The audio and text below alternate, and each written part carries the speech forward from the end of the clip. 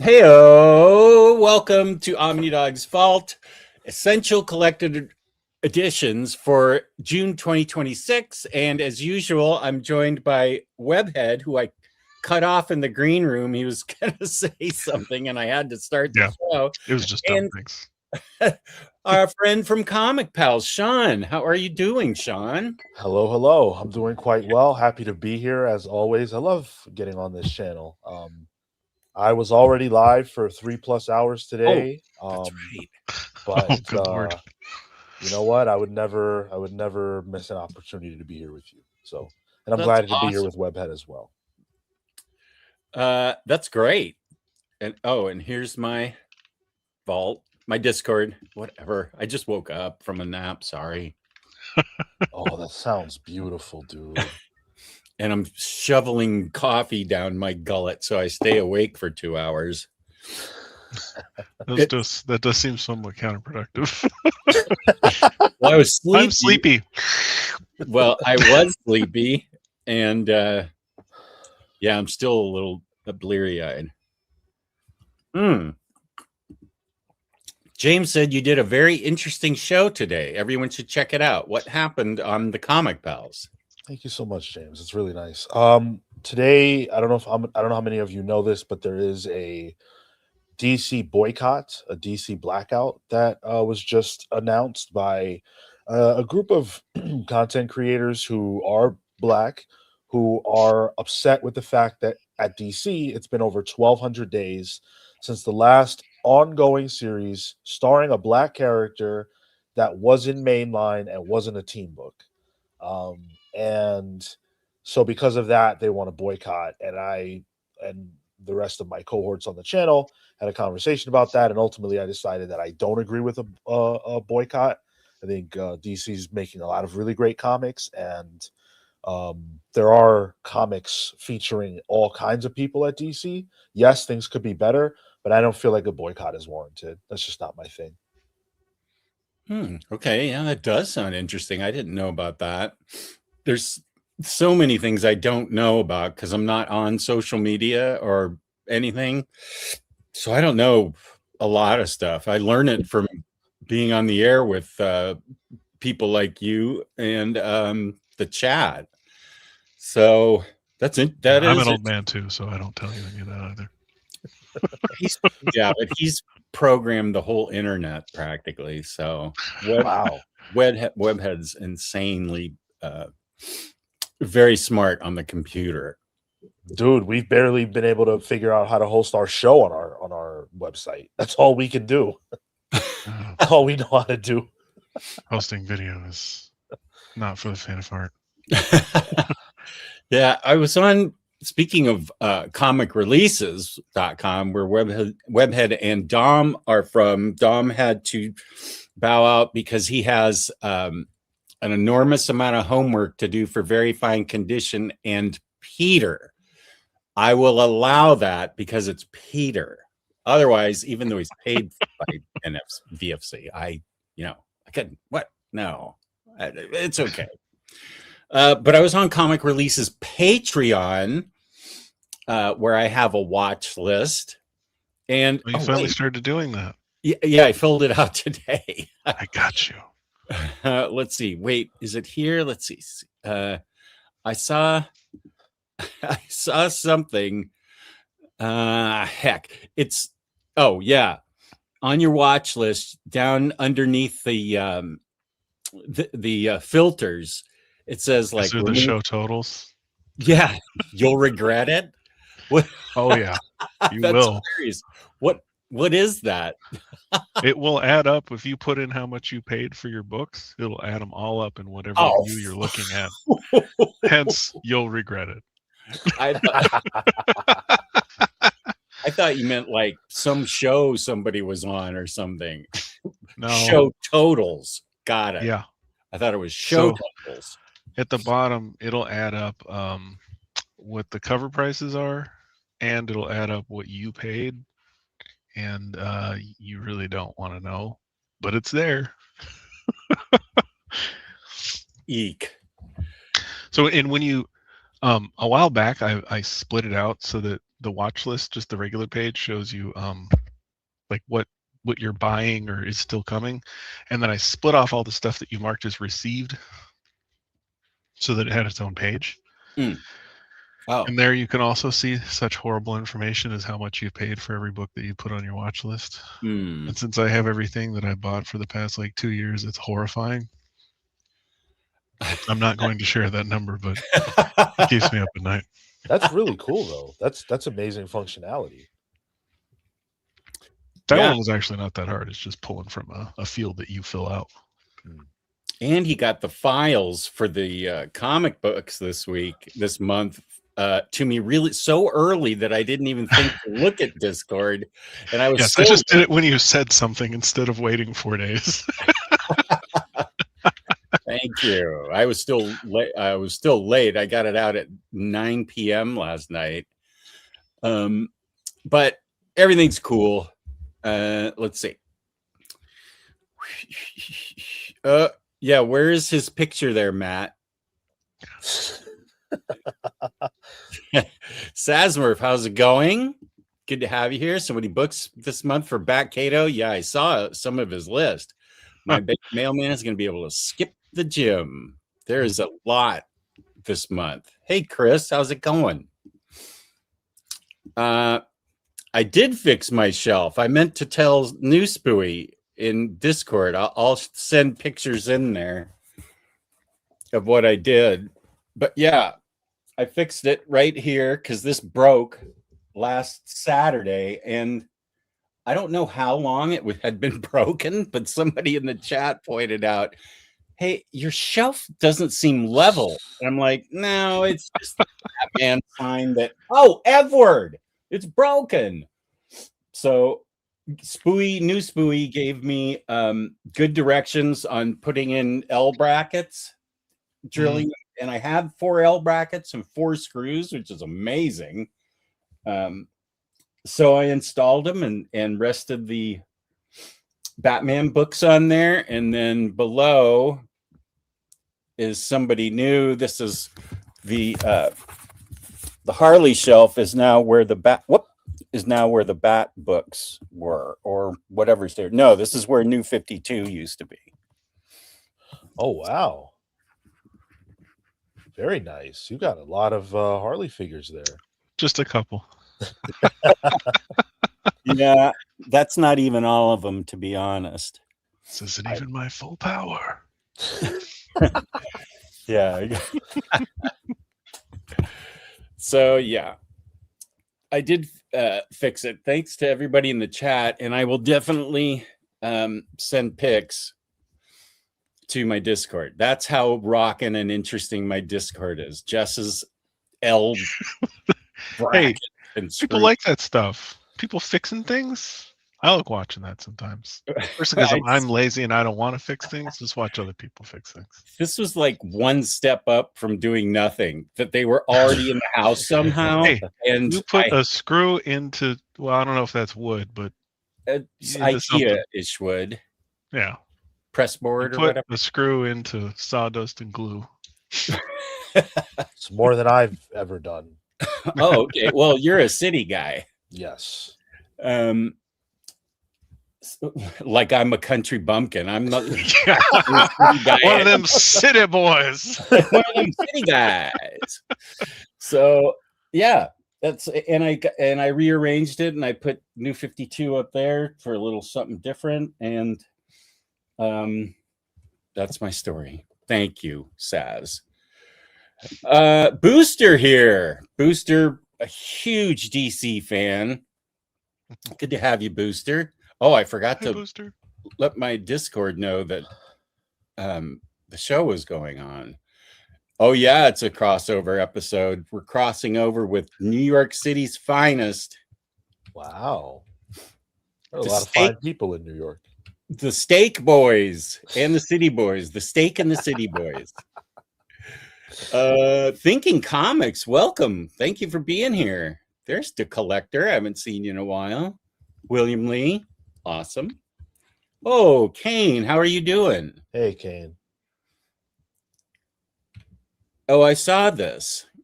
Here's some comic news. Dark Horse employees trying to form a union. Here's the petition link.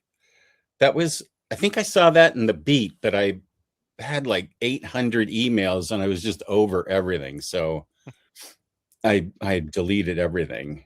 I thought that was interesting now. Hey, Belgian Ellen, how are you doing? No, we haven't talked about ice cream, steak, coming to my barbecue, going to Sean's barbecue, all the fast food restaurants at Webhead's house that are surrounding it. At my house.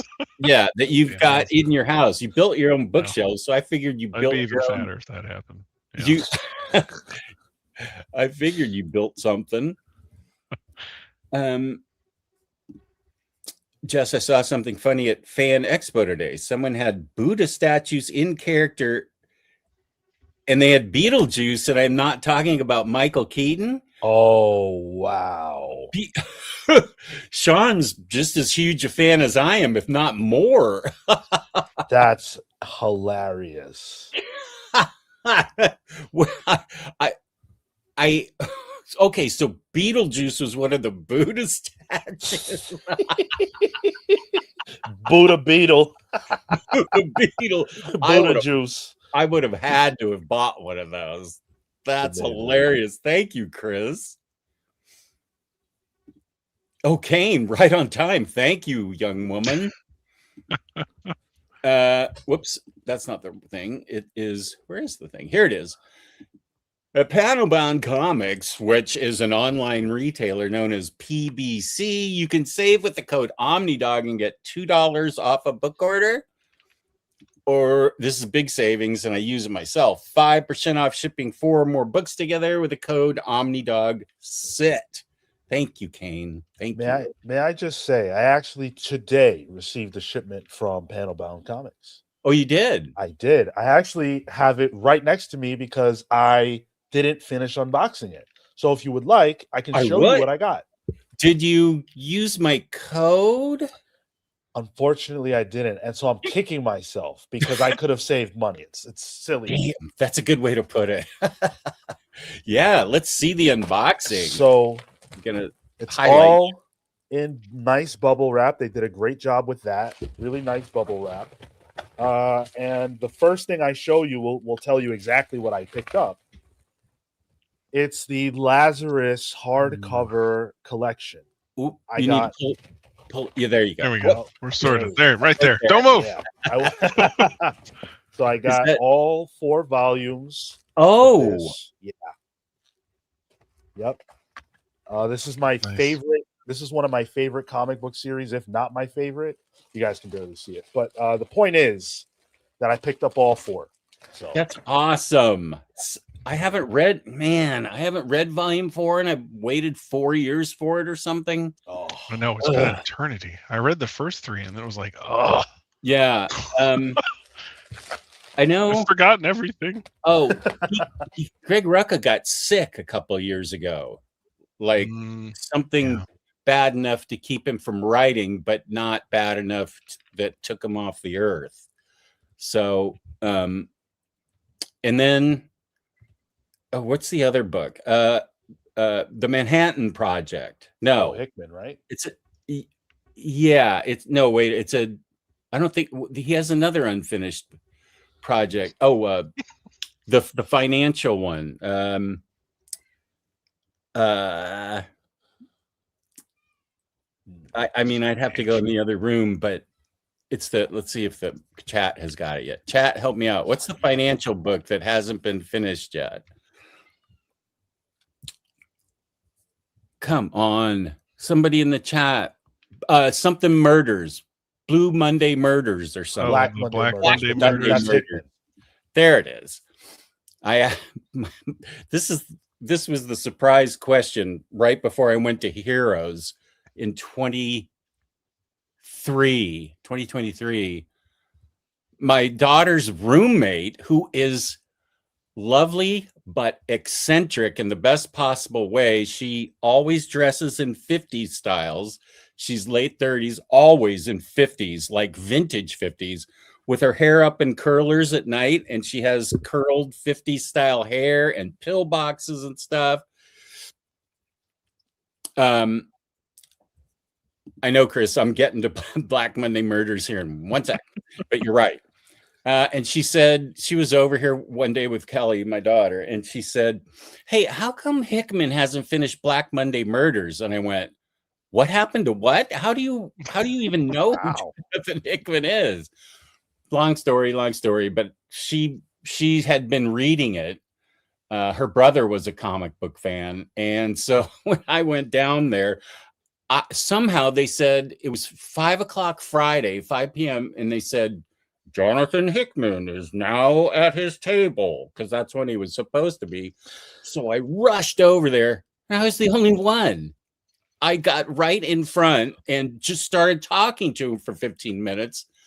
And I said, my parting words were, "I'm so sorry to ask you this. I know you've told people ask you all the time. What's happening with Black Monday Murders? My daughter's a roommate, wants to find out." He laughed and he said it was okay, that the artist had gotten really sick. And I don't know what the holdup on Black Magic is. I think it's a financial thing, because both Rucka and Scott have had to do other work to pay bills, and so they put it on the back burner. Nicola Scott is extremely busy right now. She's doing the DC. It's a DC event that's starting in June. It's their Pride event. DC Dreamers, I believe it's called. Oh, it's a Pride event. Okay. Yeah. We're lucky she hasn't been nabbed to just do covers. She's getting pretty close to that with the art in Black Magic. I mean, I felt like she was almost there, and that was 10 years ago. Oh, yeah. Here's Lance the Library. Hello, Omnidog, Sean, Webhead, and chat. Sean, I was just listening to your discussion from earlier. Appreciate the Comic Pals bringing such great perspective and nuance to topics like that. Thank you so much, Lance. That really means a lot, and that's exactly why we do it. It's never about clickbait. It's never about rage bait. I'm not interested in anything like that. It's always about the conversation. That's great. And Lance, I know you've been asking this question recently across a lot of channels. I do remember Butterfinger BBs. There's your answer. Butterfinger BBs. They were great. I do remember those. Yeah. Logan, hey, Big Sean. Really enjoyed the conversation earlier. Had to tune out to cheat on Sean and watch VFC, but I'm going to go back and check out the rest. You did a really good job, really great job in tackling it, though, as always. Thank you, Logan. Thank you so much. And I appreciate that during your mornings that are so full with different channels, including Omar and Your Mint Condition, that you spend any amount of your morning with us. Thank you. Saturdays are busy, aren't they? Yeah. How old's your oldest, Webby? 7. Yeah, you're gonna find out. She was just sitting over there, but she went off to do something else. I know her name, but I don't want to say it. Yeah, whatever she gets involved with, it's always going to be on a Saturday. Oh, well, yeah. All day and half the night. We had soccer. Oh, you already did. Soccer just finished. Yeah. Okay. Thank God, because it was getting very hot. That little umbrella ain't going to keep the full fury of the sun away. Not in Phoenix. Oh, that's right. Well, make sure she we would huddle under this big umbrella that we have, but it was just like, we're all like, okay, but it doesn't matter. Make sure she never joins the swim team, because that pool deck gets so hot and it is so tediously long. Can you have a section of the pool for us to just stand in? Yeah, a waiting pool. That's okay. Chris, happy with your Lazarus purchase. Yeah. Oh, Booster Green too. Oh yeah, it's the good stuff. Oh no, Sean understands. He was just happy to hear that. Where is Fan Expo? Where are you, Chris? Oh, here's Pity Ma. Pity Ma was very generous. She sent money to my PayPal to help defray the shipping costs for my giveaway from last week. Oh, That was that's really nice of you, Pity Ma. And she sent me the web address of Ko-fi, coffee, whatever it is. And that's yes. what is that exactly? It's a site that takes your super chats and doesn't take the big percentage that YouTube does. It's essentially another place people can donate to. Yeah, like we use PayPal on my channel for similar function. But yeah, Got it. So it goes right into your account. yeah. Okay. Up there it is.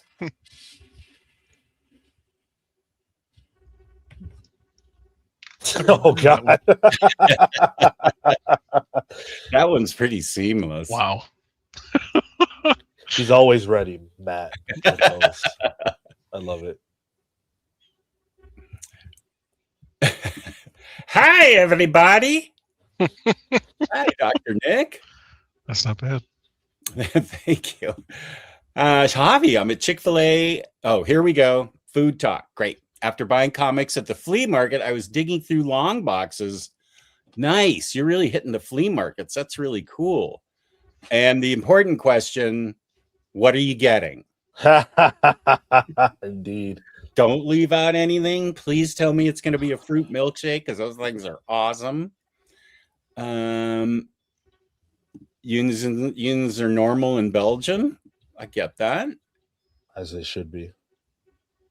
Oh, sure. Yeah, I'm pro-union. That's good info to have, as that could happen to any of our shelves. Yeah, I will post pictures of the brackets and the screws. They were the only it saved me an extra step of I wasn't going to order them through Amazon because I can't judge exactly what's I'm getting there for that stuff. Yeah. I go to the local hardware store, which is like 5 minutes away, but 5 minutes away and then 5 minutes back plus money. I'm glad that How much money was it, Jess? Like $3? No, I had them here, so I didn't have to spend. It wasn't even that. There you go. Yeah, that was the point. It was zero. And I appreciate past Jess from back when I was handy 2005, 20 years ago, for putting those in the little container that we somehow brought this new. It's even better. That means you spent like $1 20 years ago.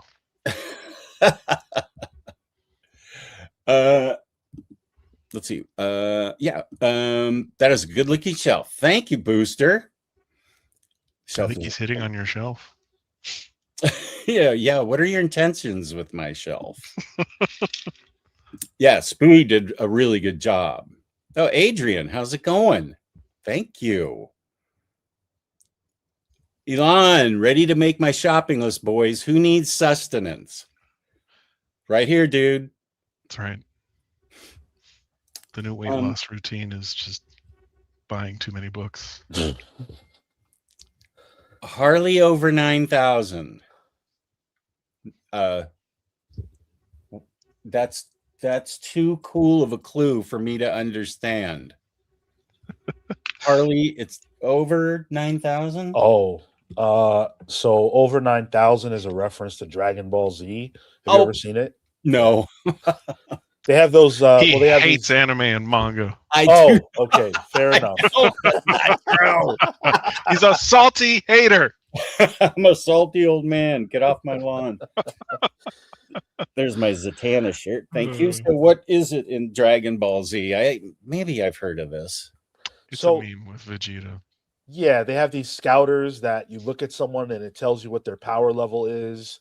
And when they looked at Goku, his was over 9,000. So Vegeta goes, "It's over 9,000!" And he freaks out. It's really funny. Is Vegeta a good guy or bad guy? He's a bad guy who becomes good. Oh, okay. I actually did my most popular reel on Instagram from 4 years ago was when my friend Tyler Blunt visited me from Mississippi and made me watch. He said he was going to make me watch 10 videos and made a reel of that where I'm pouting. but he just showed me the important parts for like the first 10. So I've seen enough to know what you're talking about.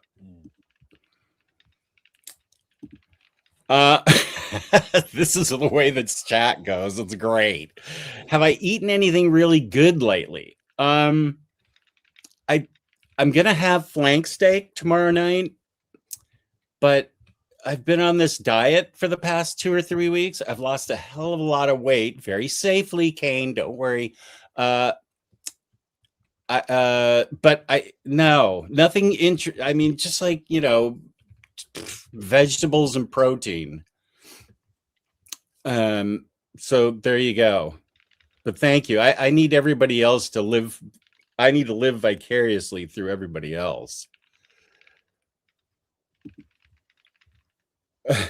Yarne writes haiku for us. My haiku for the day: salty sea crashes, island crawls with fresh lobster, vineyard is my home. He thinks I live at Martha's Vineyard. One more day till I begin reading all of Invincible. That's right. I need to pull out the first 2 hardcovers. We're gonna have a book club here. Have you read Invincible, Sean? So I've read only the first couple of trades, maybe the first 3 trades. But I loved it. I thought it was great. Do you have any more than that, or you just haven't ever caught up or anything? I think that's all I have. Okay. I'm probably going to look for a co-host, but they have to read the book. And I've already got the 12 oversized hardcovers, and I've read 1 through 3 twice and never gotten past, and I loved it, but I just never got past it. And I got bullied into reading it for a summer project. When are you doing this? Starting Monday. But yeah, but are you gonna just read the first 3 again? We're gonna go through like 2 a day. Here's upper management. Let me just tell her that I can't possibly take her call. I love this show. Very important things happening. Well, I remember the first time I had Sean on, I was like, okay, hold it. I need to get that book from the other room. I just left. Sean's just sitting there. What? Dead air for 15, 20 seconds? You do that. And we're like, all right. Oh, she's pulling the wife card. What the heck? I'm your wife. Uh-oh. I'm on my show, ! Very important people I'm talking to. I hope when I'm your age, Jess, I've got a relationship that's that fun. It's evolved over the year. Actually, no, it's been pretty fun from the beginning, but she's really developed a sense of humor, so that's really good. And he's a little scared because he's still recovering from being pushed over. She pushed me hard into a pile of floor books. What? That's funny that Webb had said that reference. That was the video I did for Omar. Oh. For his 10th anniversary, people put together 1 or 2 minute videos saying congratulations. And we did it so that it looked like a bunch of outtakes. And at the end, Patty spoke, because Patty really likes Melanie and Omar, and she's supposed to come in and just knock me over and take over, but she leveled me. And there was, of course, it's my house, so there's all kinds of books on the floor. You can't be put anywhere without hitting books. Oh no! And these books fell on top of me. I'm like, Jesus, Patty, what the hell? You committed too much. Yeah, she did. Hey, Sean from Kane. I'm doing well. Just finished necessity shopping and putting it all away, relaxing with some sushi. Nice. Are you going to NYCC this year, Sean? I will absolutely be at New York Comic Con this year. I'm really looking forward to it. But I also, I don't know if I've said this on this channel yet, will be going to Heroes Con this year. Oh, damn it. So I missed you. Darn. And that's to do something that upper management wants me to do, a cousins reunion. How's that Ooh. going to be more fun than Heroes Con? See, Ah. that's when you have a relationship like we do, Sean, that you want, you get roped into doing shit you don't want to do just to keep peace. You know, Jess, I was in a 14-year relationship, and so I did a lot of shit I didn't want to do to keep the peace. But Mhm. totally understandable. You know, Maddie's gonna be going to Heroes Con, BJ's gonna be there, so it's gonna be a lot of fun. That's great. I know if BJ's going to be there, I think he's staying at Chris Balga's, and then they come together. Okay. So that will be a lot of fun. Are you traversing to NYCC? No, Kane has warned me away from it as being Oh. too people-y. Yeah, yeah. yeah, that's fair. Yeah, when Which- we went a couple of years ago, it was good God. Yeah. NYCC? It's like you're just as you're going down the rows, even in the creator area. Well, the creator area was actually fine because no one's actually there for that. They're just there to buy Funkos. But when you are on that floor, dear God, it's like you're just squeezing between, Oh, being so slow everywhere. I think You're just waiting in a line basically to walk through. Oh, that's what you're gonna. It's Have very you ever busy. been to Heroes, Sean? No. It is set up, and it always maintains big clear aisles everywhere. Like the main floor, just a huge throughway that never gets crowded. Between the artist tables, never gets crowded, even with people at tables on both sides. It's really well done, and the panels are well done. The panels I've been to, I haven't seen them run out of chairs or anything. But then the panel I went to was Omar, so take it for what that's worth. They didn't run out of chairs. But this is what my daughter got me one time, and this describes me at NYCC. Yeah. I would It's love basically- to. It's like the world's worst Costco, basically. You are- Jess, I just watched the video of your wife pushing you over. Oh, you did? Yeah, it's Yeah, right at the end. There's Wait, like there's these heartfelt videos, and then it's just Jess being Jess, and then he gets. can we address the concern of domestic violence, Jess? I'm concerned for your She safety. woke I'm up worried and chose about you, violence brother. that day. Thank you. Thank you. Yes, good. Sean, I knew you were my friend. I'm going to say that to upper management. Just a sec. Yeah. I'm going to say Don't it get out me in loud trouble to with my her phone. now. I don't want to get pushed. I don't want to to get push me pushed. over. Oh my! One of my guests, Sean, is objecting to your pushing me over into all those books for Omar's video! Exclamation point! Exclamation point! Great. Now I'm gonna get pushed. Yeah, I had to name you. Thanks a lot. Thanks a lot. Where do you see that? Is it on VFC's website or Patreon? It's on YouTube. Oh, okay. Yeah. But James clipped it for me. Oh, he did. James is James, amazing. just the patty part pushing me He's good over. for that. Yeah. Well, your whole video, and I Oh, watched yeah. it, Okay. and He gave me the and time you- code for it. Yeah. There it is.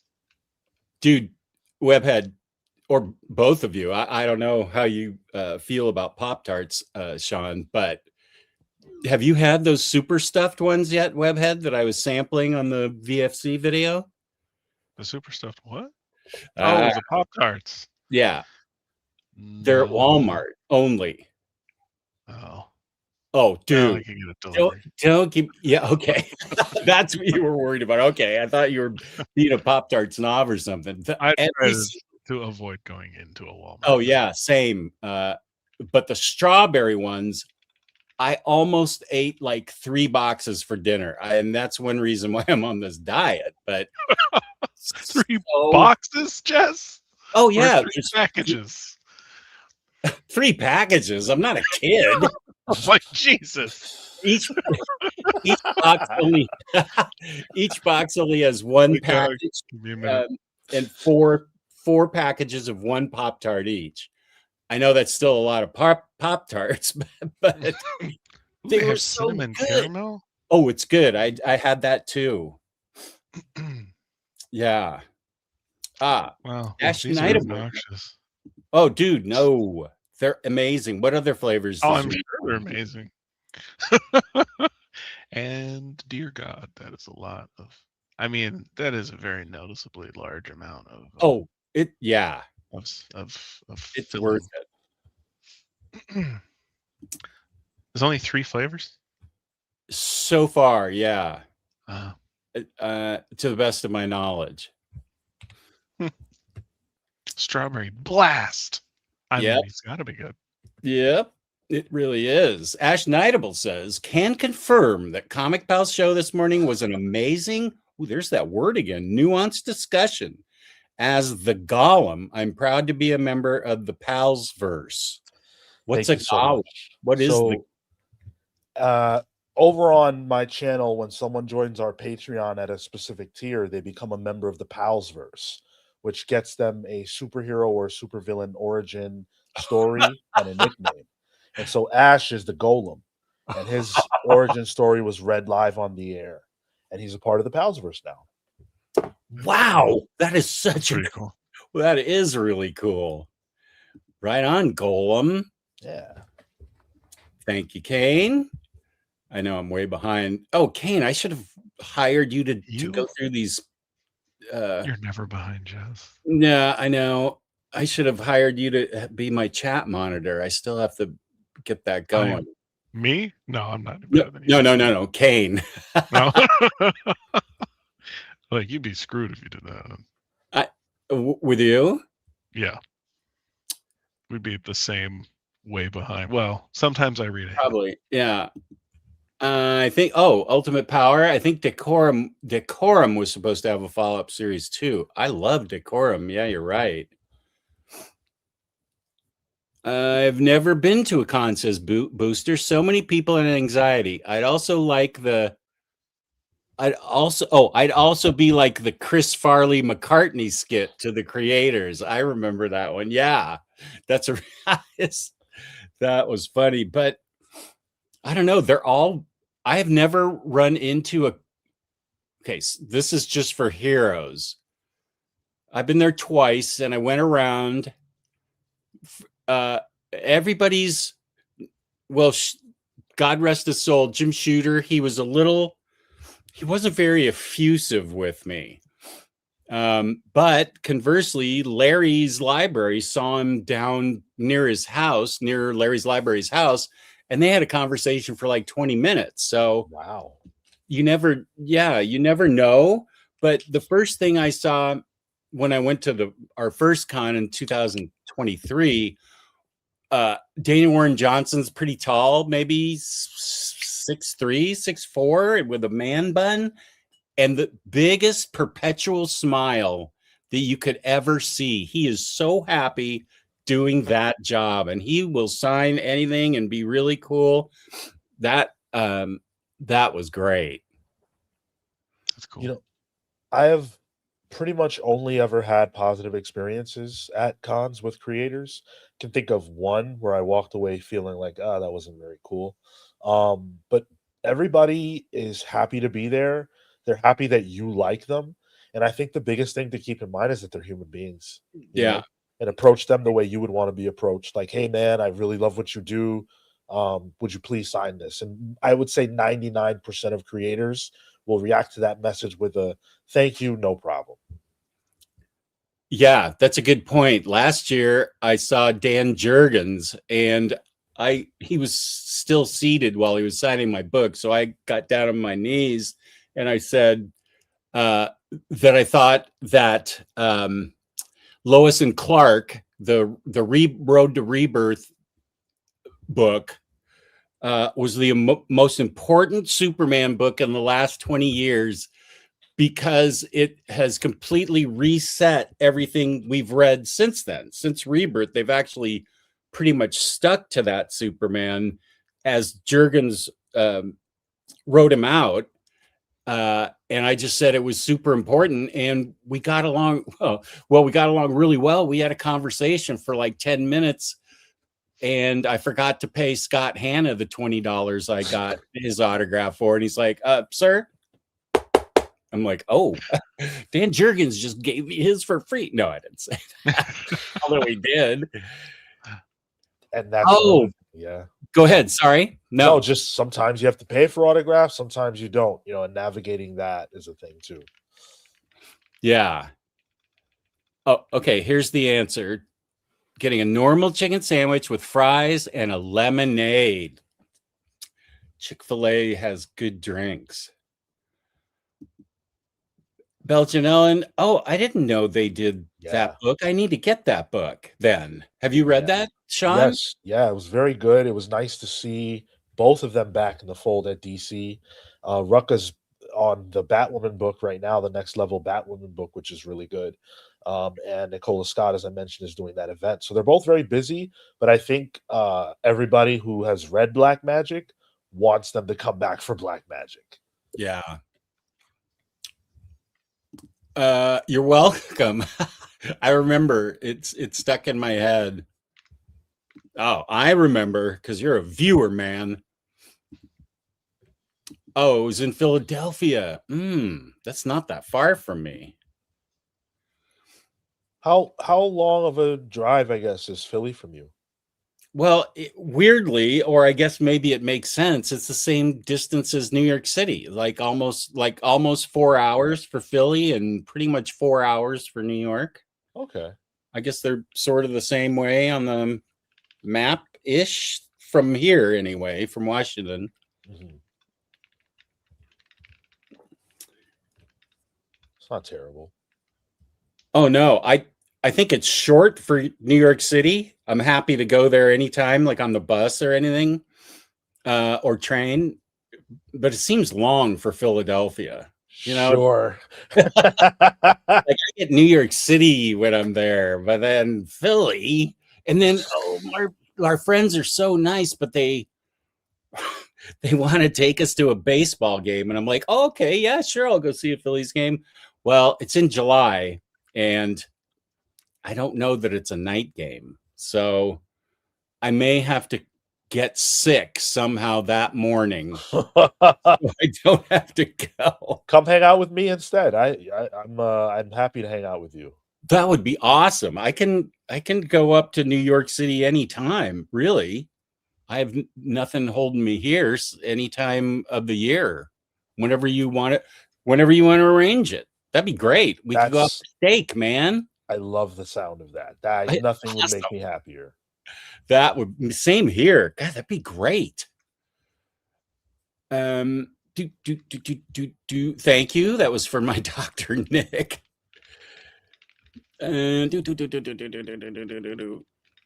Okay. Comic Pals, thank you. Sushi, and yes, I will be at NYCC this year. Awesome. Forget it, William Lee. Forget it. You were one of the ones that probably bullied me into Invincible. Oh, same William Lee with a question. Jess, as someone that is also an avid sports fan, I started posting some of my out-of-print omnibuses to possibly maybe fund a Knicks finals game. Do you think it's worth it? Ooh. Heck, yes. Now, when I see that you've posted some of yours, at first I thought, oh, you only need a couple for a $200 ticket. And I realize I'm living in 1985. That playoff ticket's going to be like $1,200, $1,500 probably, right? Yes, but William, you may never in your lifetime have an opportunity again to see the Knicks in the finals. So I would go. I would too. That's a great point. You'll be able to read those books online or repurchase them, but the Knicks, it's happened twice in the past. It's happened once in the past 25 years or something, right? Ooh.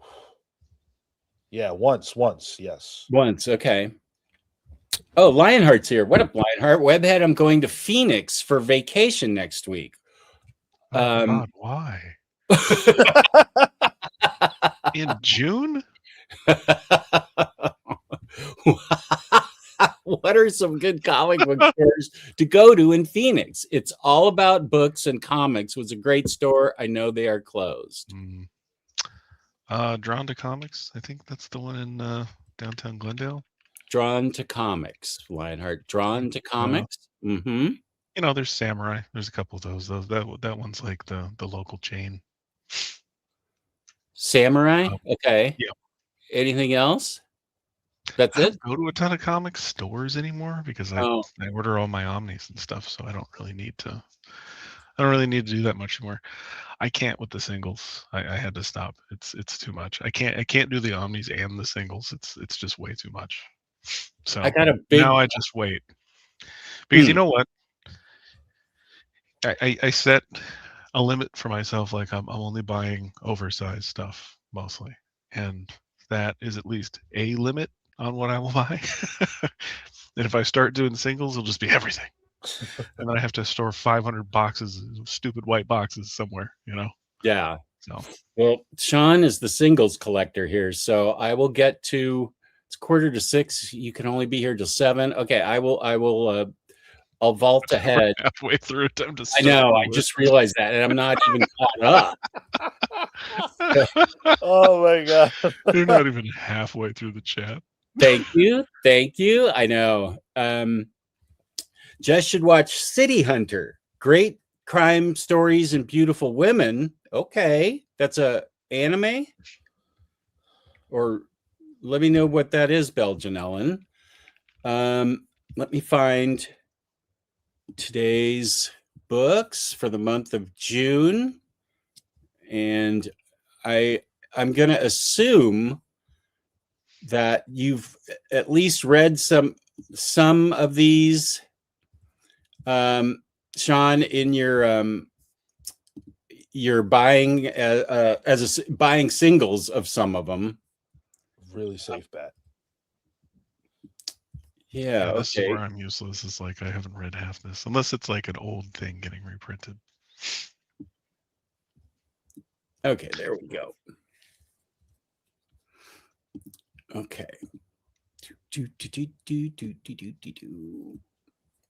So let me go down to the bottom. Oh. Hi, Dino Bolt. Yeah, I had said that it's going to take me up to 2 weeks to get to everybody. And I should have said even to get to everybody's email for sending stuff away in the giveaway. So I apologize. But yeah, there's all these books have to be out of here by Friday. That was not my decision. It was decision by upper management. Upper management, yes. By Friday, you may get pushed over again. Yeah, or what? What's the next abusive consequence? No, you don't have to apologize. I forgot to say, be more specific about that. But I don't know what I'm getting myself into. Phoenix, do you though? Wow.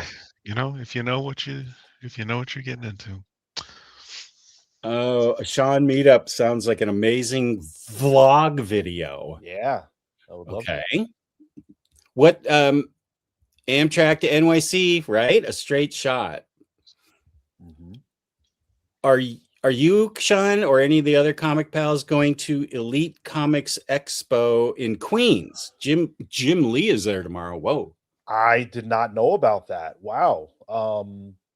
I'm not going, but that sounds like an incredible event, and I would love to see Jim Lee again. Oh, okay, that is cool.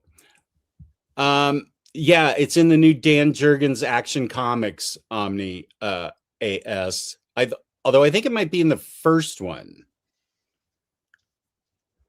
Rand, I have the DC omnibus of Deadman, but I went over the contents with people and I assured them that it was awesome. So if you haven't gotten it and you're interested in Deadman, this is a great way to get it.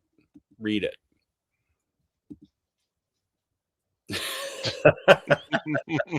She was vicious, man. You'll Here's never be the same. CNSS. Welcome, welcome. Okay, wait. I saw Spooey here. I just need to get. Okay, wait. This is important. I DoorDashed those super stuffed Pop Tarts and was mad. Oh my! With regular Pop Tarts. That's awful. That not is. acceptable. I think Lance. I think they're exclusive to Walmart. That's the only place you can get them right now. Well, they could still run out though. Well, yeah, they definitely Yeah. could. Yeah. And then you're boned. Yeah. Let's see, Spooey. Let me just. That's the worst too when you're like, I only made this order for this thing. Yeah, Subbed yeah. it out. Actually, Yarna had a question for Sean back here. Sean did just. Yeah. And Spooey's in the channel, but let me find Yarna's question for Sean, and then I will go to the comics for next month. Sean, which do you like more? Detective by Tom Taylor or Batman and Robin by PKJ? So for me, it was Batman and Robin by PKJ.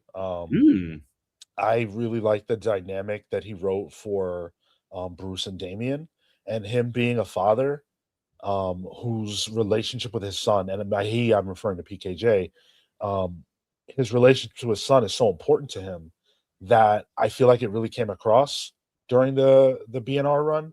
So that's the one for me, but they're both really good. I don't think that the Detective by Taylor is a slouch book either. Batman fans have been very lucky over the last few years to get some really quality books. Yeah, you're right. Spooey, I'm sorry you're not feeling well. Maybe this will make you feel better. Look at my shelf that you helped fix right here. I had L brackets and screws sitting in a box, and I used them to your specifications and put up my Batman and Batgirl books and stuff. And then there's my new Harley shelf right below it. I want to make sure I'm trying to stay level here so people don't think my shelves are off balance again, like their owner. Let's see. Here we go. Share screen, and we'll go over the first week at least. We'll try to knock out the first 2 weeks and take viewer chats. Okay. Amazing Spider-Man Epic Collection. Nothing Can Stop the Juggernaut. This is Roger Stern stuff. So, and Romita Jr. back when he could draw. So this looks, good to me if the Roger Stern omnibus is out of print, which it always is. So this would be a good way until they just catch right back up to it again with the ASM ones. Yeah. You get another shot then. I've read this story. I love this story. This is one of the most influential stories to me as a fan of comics. Really? Okay. I can't remember it. I read the Omni, but what makes you say that? That's a great thing to talk about. It's been adapted a few times. Most notably for me is the Spider-Man and His Amazing Friends television show, where Spider-Man is trying to stop the Juggernaut and he can't. I really, really love that story and the way that it adapts this. But Juggernaut is not a character that Spider-Man should be fighting. Like that doesn't make sense in your head. And so seeing them put together in this way and Spider-Man having to think about how to stop someone like Juggernaut, I just love that as a premise. I think it was well done. Wow, that's really good insight. He's an X-Men villain, but I guess he visited New York City for Comic-Con or something. I can't remember. But that art, I can see on that art, there's a lot of really good line work and stuff on that cover. JR can still draw that. I assume he did a new cover. Either way. Oh, Ultimate Power will be there. Nice. Awesome. Hope to see you.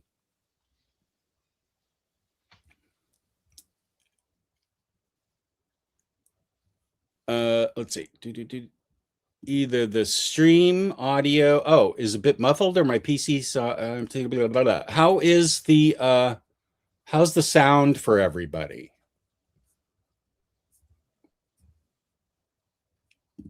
One of my favorite stories. It's really about not giving up, which made me fall in love with Spider-Man. No prior knowledge is needed. Nothing can stop the Juggy is favorite Spider-Man arc of all time. Yoicks. Can't wait for it. Licanoma, I've never read this. Wow, we're only on the first book. This Amazing Spider-Man epic is a must-have. The story defines Spider-Man. Yeah. Oh, you guys don't make me buy this book. Because I'm like Booster. I'm on the hook for like 7 Omnis this month. It does not take much of anything to convince you. Like, I'm not going to get this. Just get it. Okay. Yeah. Unless it's manga. Okay, that's fair. I did just order a manga. Can't remember. Could not have possibly said that in a more old man way.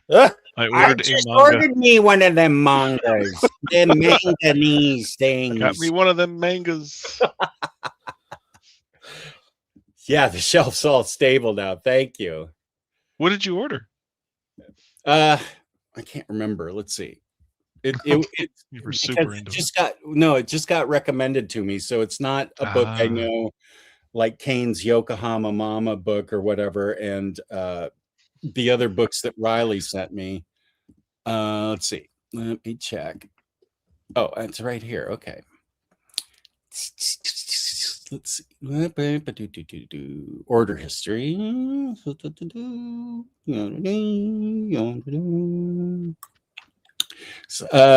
A couple people recommended it to me. Riley, I think, was the first one. He and Gio recommended it to me because it deals with, it's called Record Journey, and it is a captivating collection of short stories by this author that explore the quiet, powerful intersections of music, memory, and everyday life.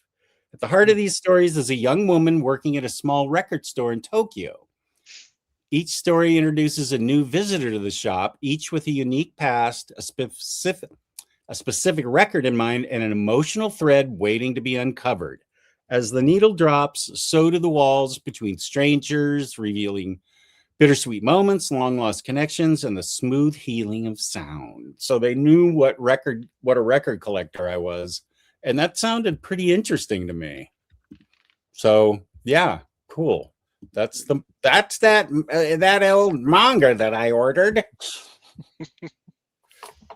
This is also sorry. So that's cool. Yeah. This is the week of June 6th.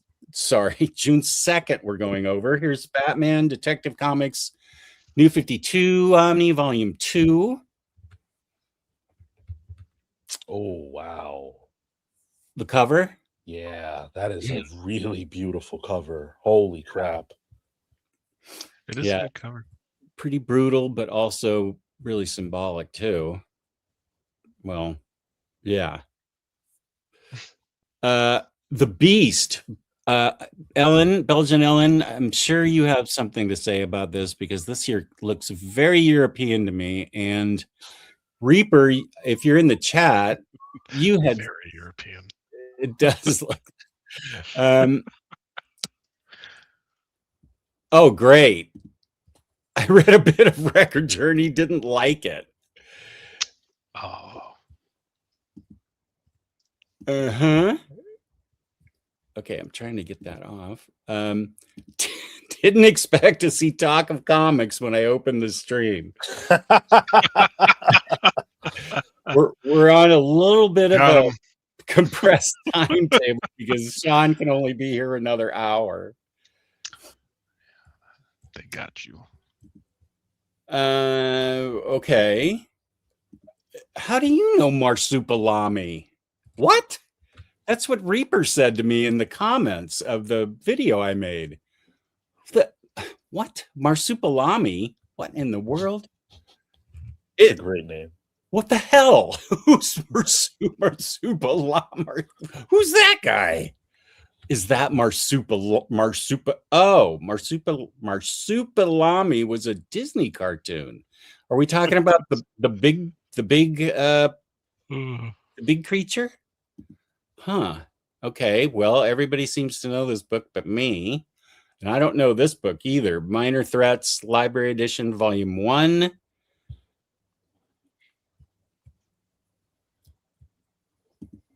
Darker series, the normal Marsupilami. The Beast equals Marsupilami. Yeah, Marsupilami. Marsupilami. It's not your best. Okay, Minor Threats. This is still the week of June 2nd. 2 covers for G.I. Joe Deluxe Edition, Book 1. There's the first. There's the second. Wow, these are beautiful. Which one do you like the most? Oh, come on now. That right there. You know I need that. Okay. I haven't read any of these Energon books. I tried, but it wasn't it's not the childhood memory I think it is for a lot of people, or the Safar likes the blue one, which is that one. Okay.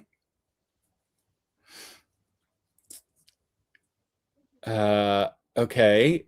Yeah. And Transformers, I don't know the difference between the Transformers. So I was lost.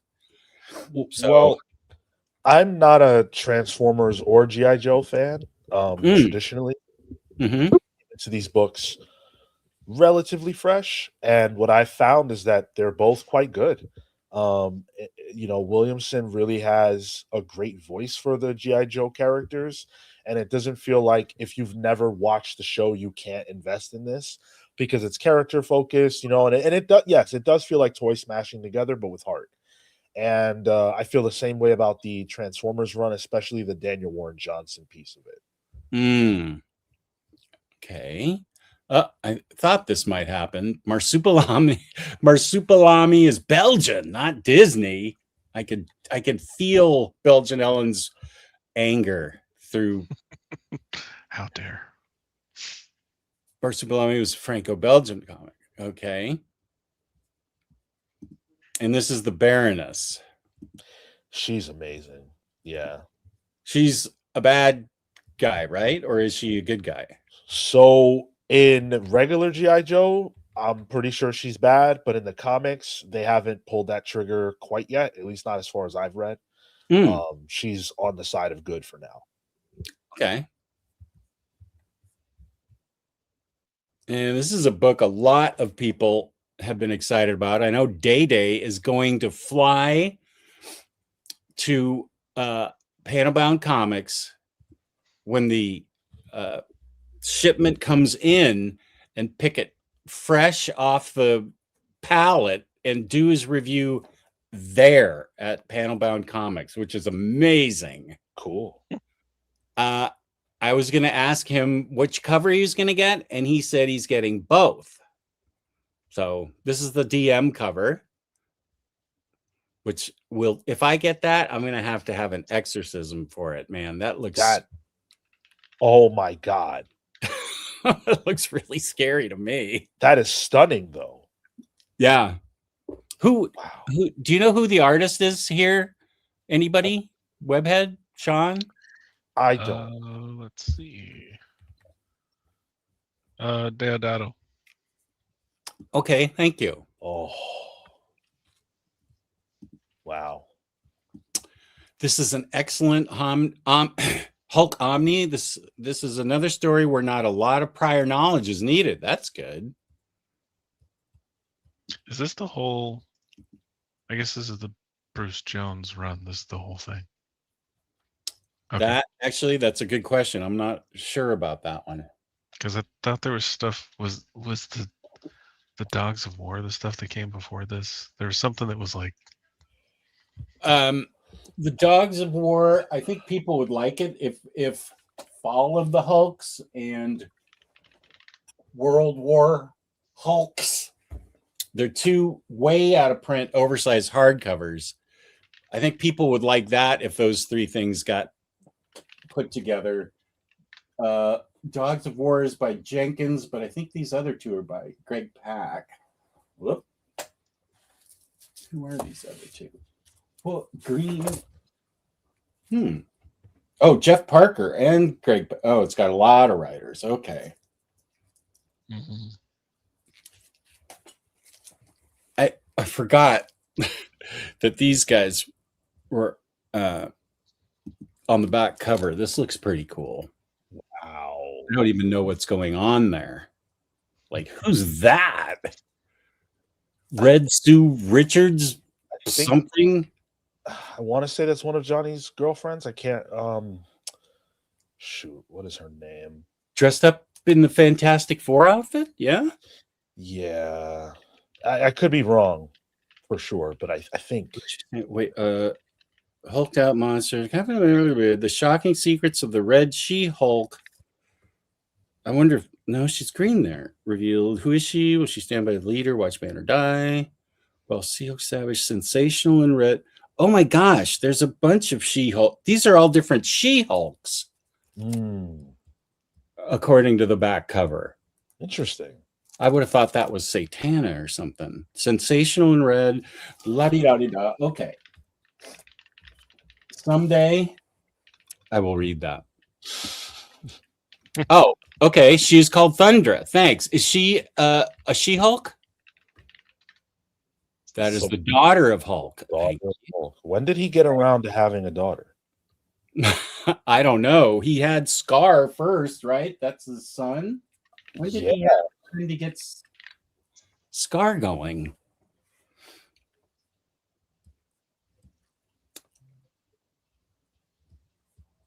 Defender from a world where women are dominant. She fought Ben Grimm to prove she is stronger. I did repair it, Razor. Yeah. According to Spooey's instructions, I had 4 L brackets and 4 screws, and I did it all myself. I know, I'm super proud of myself. Oh, please. Like, this is coming out. Saga Book 4. Why don't you think this would come out? I feel, how many times has this been pushed back? I feel like it's been put. I even put it on the front on the thumbnail for like March, and it got pushed into June. Okay, see, I got receipts, so it got published. Okay. Shameless plug for my site. There is a released updates log. So if you're wondering if something's moved around before, there's this really, really big page that I probably need to paginate at some point. That has everything on it. All right, it got moved in April. And no, I think that was it. I just see April. From April to June. Well, then I'm happy for it. I'm just kidding. Happy for you. I'm getting myself a coat. Just a sec. And yeah, that's his show. And I put Sean's YouTube show in the description. I have bit.ly links, hot links, clickable links, whatever they're called, in my description. So you can definitely go there.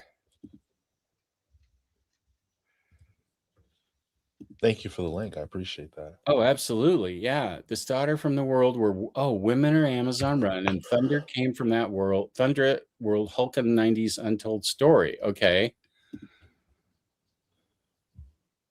Wait. That's Laura. Okay. We'll save that for a little later. So, somehow there's Thundra, and Laura. Wow. Lyra. Lyra. Lyra. That's why I didn't recognize her. Lyra. Yeah, Apparently. don't know. Superman Adventures Compendium 2 is out the week of June 2nd. War of the World Thunderchild. I like that name. Thunderchild. It's kind of cool. Yeah. Where did that come from? I'm like, wait, what? War of the Worlds. Did that get grouped in from another week? I don't know. I don't remember it from the past because it looks really cool. It does. And this is the last book for. Oh, that's from the wow. last week. It got grouped in with the first week for some reason. Oh, this is okay. Wait, this is in the last week? Yeah. Oh, It is a library-sized book, though. That's kind of neat. okay. So everybody, don't listen to me. This is coming out the last week of June, apparently. If only I had a site that I could rely on. Yeah, I don't know why that got thrown in there. That's funny. Okay. Logan is going to, Blue Velvet. I haven't seen that for like 40 years. Great to see you, Logan. Thanks for coming by. Belch and Ellen, you're pretty darn knowledgeable about everything. This is the story of HMS Thunderchild, the ship that was destroyed in War of the Worlds. Huh. Okay. It's interesting. Yeah, as a matter of fact, it's a Diet Coke Zero cherry float. That one that I just. Ooh, I tried that. That's pretty good. Oh, good. I'm glad you liked it. Diet Coke Zero? I'm sorry, it's Coke Zero. Okay. Sorry, you're right. Coke Cherry Zero float or whatever. cherry float. Yeah. Wow. It's not bad. No, it tastes good. I think the regular version probably tastes better, like all the regular versions. Well, yeah. Because it's real sugar. Yeah. It's so good. And that's why it's bad for you. The last one for the week of June 2nd, Wolverine Not Dead Yet. He's got a lot of saliva going on in that one. Okay, love that Churchill. Love that Churchill Wolvie cover. Okay. Let's see who did. I can't actually see that, so I don't. I can't. Okay, wait. What is happening? I'm looking at. Oh, that's the Churchill. Wow. Look at Wolverine on that cover. Bulky boy. If you just hover over the words at the top, does it? Yeah, it does. But I wanted to see who the artist was. Yeah, see, that's what I meant. Oh, yeah. Well, I thought the Churchill cover was the first one. Okay, let's see who did this one. That tells you nothing. Nothing. That's fine. We can go to PRH real quick. Okay. The cover artist is Lionel Yu. Wow. LeinilU. Yeah, he's a great guy. He is super nice. I met him at Heroes. Could not have been a nicer guy. So I take it back about the saliva. Good job drawing his mouth. It's perfect. Okay, that's June 2nd. Let me just see how we're doing here. Oh, there's Rodimus. Welcome, dude. Enjoying some Taco Bell as I watch the great Omnidog with awesome company talking comments. You love to see it. Nice. Awesome. Good to see you, Rodimus. Rodimus was with us live earlier, here now. Oh, that's excellent. Yeah. Good guest, Rodimus is. A good chat viewer thingy. Yeah, that.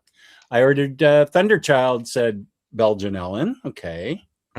I did notice that on this one. They look really dangerous, just sharp and big and pointy. Oh, okay. I was wondering about this. So this Wolverine Not Dead Yet is just the Omni that comes after Volume 6, because there's a billion Wolverine Omnis. If I had no idea what this was, so I went to look it up. Oh, okay. So this is the story. So like Volume 6 ends at number 118, and then this starts on 119. Ah, Just okay. Thank contains you. Wolverine Omnis. Thank I was you. wondering. I was like, when is this? Ellis and Larson? Like, huh? Like, Oh, what is time period is that? okay. And there's the really boss. What lurks beneath? Okay, so these are the next in line stories. It's basically Wolverine Volume 7. Okay. VFC has Minties, Omnidog has chat viewers. Keep track of that, will you please, Razor? I The don't want doggies. the doggies. The Jiggy Bobbers. That sounds like me. Okay. June 9th, following week, The Annihilation Wow. Conquest Prologue Epic Collection, Marvel Modern Era Epic Collection.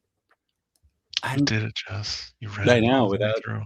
stumbling over it. I am not sure where this is in the book Annihilation. So I can't even begin to pretend I know. yeah, okay, that's fine. After Annihilation, So- before Conquest starts, presumably, or like the Yeah. very beginning of the Omni, maybe. Okay. Yeah, pretty sure. All right. Comic Pals had a great show today. Tackled the topic with class. Highly recommend watching that replay. Thank you so much, Rod. That's cool. What are you doing? Salami.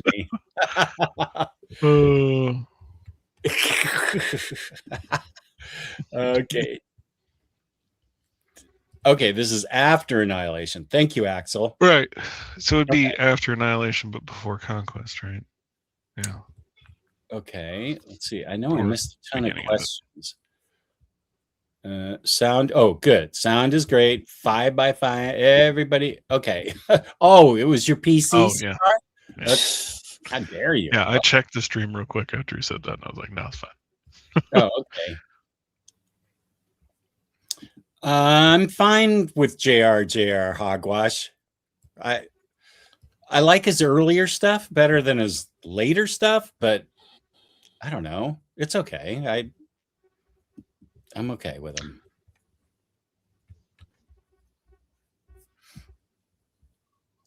CNSS loves these Spider-Man epics that I showed earlier, especially to collect everything pre-McFarlane. After that, though, it's deluxe OHC Omni only because of the artwork. Okay.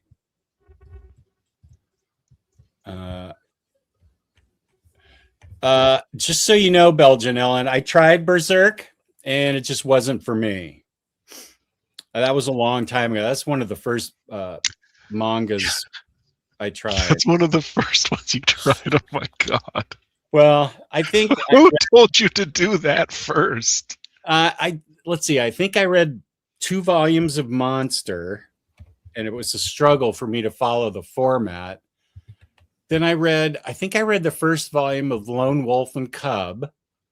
I can't even remember how that was, but it was really a struggle for me to Just got follow that one the in. format. So I read, there's one in Western style, something of the that Immortal Blade. Yeah, Blade of the Immortal. Blade of the Immortal. I read that. It was in Western style. That didn't do it for me. And Berserk, I didn't want to read 13 volumes because finally 14 is great. And then goes 14 to 40. So I was just like, I'll get back to my little Batman books. I can follow those. But you'd read hundreds of issues of Spider-Man, I bet. What's your point? This is too much. I would probably not recommend Berserk to you like right out the gate. It's a bit much. Very bloody. Oh, Ultimate Power, I think this is library sized. Treasury Library Edition. It's just a library. Okay, so it's a library edition right here. Yeah. Ultimate. So when it spits out the covers, it puts the format at the end of the file name. Got it.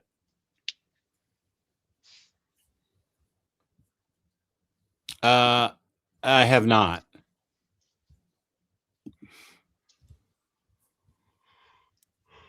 Okay, July 9th, World's Finest Deluxe. First 12 issues. Have you been reading this, Sean? Totally. Yeah. I would say that the first half, so like the first, couple years or so of World's Finest, it was the best DC comic being published week in, week out. Wow. That's my opinion. And I think World's Finest was one of the books that really helped revitalize and set a tone for DC going forward. So I love that this is going to be released in deluxe, but I do have a question. Mm-hmm. Does it make, because they do, like, there's probably going to be an omnibus of this. So does it make sense to pick up the deluxe? Like, how would you guys do it? How much is there? There's like 9 standard hardcovers right now. I feel like there's 9 standard hardcovers. Let me go to the other 53 issues. That's definitely. I mean, that's a couple Omnis right there, practically. Or when big old DC Omni. Yeah, some 1,500 pager. Let's see. I have. Wait, is this still ongoing? 4, 5. It is, yeah. Oh my goodness. 7. Okay, so it may end up being a couple Omnis. But that's a good question, Sean, because Poison Ivy. It's been weighed the whole way through? The whole way, dude. He is. Holy crap. And he loves it. It's his like labor of love book. Oh man. I'm kind of torn there because I would like to read this, but it's quite gotta get an Omni or two. Well, that's a good question because Poison Ivy is also coming out with a deluxe later in the year. But we already know what you're going to do, Jess. No, I'm not. Okay, probably. Yeah, I am. No, I'm not. Yes, I am. This is DC. I heard somebody describe the way Dark Patterns is looked at DC, that they put it out in trade paperback first and it's selling so well they're not going to upgrade it until sales dip a little, but I can't. So maybe they'll keep it in deluxe format. I don't know. God, how many of those are they going to need to fill this out? Like, could they really do 8 deluxe editions or something? I don't know. Well, if they're all 12. How many are in this one? Was it 1? Well, each book is 6. This is the first 2 books. Mm-hmm. Oh, this is 1 through 10. Oh, it is? Yeah. Okay, so Detectives 1050 and then World's Finest 1 through 10. Yeah, this is probably the strategy, which really bothers me, that somebody, namely me, probably is going to get stuck. That's why I really don't want to purchase those deluxes, because I bet the Omni's going to come out and you'll get orphan deluxes, and they've both done this. Yeah. Yeah. Hey, Dana. Yeah, you're right. I think it will too, but the question is if you want to get the trades or the standard hardcovers or the deluxe while you're waiting for it or not, I guess.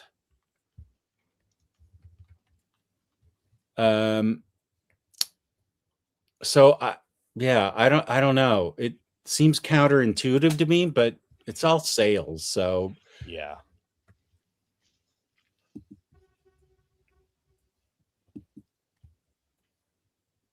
I just added a new piece to the frick. The Omnidog Photoshop section of Discord. Okay, let me get through this. Let me get through this. I'll get to it. Thank you. Oh yeah, I agree with you, Lance. This Dan Mora is just so top tier. DC Finest team ups. Lots of great Jim Aparo art. I believe this is Brave and Bold when it was Batman and like guest Batman and Black Canary, Batman and Wildcat, stuff like that from the, I said 70s in the video, but okay, wait, how old was I in 70? Yeah, I think this was in the 70s. That's Jim Aparo art there, yeah.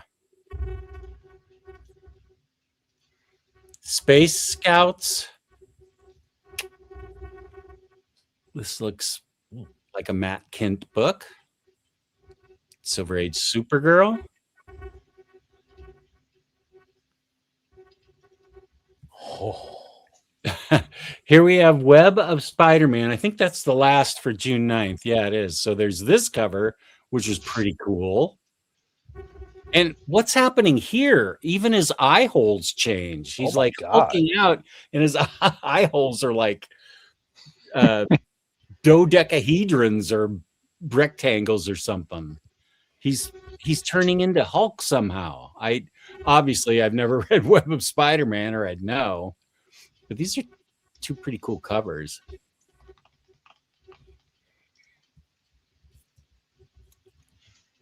I love this. Hobgoblin is one of my favorite Marvel villains, well, certainly one of my favorite Spider-Man villains. And the saga of the Hobgoblin that plays out in these books is absolutely incredible.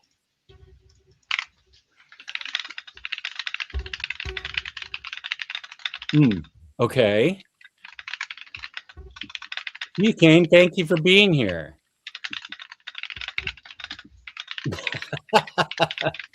I typically do not upgrade from standard hardcover.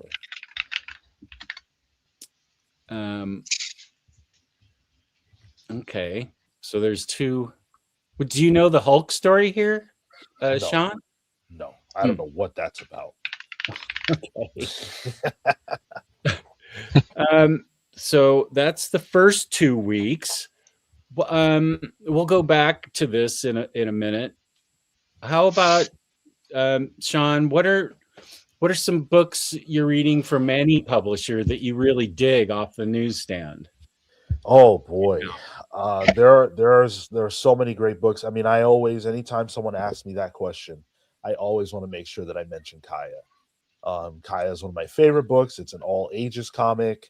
It's about this girl who has this cool robotic arm and a magical brother, and she's trying to save his life and bring him to a place where he can save the country. But there are these robots that are after them. There's a lot of stuff going on. It's super fun, super heartfelt. It's by Wes Craig, who a lot of you will know from Deadly Class, but also the All-In Special, the DC All-In Special. So I'm loving that book. Department of Truth, one of the best comics out in general. James Tynion is on that one, with art by Martin Simmons and a bunch of other artists through it too. It's basically a book about what if all the conspiracy theories that people believe in were real. And they were real because people believed in them. They retroactively become fact. I think that is an incredible premise, and the way that it's used, James Tynion is proving himself as one of the best writers in comics with that book right now. I agree with that. I'm going to mute you for a sec, Webhead, while you clack on your keyboard. It's really loud. Just raise your hand when you're done clacking. I agree with that. I love the premise of it too. And it's like the power of belief makes these things exist in the real world, right? Like I read the first oversized hardcover and the second one's coming out this month. So I thought it was a fascinating premise. So I'm really looking forward to the second one. Another book that I would imagine you probably haven't gotten to yet, just because of how soon in the game it is Deathstroke. Deathstroke from Next Level has really surprised me. Oh wow, who is So writing that? it's Tony Fleeks, who's a newer name. He did Feral. He did Stray what was Dogs. Stray Dogs. Thank you. The Local Man as well, I believe. Oh, And okay, I have that book. yeah, and so it's him and Carmine Di Giandomenico on art, who is a tremendous artist. And it's essentially, what if Deathstroke was in an action movie, which is probably like every Deathstroke book, but also had a deeper story at play, based on Deathstroke's history. It's got a lot of family drama. It's got intrigue. It's got a lot of action. Beautiful art and color work. You're gonna definitely want to buy it whenever the trade is announced. Wow. Okay. I've never been a big Deathstroke character, but this sounds really good. I don't like Deathstroke at all, actually. But this book is taking the best of Deathstroke and putting it in your face. Cool. I love the sound of that. Saz tried the new Deathstroke series, but the lettering is too hard for me to read, and I wear readers. Okay. Oh, okay. Kaya is getting close to 40 issues. Wow. Yeah. I read the first trade, loved it, and then I said, Wes Craig, you're not catching me on this one. I'm going to wait for your big library edition hardcover set that's going to come, or omnibus or whatever. That thing is, I think it's really popular, isn't it? Because I hear a lot of people talking about it. It is. So I'm sure that'll get a kind of some really cool collection. Yeah, let's listen in to see if he's there. He is. No, I'm fine now. Oh, okay.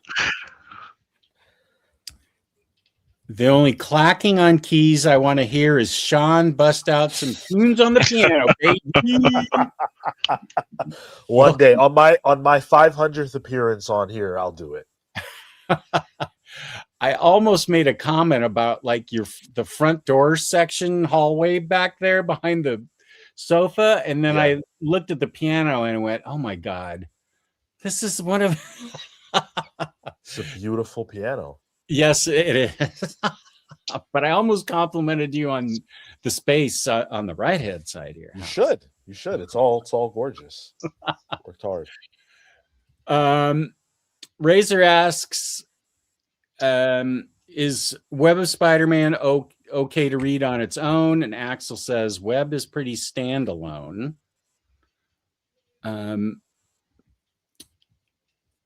The Hulk story in Web of Spider-Man was a biomedical experiment gone wrong with Spider-Man and Hulk. Okay.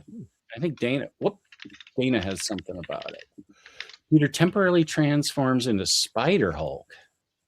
Spidey gets dosed by a gamma-charged machine that transfers Banner's metric makeup and rage into him. I would actually like to read that. That sounds really interesting and cool. Okay, what's this about? Is that my wife? Yeah, that's yes. Yeah, you could do whatever you want to me, but I'm not. And she does treat me like that. But I think that I prefer it if you didn't use my wife and daughter on these. If you could, I will acknowledge that's hilarious, and it definitely happens like that. Oh boy, here we go. Jess, I want to acknowledge that you finally put your Batwoman after Batgirl. I think that's really great. Thank you. Webhead gets a chairwood smitch. Oh. You should get a I don't want to sound one. He wants to make that racket. Yeah. Well, yeah, I know. I for a sec with William Lee, I glitched on this and just looked over Sean's shoulder in the opposite direction.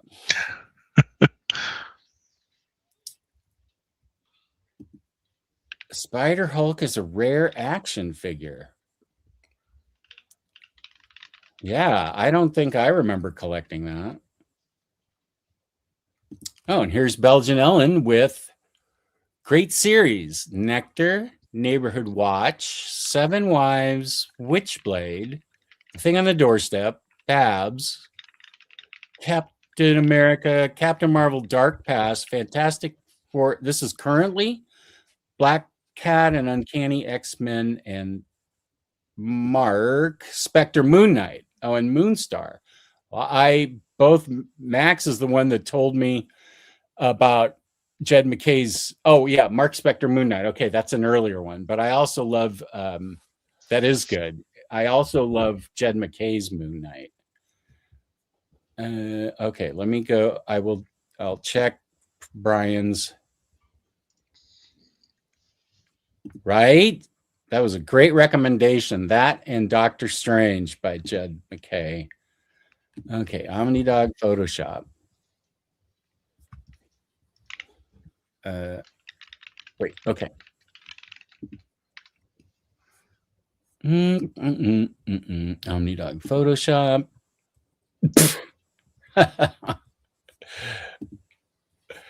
Okay, this could be worse. I'll show this. This is what, hey, Hondo. Oh, the current run is Mark Spector, Moon Knight. Oh, okay, thank you. Got it. All right, let me stop. Oh, I did stop sharing. Okay, 1 second. And this is by Brian 12ish in my Discord. You see that?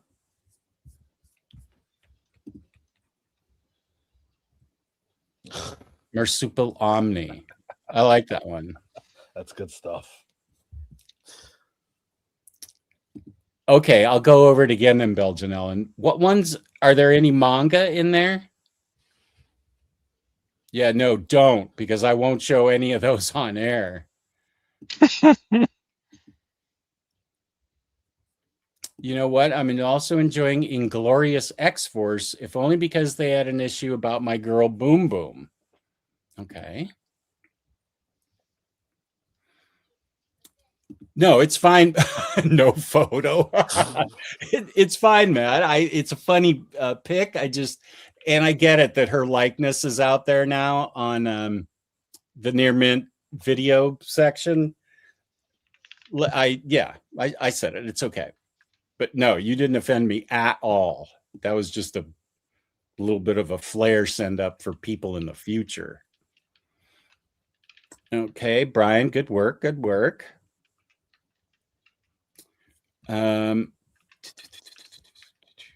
I did not, Rand. I have the DC Deadman Omnibus, but I did talk about this DC Finest in the past, and this is a great way to get Deadman if you're interested, because the first issue is illustrated by Carmine Infantino and written by Arthur Drake. That's the very first issue. But then Neil Adams takes over the art and the writing. And while everyone should put Odyssey out of their mind, I know I have tried to, because Deadman is actually really well written by Neil Adams, and it goes on for a long time as writing. So I would recommend people, if you're interested in Deadman, this is one of the more interesting later Silver Age books. Yeah, I really enjoy it. The first one was Strange Adventures 207, I think. And then I think it was in Strange Adventures for a while before he broke off, or at least a few issues before he broke off into Deadman. So they were trying it out.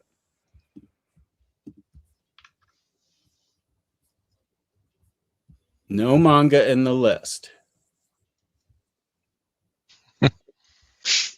Okay, let's go over the list again then. Great current series: Nectar, Neighborhood Watch, Seven Wives, Witchblade, The Thing on the Doorstep, Babs, current Captain America, Captain Marvel Dark Past, which is current, Fantastic Four by Ryan North, yeah. Black Cat, I have collected the covers from Adam Hughes, but I haven't read them. Uncanny X-Men and Mark, no, Mark Spector, Moon Knight. Spector, right? And Moonstar. I actually have an LCS box from Third Eye Comics that I can unbox. It's got an action figure in it too, which I'm really excited about. One of my favorite things about comics is that, you know, that person just listed a bunch of books. I'm not reading like almost any of them, and there's space for that. Like, it's possible for us to have completely different pull lists, completely different taste, and like that's all valid. And I'm not even saying those books aren't good. It's just we're into different things, but it's all good. And I love that we're in that spot in comics. Yeah, that's a good point. She Spawn by Gail Simone looks promising. Oh, okay. Yeah. Does it? Okay. What? Oh, yeah. How many issues is out about that? And do I have to? Just one. Just one so far. Do I have to know anything about Spawn from 1990? Oh, Spawn Man. Well, I was gonna say you do have to know some things about Deadman, but you don't need any Spawn knowledge. You're good. Okay. Brian loves Deadman. Okay. Absolute Catwoman and Next Level Deadman come out this month. Mm-hmm. This week. Fact that Guillermo del Toro's Deadman movie never happened vexes me. Consider me vexed. Good word. Rightly so, yeah. I still wish his Hobbit movies had happened instead of what we got. Oh. Okay. Where did I go? Let's see. We stopped at Web of Spidey. So we can do one. Wait, let me unbox this to see what action figure I bought. To see what action figure I bought, as in you don't know which one you bought, or I just remembered, but it was also like last year that I bought it and had it put in my pull list box down in Annapolis. That's where the amazing Third Eye Comics is, and I finally just had to ask him to ship it to me because it's getting increasingly more difficult for me to get down there just for the day. Box of floppies, box 1, box 2. Oh, I like this. Box 3. Wow. Yes. This is several months. Box 4. Oh my goodness. Box 5. Wow. I thought you didn't buy floppies. I do. Not to read, Sean. What? My toy's not in here.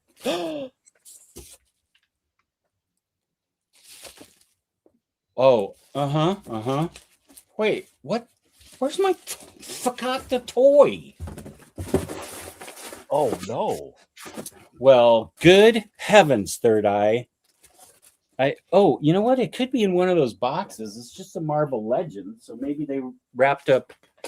I'm not going to open all 5 of these, but I would guess these all look about the same. I'd be surprised if a Marvel Legend fit in one of those boxes. Yeah, I think you're right. That was wild wishing on my part. These are all the same size. Okay, well, I'm still going to have fun, and it's not like that action figure is going anywhere. It wasn't sold out or anything. Okay. I wanted to see the toy.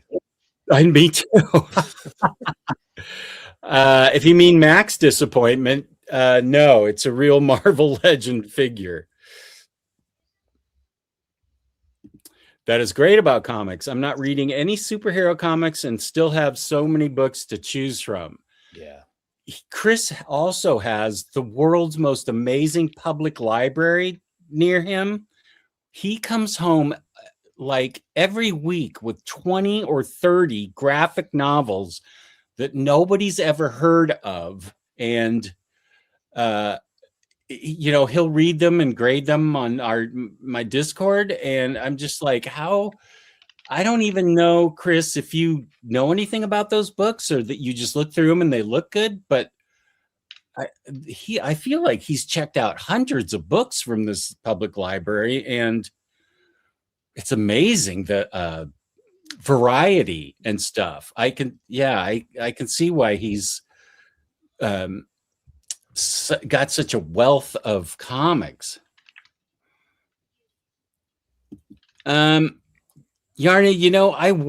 I've been trying to work on it, but I thought Max and Freddie would know about a tier list. I can do the Silver Age myself, but I was thinking of a different tier list, and those two just were sort of like, me. No, you're not. That's right. Belgian Ellen's a librarian. Nice. I haven't stopped thinking about doing this. I just it's not one of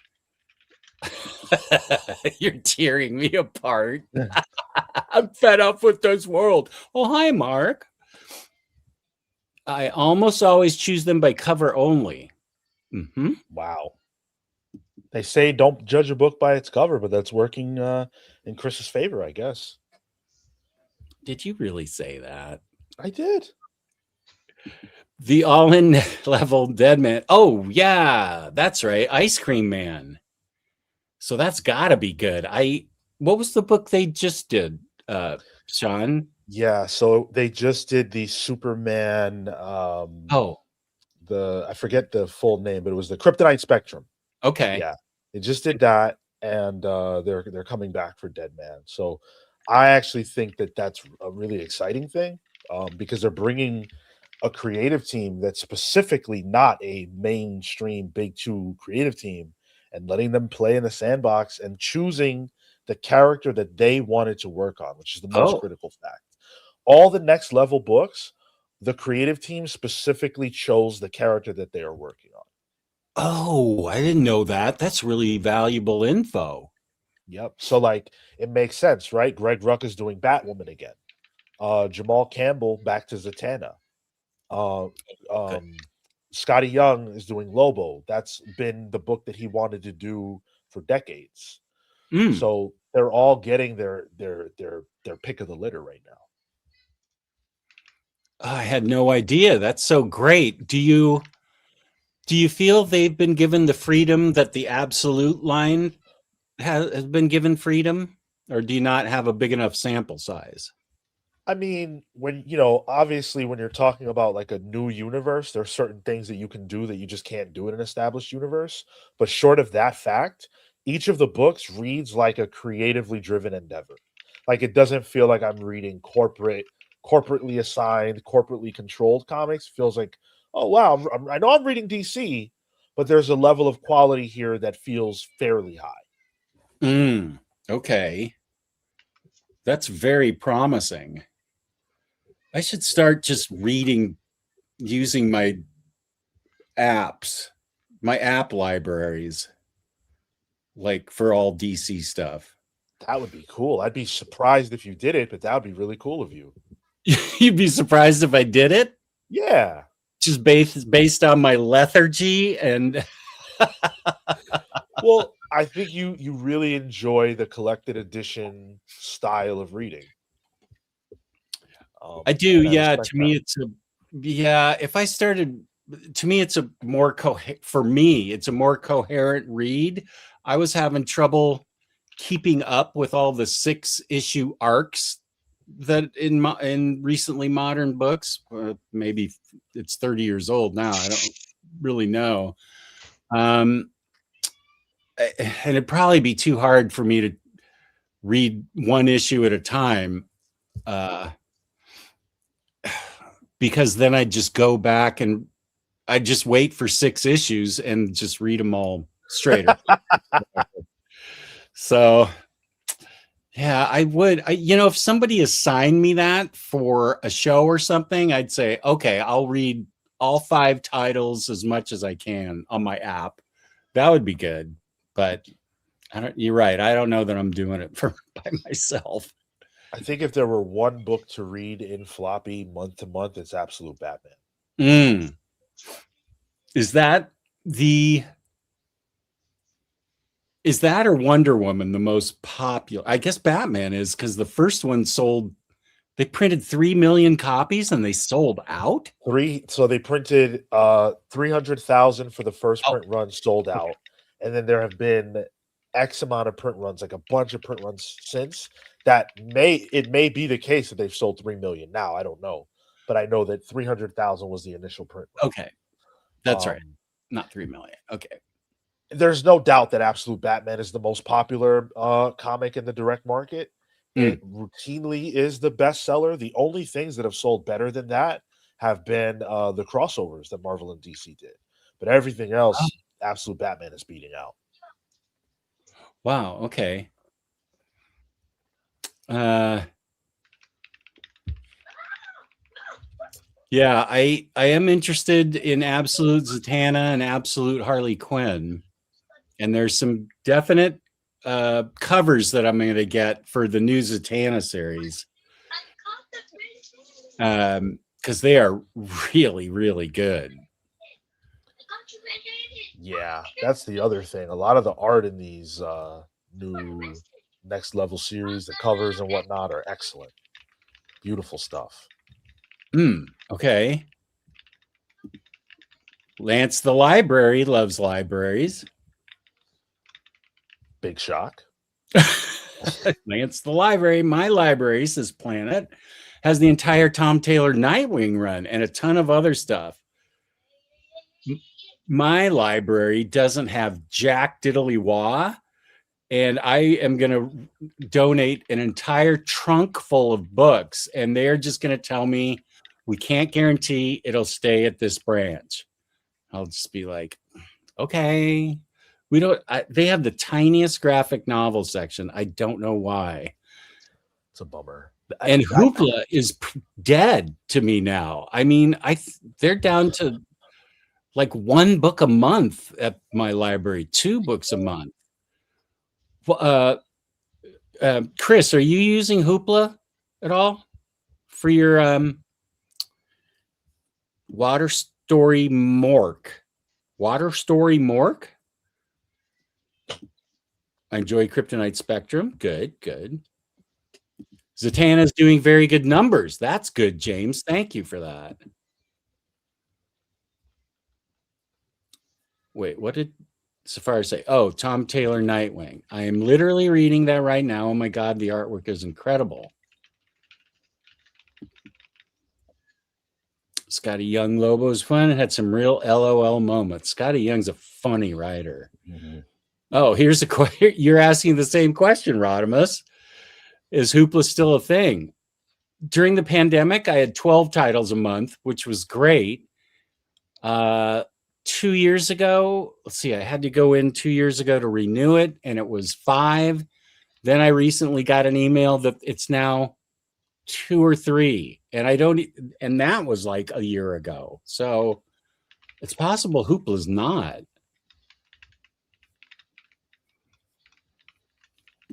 Oh, interesting. Yes, if your library has it, a lot of libraries don't because it costs them too much money. Try to sneak in the occasional Dutch translation of a comic book in the European comics collection in the library I work at. Cool.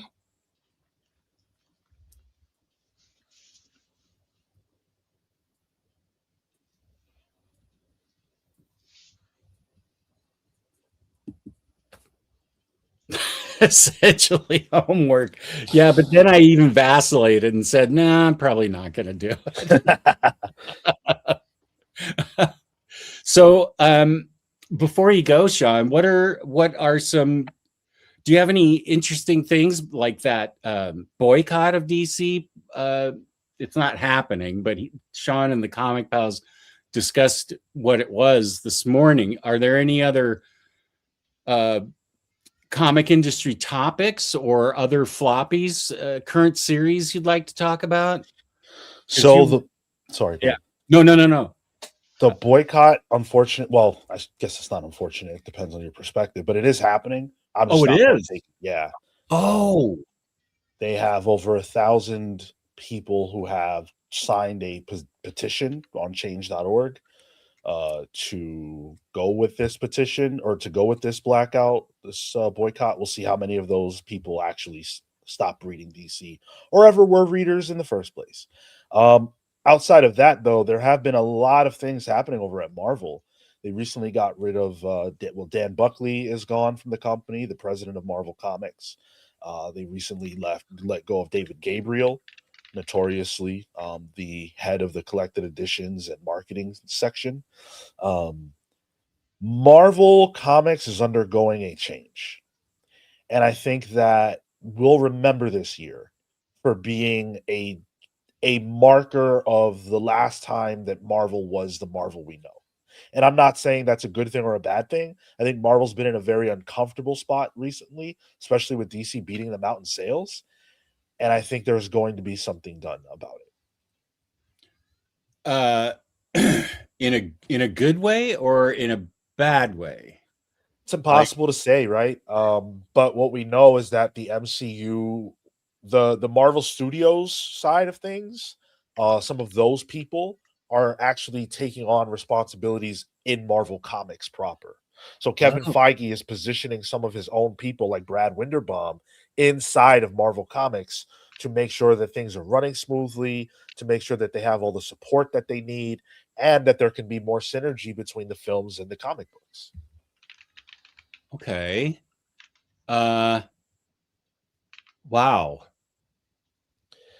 Now, for me, as a like mainline Marvel lover, I don't want more MCU synergy. I want the characters that we've grown to love in the comics to be that, and the MCU characters can be their own thing because they're not the same. Right. Like, Spider-Man from the movies is not the same as the one in the comics. So I would rather that they just keep things separate, but you know how that goes. They're chasing the dollar. Yeah. I was thinking that too. I like the movies and I like the comics, but yeah, I like them for separate reasons. Exactly. Well, plus, like, there's just so many more things happening in the comic books. I don't like when they synergize either because it's like they tend to just ignore whatever hasn't happened in the movies when they do stuff like that. It's like, oh, we'll just make things fit. And it's like, well, they can be separate, you know? They don't fit. They just Yeah, they don't. They're totally different, which is fine. Like I'm fine with the fact that comic book movies aren't just a direct, exact recreation of a comic book. Like, they take some liberties, update stuff, as long as the spirit is okay. But then when you try to merge them back together, then it's like, wait. Agreed. Well, the good thing about my collection is comic books could stop being published right now, and I'd have enough to read for the next 25 years. So You're so right. I'm not putting that out there. I don't want them to stop. But Oh my goodness. Belgian Ellen's read the first issue of Zatanna. Good. There was a question for me. What time? Jim Bross. Jim B. Oh. Ross. This one. Yes. Have I been reading Dan Waters' Nightwing? Do you recommend it? So the first arc I thought was really good of Dan Waters' Nightwing. I was locked in. Dexter Soy. I just thought it was awesome. But I feel like it's gone downhill for me. And so Dennis Cowan came on the book and I wanted to check it out because Dennis Cowan is one of the greatest. And I didn't like where it was going. So I actually, unfortunately, did drop the book. You may feel differently than I do. I see your profile picture, so I see that you're a big Nightwing fan, and I've seen a divide on the side of Nightwing fans who really love the Tom Taylor, Bruno Redondo run. A lot of them are not picking up the Dan Waters run and loving it the same way. That's disappointing. I really like Dan Waters' writing. I mean, Dark Patterns right there. That's all you need to say. Yeah. Okay. That's a good question then. Um, And then- by any absolute cover you want soon, because a lot of them have been selling out fast. I saw that the one thing I was interested in, and maybe it's already sold out there, and I don't even know who all the characters are yet. I haven't read about it, or I mean, I know a little bit, but there's an issue number 1 has what I think is Black Canary on the cover. It's a white t-shirted, I can't remember. I think she has short blonde hair, a little bit muscly. And the way it's drawn or painted, it really appealed to me. That's the only one I can think that I'm really that interested in, but that's just me though. So I mean, Sean's buying them to read, so one of the things that James is maybe referring to is that there are so many variants for these books. A lot of them not commissioned by DC. A lot of them are commissioned by shops. So when you go to your LCS, if they have an exclusive cover, that means that they commissioned that cover from an artist. That's all that means. Really? And then it gets submitted to DC or something to print? Mm-hmm. Wow. Boy, you're dropping knowledge bombs here left and right. I don't know any of this stuff. That's so good. Absolute Batman, I believe it was 20, had, gosh, was it over 100 variants? Oh my goodness. But only less than 5 of those were commissioned by DC themselves. Whoa. I didn't know local comic shops had the kind of dosh to get a private commission done for a cover. Well, if you think about what a commission for a cover costs, even if you said, let's say it was a $1,500 commission, right? Oh, I didn't know it was that cheap. They'll make that back in I'm sorry, keep going. No, you're making the point I was going to make, which is just that they can make that back really easily. I didn't know. 1,500. I was not aware. Well, I'm throwing out a number, and maybe that's okay. Yeah. Wow. Okay. Maybe I should commission an artist for a cover and then just keep it. Go to Hayden Sherman. Yeah, I've got this local comic shop called Jess's Collectibles.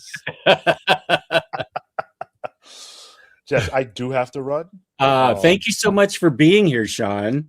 Yes, really appreciate it. We always learn stuff from you, and that's great. Thank you so much. Well, it's been an honor and a pleasure as always. I hope you guys have a great rest of the stream. And Webhead, great to stream with you, my friend. And hopefully we do it again soon. Yeah. Take care, and Sean's YouTube channel address is in my description. And I now that I found out about the episode this morning, everybody should go check that out at Sean's channel about the boycott of DC.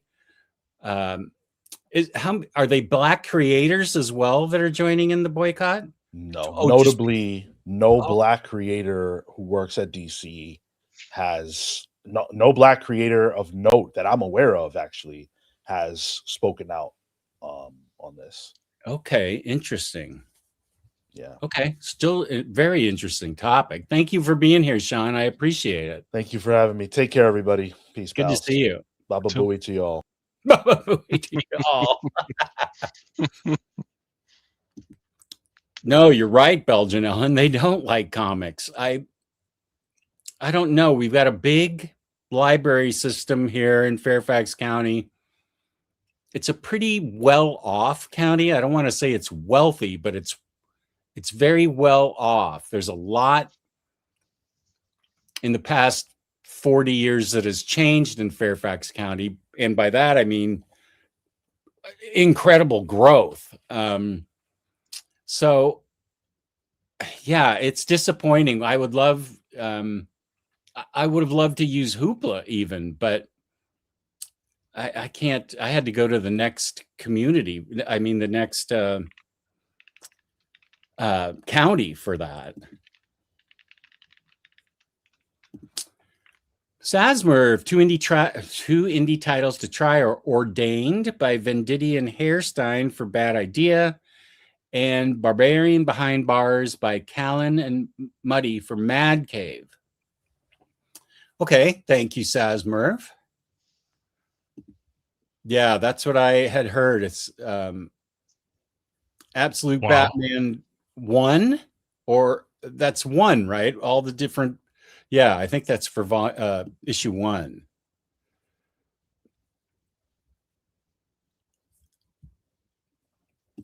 I just caught up with Dan Waters' Nightwing run. It's good, but I didn't find it phenomenal as some people do. Comic Pals YouTube. Thank you, James.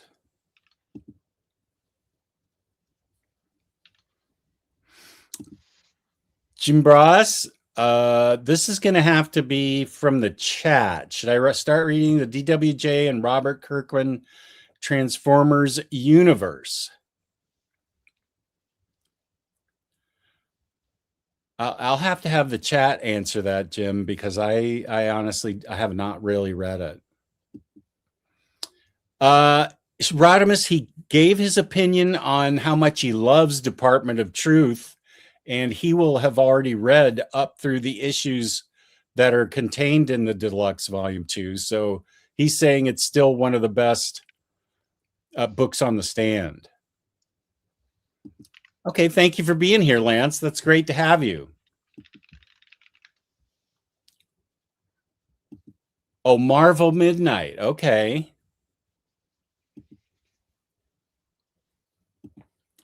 I don't even think I want that synergy. Yeah, no, I'm not sure either. Me neither. Yeah, I think you're right. I have to leave now. See you, Dino Bolt. Thanks for being here. Just who are we kidding? You can read everything you own on an endless loop because you'd forget what you've read as soon as you make way through it all. That's optimistic. I'd forget everything every 5 books or so.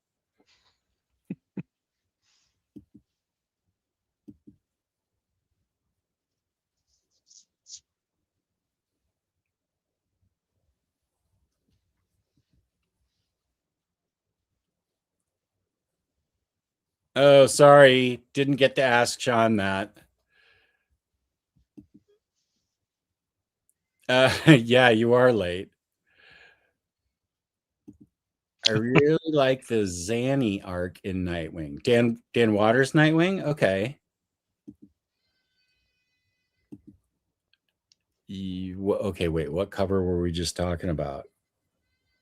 What cover? Did I talk about a cover? Oh, the Green Arrow Absolute. Is that Black Canary on it? Yeah, the next message had Black Canary cover. Absolute Green Arrow was awesome. Had Black Canary cover. Okay. Oh, Tula Lote. That's right. Okay, I love her stuff. Thank you, James. There is a Jay Lee Absolute Batman cover with Two-Face. I'm really sorry. Oh, Stephanie Phillips. She's such a good writer. Those LCS variant covers are basically investments, especially because you get the original cover page. It is Absolute Black Canary, and she's former UFC and police officer, and now private police security bodyguard. Okay, awesome. Thank you.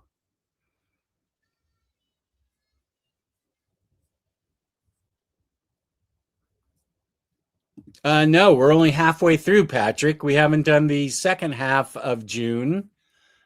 We had to run through the first half because Sean had to leave at 7. But he was great while he was here. He had to take the night off because he's helping Crisis for VFC do the DC Finest poll.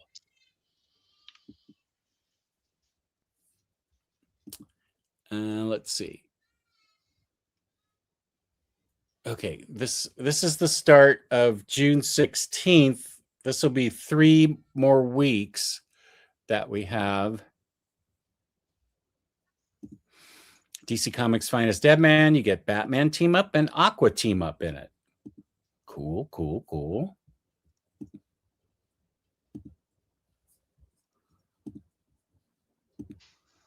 This is starting June 16th. And I've been waiting for this book. It feels like forever. This is the finish of the Kelly Thompson run. Right. Which I stopped reading in trades because I thought this would be happening sooner, but I'm just glad it's happening at all. I can't decide which cover I like best. I really like this cover. But I really like this cover. Oh, the decision may be made for you. Oh, why? Because all the Marvel DMs keep running out immediately. Let me double check that. I know you're right, but I'm still going to double check. Let's see. Okay. Captain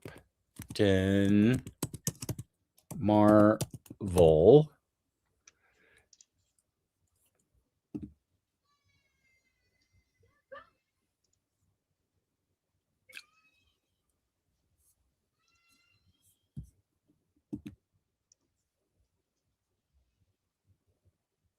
Oh, well, as of right now, it's not only is it in stock at Panelbound Comics, but it's on sale, like extra sale. Actually, I think it's the same price, $87. So that's good. So yeah, now I that's really do have the regular. The thing is, if you order after FOC, there's no guarantee. Like I didn't get my X-Men one. I had to fall back to. Remember that Dawn of X one that no one could get? Oh yeah. Oh, the Dawn of X that didn't it have 3 Magneto covers? cover. Oh, the Magneto cover. Okay, I was thinking of a different Dawn of X Omni. Yeah. Is that volume 2 or volume 1? What was that? Let's see.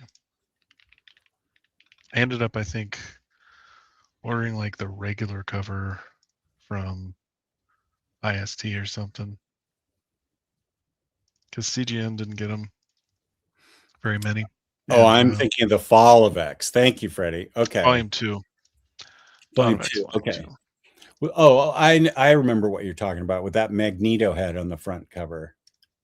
Yeah.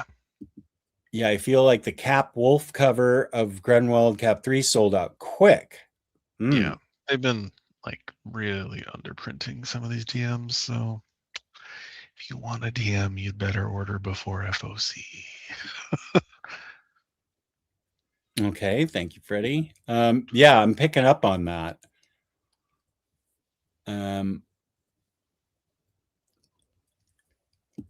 Yeah, that's going to be, if I didn't say it, I thought I did, but it's going to take me at least another week to get through all this stuff. So I'll try and get to you as soon as I can, Yarne. I know it's really easy, so I'll try and do it tonight if I can.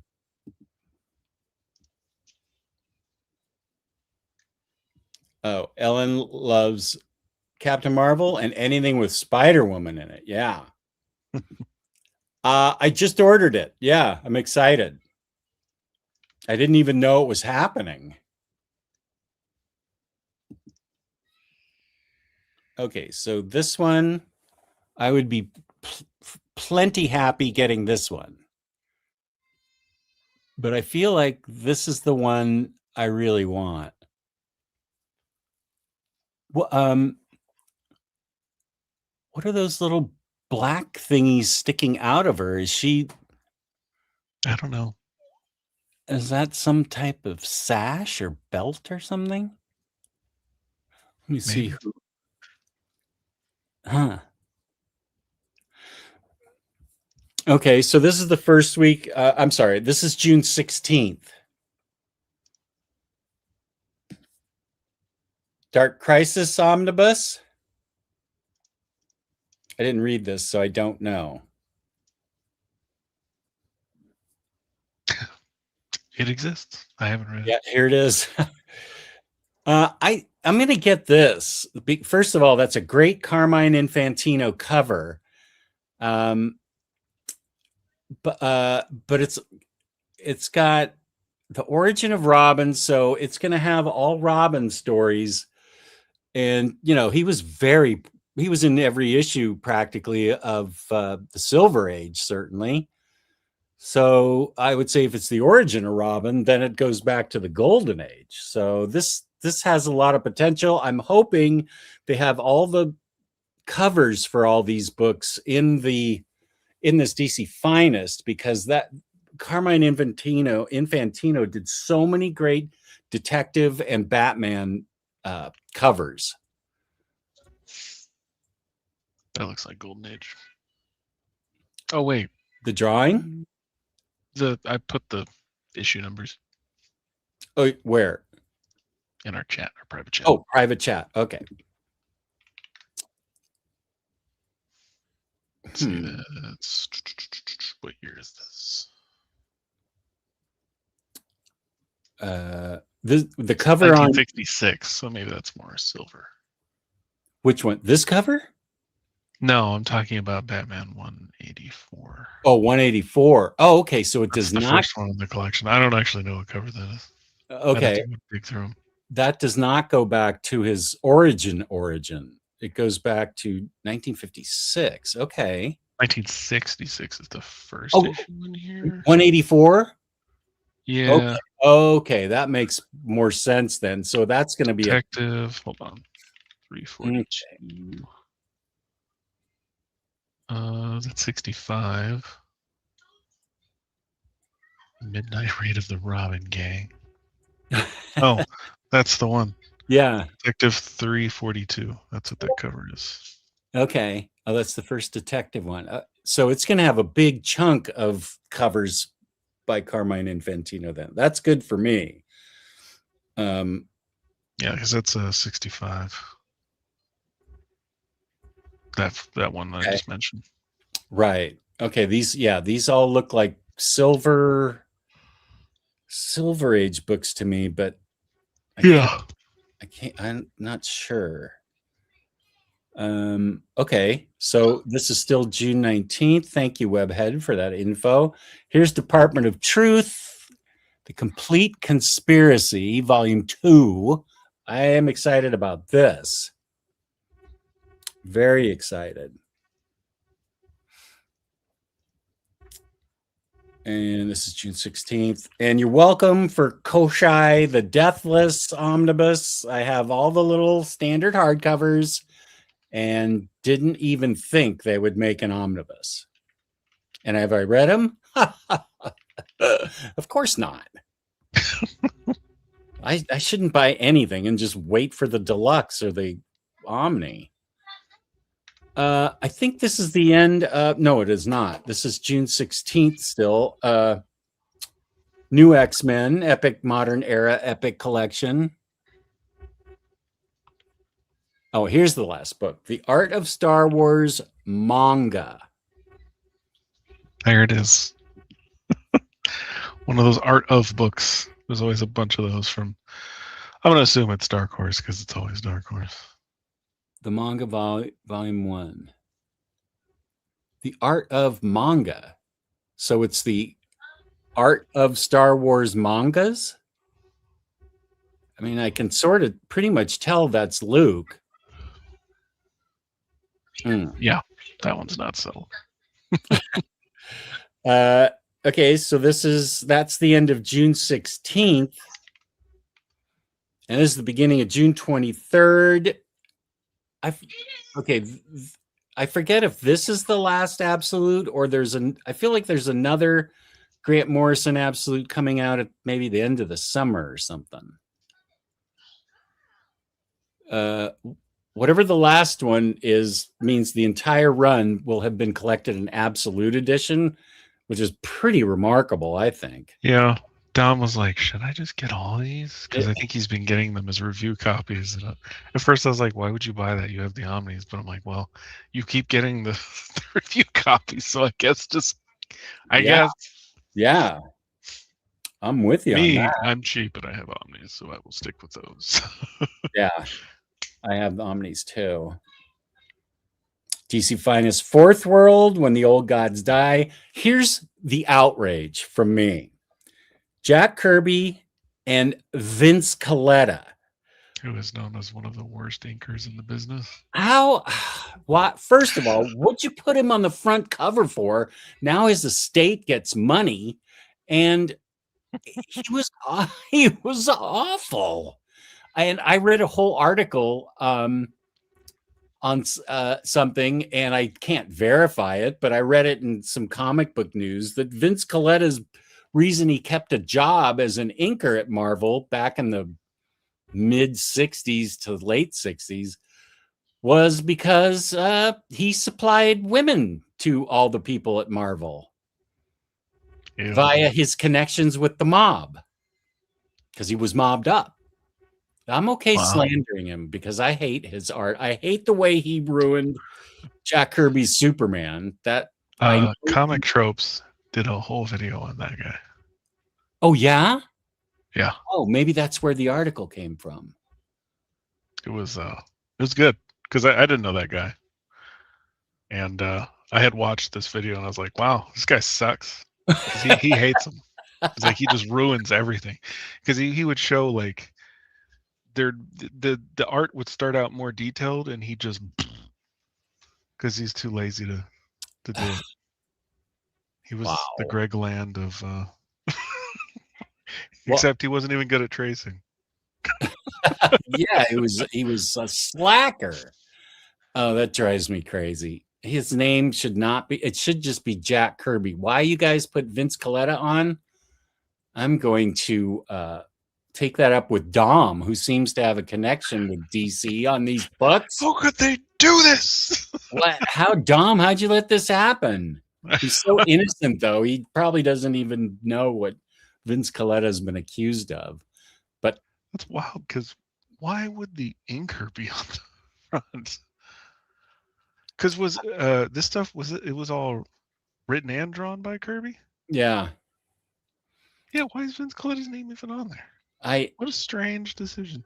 I know it was an editorial decision that Superman needed to look like what Superman looked like at the time, line wide. So they erased Kirby's Superman face and had Vince Coletta put his Superman face in there, which is, of course, outraged people for 50 years.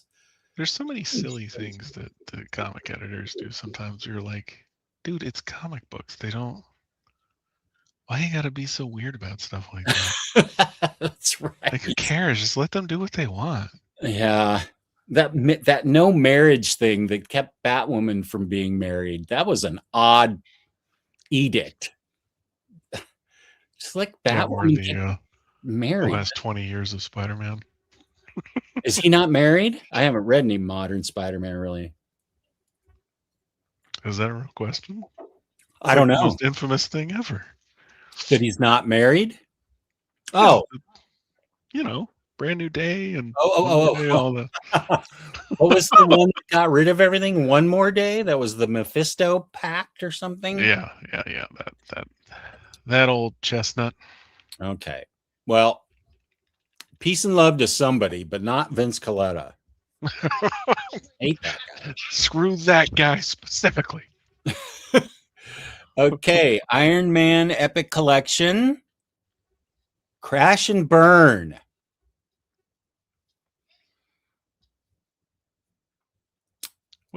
I don't know anything about that. I'm not going to pretend I do. I don't know anything. And I feel like I don't know anything. I don't know anything. I feel like this is a reprint 2026 edition. Okay. Yeah, I might get this because Oh this yeah, is we're on the week of the 23rd. Did you oh, say that? 20. Yeah, I did, but let's say it Oh, again. okay. Art of Star Wars was the end of June I may 16th. have missed it. That's okay. June 23rd, Always this looking at is. things. June 23rd, this is. I should get this because the beginning of the Bronze Age is when I really liked all of DC's books. It was later in the 80s. 80s? 80s. No, later. I left later in the 70s. So this is the first part, and I think it's probably pretty good as I recall. This is all stuff that I read. I'm going to start with Bronze Age Batman, and then we'll Oh, see after that because that's what I've been waiting for. That's the stuff. yeah. He was great on Spider-Woman, and crazy Omnidog fact, Belgian Ellen. I thought when he stopped drawing for DC, he just retired. And then I start seeing him on all these books at Marvel and Peter David's Supergirl, or was it Peter David's Supergirl? Maybe it was a different, maybe Sterling Gates. Some super. No. It was some super. Peter Kupperberg something. It was Supergirl, and he was doing the art there too. I guess he just kept drawing because I think he's the one that instituted that Superman face thing on Jack Kirby, which is as much as I love his art, he was not a good editor. F him too. These editors and their power trips, man. Yeah. Like, just let them cook. I'm you with hired these people for a reason. Yeah. Like, you can step in when they're doing something insane, but otherwise just go away. It's not your book. Well, it sounds like they're letting him cook at DC for Next Level and the Absolute line, which that's a kind of freedom. Well, that's always freeing, right? It's not mainline, so you can do whatever you want. But yeah, like Marvel's Ultimate stuff, they get to do whatever they want. Oh yeah, but I mean, I'm not going to say it. Earlier in comic books, like maybe the Silver Age, the Bronze Age, you never had them take chances with anything. So yeah, you kind of see, and I haven't read a ton of old stuff, but I grew up reading 80s stuff, and you could see things were kind of samey. There was a formula, right? Like the comics I read as a kid, the 80s stuff, there's definitely some formula there, and you start to see. I mean, Marvel and DC started doing all kinds of crazy shit during the same time, though, because you had like all the Vertigo stuff, and I think they knew that they were their main line. They just wanted their main line to be nice and slick. But even for Vertigo to be printed, I thought that was a pretty big step at the time. That's what I was saying. Like they wanted to protect the main line, but they would let the other crazy stuff start to bubble up. So at least it wasn't everything just like, no, we can't publish anything that's not boring normal, Yeah. But that was kind of like where you could see they're always very protective of the main line. Mm-hmm. Booster's going to pick up Department of Truth, Volume 2. Cool. And Koshi Omnibus. Thank you, Safar. Batman Incorporated is coming next, and then that'll be it. Yeah. That's amazing. All in absolute format. And Batman Inc. is already Batman and Robin and Batman Inc. I guess those are realistically just reprints of absolutes we had before, right? Pretty sure Absolute Batman and Robin and Batman Inc. I think I had those both at one point. And then I bought the Omnis and sold them. I read that. I read the Morrison series in floppies first, and I got the Omnis, but I haven't reread it, and that's I feel like it's kind of bubbling under the surface that I really want to reread that. I do need to at some point too. I read it originally back when it was coming out. Like I jumped into comics and I read some trades and then I started getting singles and it was still going, you know. So Yeah. I read it kind of as it was happening. I don't do that now though, because I don't buy singles. I just wait for stuff to get collected. These are reprints of Absolute Grant Morrison Batman. Thank you, Safar. There are all the stuff that came before. I think are new though, up until we got the Batman and Robin. I think you're right. Yeah. Oh, this is what it was: The Daring New Adventures of Supergirl. Was that a Paul Kupperberg title? There we go. Okay, I got it. Thank you. You did it. Thank you, Safar. I'll keep going. Here, I'll level. Must be from Coletta Talk. Yeah, I'll level this one. I don't know what's going on here. And Peace and Love, another Omnidog fact. I don't really like John Byrne. It's not his personality because I don't know what it is. I don't know what he acts like. I'm not a fan of his art. And isn't he kind of known for being crotchety? Get off my lawn type. I don't know. I don't know what's happening in here. Something with Darkseid. Not my thing. Some stuff with somebody. Okay, so we don't have anything. I tried to look to see if anybody had anything to say. I think Byrne's one of those people that was on the internet early, just arguing with people and being combative. Okay, wait. I don't think so, Dana. I really feel like it was Coletta. I feel like he was given the assignment. Now, I'm not going to get into a discussion with you because you know those things better than I do, but I feel, okay, wait, it would be, well, Jimmy Olsen is where Superman would have appeared. But that's a good discussion. And it's also a good, I know I've kept saying this. I think July is when I can do that show with you. That's going to be a great show. We're going to talk about origins and everything. Okay, Reep. No. This guy was mafia. The reason he kept his job at Marvel is because he was a pimp. He brought girls for the Marvel in-house crew to be with. The guy had zero talent and only kept his job because he was with the mafia. He had a huge palatial mansion, like at the top of some really fancy New York suburb. He didn't make enough for that. So I am mad at him, and he wasn't trying to support he wasn't trying to support his family, trying to support his business as a pimp. Okay. Respect and financially remunerated. Well, now this is true, but he padded his earnings at DC with being a pimp for the mafia. So I apologize for disagreeing with you, but like, F him. You guys should watch that video. No. It'll make you hate him by the end. Oh, yeah, I need to get that. Oh, Dana agrees. Coletta was the worst. Yeah. I mean, you can maybe acknowledge the stuff about his family and still say he ruined everything he touched. Yeah. Those could both be true. You know what I mean?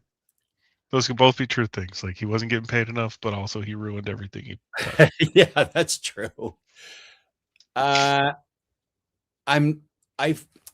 look at those. I don't know, Dana, maybe if you can, I know you can Google who did it, but it'd be more fun if you Googled Superman and Jimmy Olsen, Jack Kirby, and saw the pages yourself.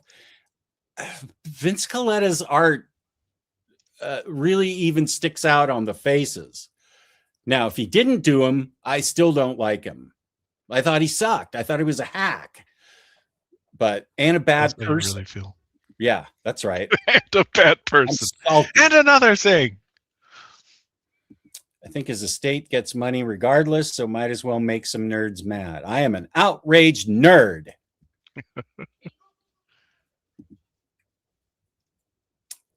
Sure, Freddie, you're welcome.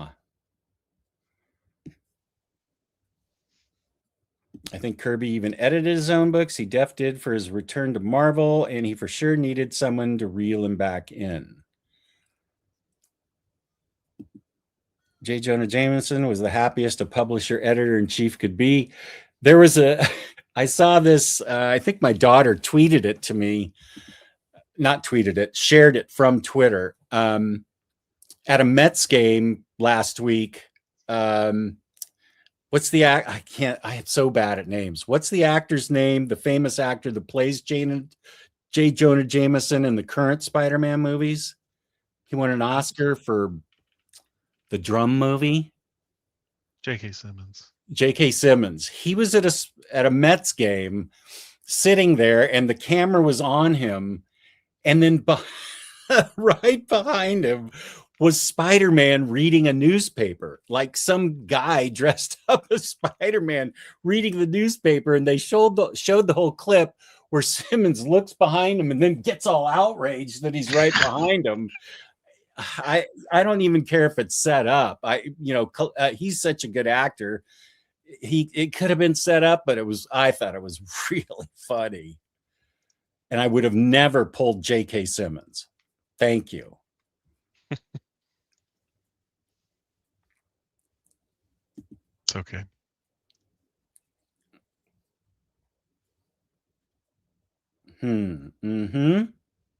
All right. Belgian, the Mephisto Pact in ASM is a Deus Ex Machina. I hate easy cop-outs. Is there anybody in the chat that actually likes One More Day? Because I remember they did a gallery edition of One More Day. I was like, who asked for this? Nobody. But Suicide Omni has Legends series in it too. Okay. Okay, so Ostrander's Suicide Squad then. So it's from Backaways. Conway, in the 80s, Spider-Man did a story about how deportations hurt real people. There was definitely less corporate interference, as now the characters are billion-dollar properties. Depends on the property. For low-selling titles, creators were given a longer leash, such as Claremont and Peter David. Okay.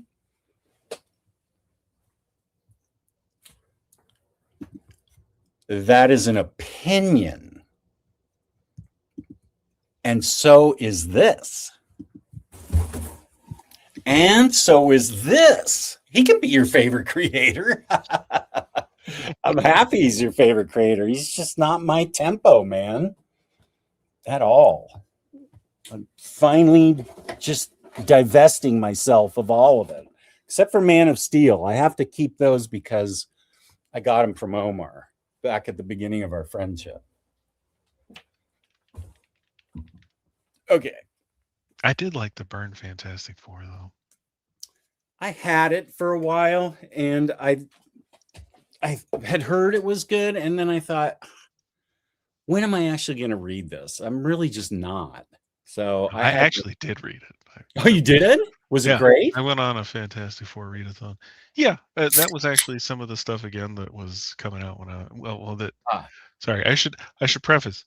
I was born in the 80s, so I didn't read them as they came out. My uncle gave them to me. Got it. Your uncle. Much later. So the ones I read as a kid were actually a bunch of John Byrne Fantastic Four, because he gave me like a bunch of his like duplicates because he's a doofus and would buy things over sometimes. Hey, take it easy. There's someone in this broadcast that does that. Someone, not going to name any names, but one of the two of us. I mean, why you think I got that collector's website thing going, right? That's why started using collectors like a bazillion years ago. That's Because I'd smart. be at a comic book store and I'd be like, crap, which ones do I own? They used to have this thing where you could export, before they had the cloud thing, you could export your whole collector's database to like an HTML file. So I would host that somewhere so that I could go look at my database when I went to comic book stores. Nice. Because I can't remember shit. Okay, good. That's two of us. Yeah. I need tools. My brain doesn't do memory. John Byrne was lovely. Good. That's really good. What, you'd be right not to like his personality, but it's no, he did. If we're Yes. talking Vince Coletta, both of those, I mean, I he think we're trafficked talking in Byrne. women that he supplied to Marvel, and I'm sure to the mafia. I mean, he was mobbed up. He was part of the mafia, or he at least got his women from the mafia. They're talking about Byrne now. This isn't a big section of Byrne stuff. Oh, why would I say that about? I just said I didn't dig. Well, when you said you didn't like him, he's like, you'd be right not to like his No, personality. I don't know about his personality. Belgian Ellen just said he was lovely. That's fine with me. It's just his art and his writing that I'm not really that high on. But sure. Yeah, sure. Legends is a must get if you're a Phantom Stranger and Darkseid are both in the story, along with Cosmic Boy from the future. Okay.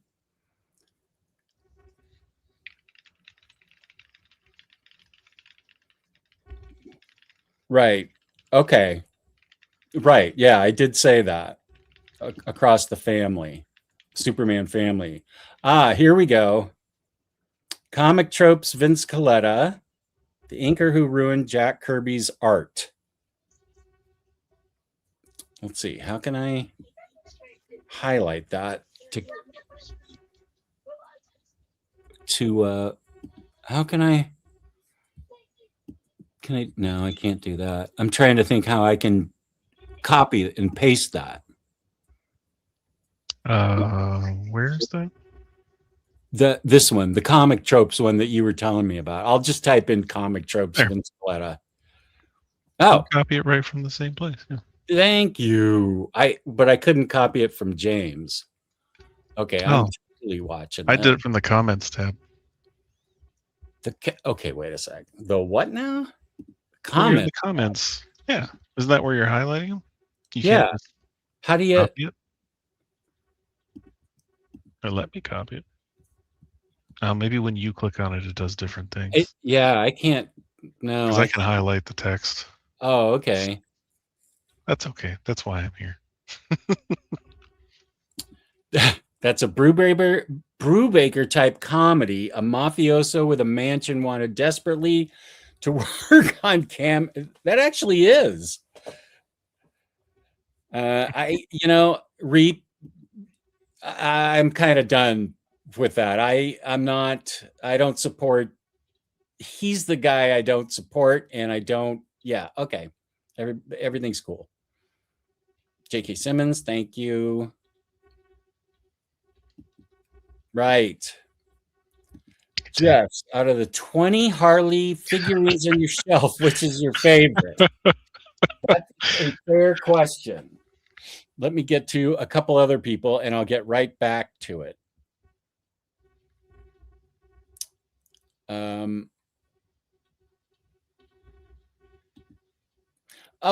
And I think Sean mentioned it. I meant to say something about David Gabriel. I mean, the comic book community in general is really lucky that David Gabriel saw VFC's video that day about taking his family to Free Comic Book Day, because that's how he got VFC got hired after he got in talks with him and everything. And David Gabriel was a solid supporter for VFC, and so he hats off and hat tip to him.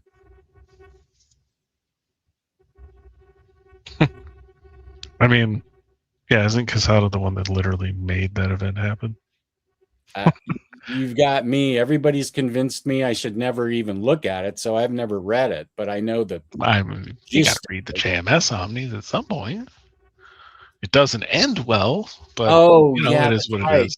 No, the Norman Osborn Gwen Stacy thing at the very end. Yeah. I No, that's not at the very end. That's like in the middle. no, It's not it's in the great. middle. Oh, you mean the end of the The first first Omni? Omni, yeah. Oh, I, what a I hit way. I hit Both a Omnis end with just dreck. I hit a brick wall, man. I was like, whoa, okay. I was enjoying the spider totem and And then why is Moreland and Tommy Lee everything. Jones here? And what's he doing with Gwen Stacy? What? I was No. yeah. Listen, we thought that was super edgy back in the 2000s, all right? And now you're like, ooh. Okay. Anderson is Swan. Wow. Okay. If you Coletta did Kirby's issues of Jimmy Olsen. That's all. Yeah. Okay. Thank you. That's the only thing I was referring to. And Al Plastino. That's interesting. I didn't know that. Anderson and Swan and Anderson were pretty much responsible for Superman's look. So I get that they were called to do it. But it's this Jimmy Olsen thing where you can see it's very clearly Coletta. I'm an Omni doofus, said Webhead. Okay.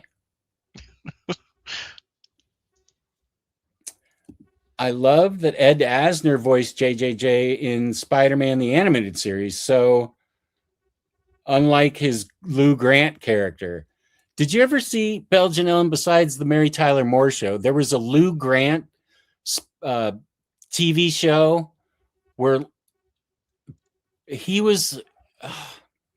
I feel like he became publisher of a newspaper or the editor in chief. And every week it was about interesting, not necessarily interesting. That's the first place I ever saw it was real to me as a young person, full on R and SA situation. Whoa, that thing, as far as I'm concerned, that thing made it really real to me. But there were other interesting stories on that show, but yeah, that was traumatic for everyone, I think. Guess I'm rebuilding my library. You have Skinny Billies, right? Do you recommend them for Omnis? I wanted Kalax, but they're too deep. What about if you double stacked your Kalax? That's what I do. Oh, what up, buddy? Hello? You hear me? There's Dom of X. And Dom! you can find his channel in the description box down below of my show. I put it in there anyway because I knew you'd show up. You'd feel bad for me. Thank you. I would. Although I was watching like 5 minutes of the show earlier, and yes, I still do have an enormous amount of homework from Peter and Very Fine. So that's where I'm at. Are you thinking of getting all the absolutes for Morrison's Batman? I'm going to be getting them because of work, actually. I know. Jerk. Yeah, I already spilled the beans on yeah. You're like, yeah, I just keep getting these to review, so maybe I will just get them. I would do the same thing, Dom. I think that's smart to get those absolutes. Yeah, the only one that I would need, because I'm not reviewing it. Where the heck is Sean? Did Sean leave? Yeah, he had to leave at 7. That's why he left as we got let's see, at 2 hours in, we were halfway through these and we're still not done. So pretty typical. Pretty okay, fair enough. Because I'm yelling to everybody about Vince Coletta, but fair enough. I think there's a lot of things to yell about with Vince's inking. Although I will say on the Morrison Batman part, the only one that I will not have by the end of the year is the Batman and Son Absolute, which is the first portion of their Batman run, which kicks it off with Andy Kubert introducing Damian Wayne. but I will have had Final Crisis, Batman and Robin, Batman RIP, and Batman Incorporated, all by the end of the year. So that's a nice full set and collection. And when it comes out in DC Finest with even more Batman included, I will definitely be having that on my shelf too. So are you getting all 7? I think there's 7 absolutes, right? It should be 5. 5. Four Batman, and then 1 Final Crisis. What? I thought there were 7 of them or something. I mean, these are 3. Well, they're not that thick. Okay, I can see that. Yeah, because it goes Batman and Son, Batman RIP, and Final Crisis, if you want to throw it in there. Batman and Robin, which is collecting. It's now collecting. I think it's Return of Bruce Wayne. That wasn't in the previous Absolute. Oh. And now, and yeah, Batman Incorporated coming out later in the year, where I think they also are now collecting issue. I think 0 was left out of the previous collection, from what I remember. Okay. Awesome. So can you stay here for a couple minutes? I can stay here for a couple of minutes. I've just been working all day. Yeah, that's a big undertaking. Yeah. I will Good say thing you don't have school to get in the way of all that, you know? Well, no, but the issue is that this poll is like actual me using schoolwork to influence the upcoming Monday poll. I will say that though, Jess, on the Legends Omni, if you could go back. I just skipped it. Yeah, the Legends Omni is going to have less material collected, like single issues collected in this versus the DC Finest. The DC Finest will have more it will have more single issues collected inside of it, but we are going to be getting in the extras for the Legends Omni are the makings of Crisis 2, which is sort of like the behind the scenes patchwork of what was supposed to be Crisis 2, but eventually got turned into Legends. A whole lot of essays, extra sketches, a whole lot. If you are a big fan of this particular event, if you're a fan of John Byrne, and you want all the goodies and extras, this is the one that you should get. The only issues that are going to be collected in here are the ones that explicitly, if they said, oh, this is part of Legends, that's what it's going to collect. Okay. Thank you. Well, you just know everything, though. Saz, okay, yeah. Saz, why don't you look up how he afforded that big mansion at the top of these mountains in the New York suburbs? Do that for me. And you could be right, and so could Google. I'm standing with he was a scumbag. I totally get where you're coming. I mean, from. Yeah, that makes sense, but I totally believe he was a pimp. John Byrne yelled at me once at a con because he was doing a sketch and I was standing in this. This is what I also will say about John Byrne unwittingly. Go ahead. Sure. I have never heard a good John Byrne story in my life. From every single person that has either told me about the person or has had experiences with the creator, I have not heard delightful things amongst his person.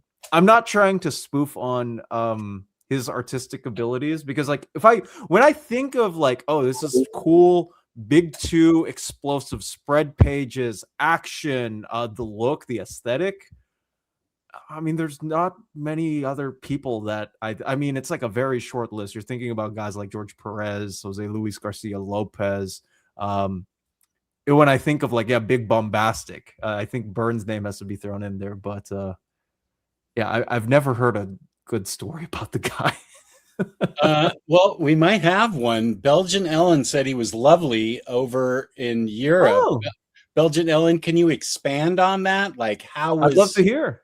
Yeah, how is he lovely? This may be the only account of Byrne being nice. So this is an important question. I have Skinny Billy's. I have Skinny Billy's in the other room, and they're fine.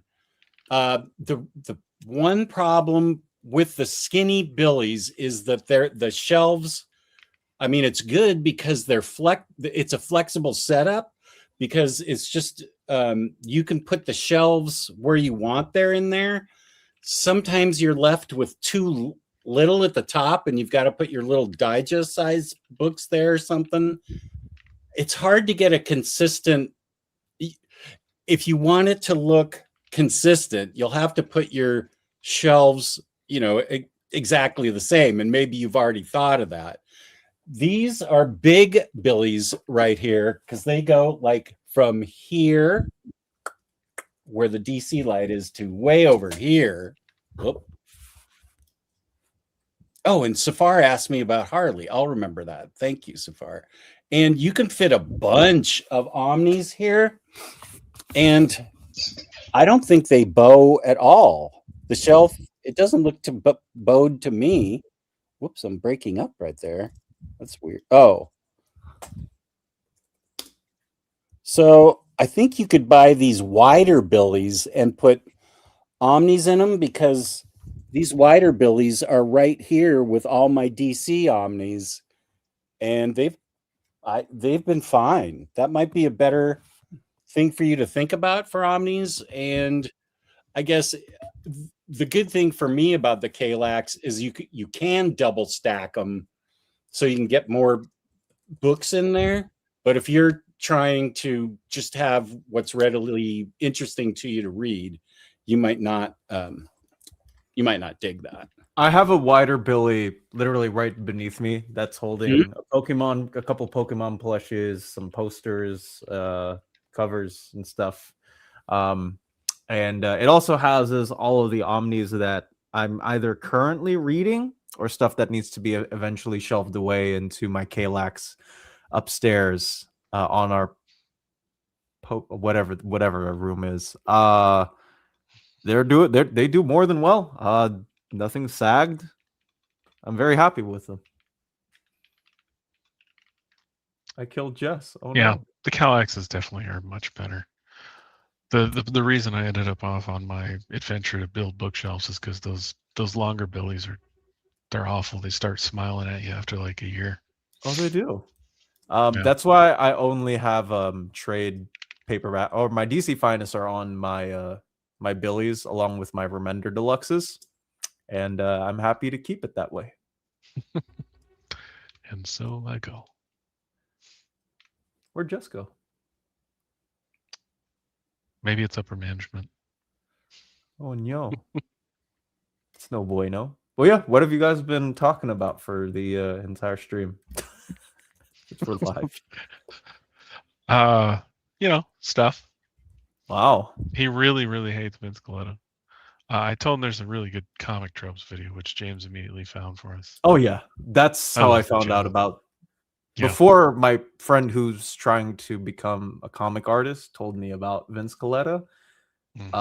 He recommended me that video. I was like, yeah, let's talk about it and we'll come back. And then he explained like the whole inking process on. I'm like, oh, I didn't even know that these existed. I learned more. But it's interesting now because a lot of artists today, at least Big 2 wise, they typically ink themselves, or they have colorists do like small inks or washes over the pencils. I can't name you any big like traditional pencil inking combos anymore because all the big names they ink themselves now. Fernando Pasarin, who's on Green Lantern Corps, still gets his stuff inked. But as far as regular inkers go, and they're few and far between now, comparatively. Artists are just do it all now, kind of. Yeah, exactly. They still have colorists, though. Yeah, color. Yeah, unless you're somebody like Christian Ward. Oh yeah, he's do it all. Really, he has lovely colors. Yeah, I agree. They're amazing. Well, the Vince Coletta thing was also back in the day when they all reported into offices every day with their boards that they'd drawn. If I'm not mistaken, the 60s and 70s. Actual physical. Hey, the 60s and 70s. Yeah. Oh, here's good news. Kane's back. Peace and love. Glad you're here. I have Kayla from 15 minutes ago. I'm back. You can skip those Gwen issues too late. And one more day. You already know what happens. It No, doesn't it get definitely better with doesn't get better. context. Listen, you gotta watch the car crash yourself. You gotta do it once. Yeah, I know all this. I really hate. Oh, wait, the kids are clones. Oh, that's right. It got retconned, right? Is that the retcon that No, they were clones? that's the original. Oh, that's the original. Ew. There's also some kind of retcon apparently. I think I really did Nick Spencer do spend it. too much time on Reddit sometimes. Everyone, well, as you know, as is tradition, everyone hates whatever the current run of Spider-Man is, no matter And what. Batman feels like. Actually, no, not Not as so of much of Matt. Batman. I think Omar is the only person I've talked to who doesn't care for Fractions Batman. Oh, people like it. That's People really love, good. yeah, people are really liking the current status quo for Batman. That's awesome. That's really I good. mean, when Court of House was going on, people loved that. I didn't hear any complaints then. How would you Okay, complain good. about that? I mean, the latter half of Snyder's maybe not as good, but I think Batman's gotten a little more love. Spider-Man, though, it's like every writer. And then Dan Slott wrote it for like seemingly 10 years. 11. Well, because he's in the Brain Trust and then he has his solo run. So it was a long time. What do people since I never go on comic book social media, or what do you guys think of this is completely different than Spider-Man, but I'm wondering because I read a little bit of the I'm asking about Remender's Captain America, because I remember reading the Alpha Z virus or something. Yeah. He went into the a weird run. Yeah, he goes into a weird Dimension Z where he goes into Dimension a Z. weird dimension. He finds out there's a Yeah. small kid, got eventually transported back on 616. Yeah. Did you guys like it? Does anybody like it? Would Oh, I that's one of my Yeah. favorite parts of I liked it. Captain. It I was had really a lot of weird. You fun. know, I appreciate that Brubaker finally finished and they just went, screw it, let's just do something weird. Like, how do you follow Brubaker?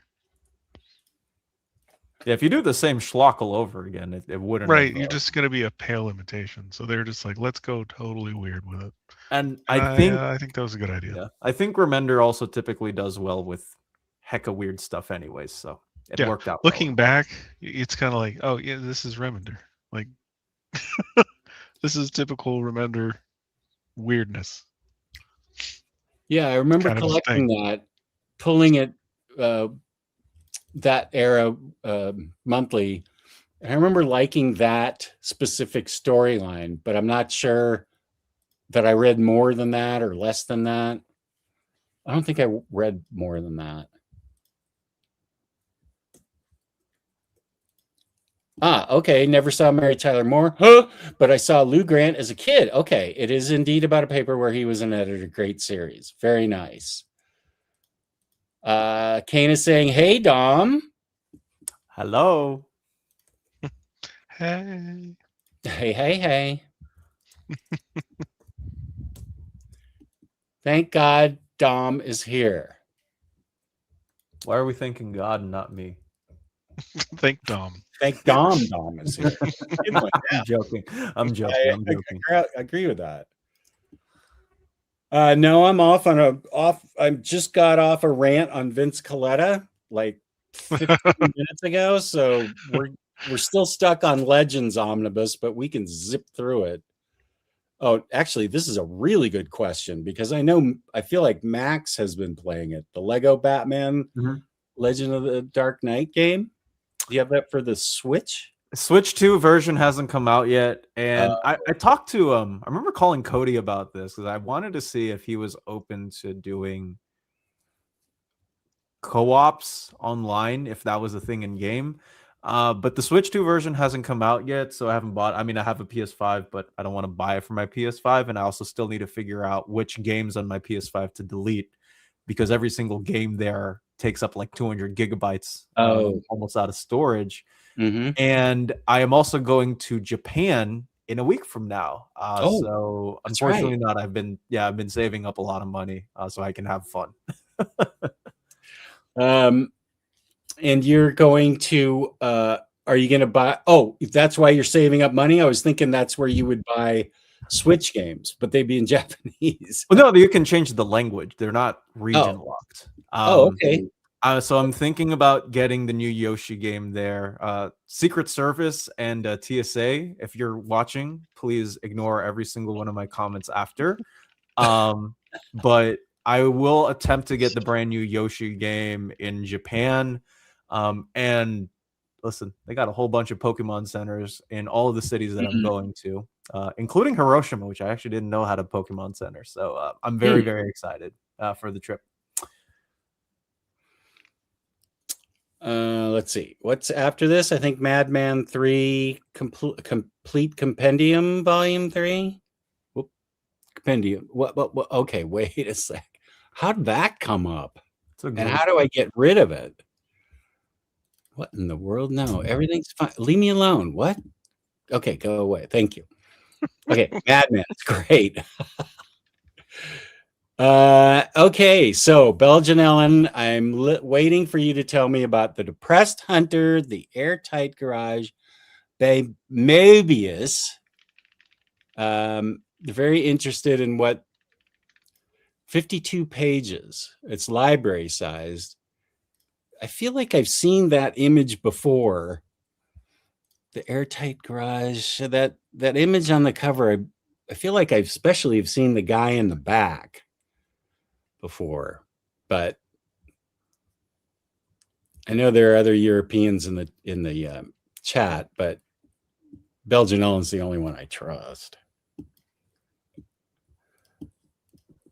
Okay. Speaking of Brand New Day, that cover's not bad. This is volume 3. This is the week of June 23rd. There's a lot of Spider-Man omnis. That's the cover I want. Shout out to Paulo Rivera for being one of my favorite Spider-Man artists in the world. He also did some issues on Daredevil with Mark Waid. Oh, okay. So you like his art just in general, not just his... Oh, yeah, just in general. But he is one of my favorite Amazing Spider-Man artists of all time. Okay. Let me see if Belgian Ellen has told us her nice story about... Oh, never heard about it. Okay, cool. It looks cool, like at least from what Omar has told me about it. Oh, good night, Dana. Thank you for being here. Hey, Carl, how's it going, buddy? Good to see you.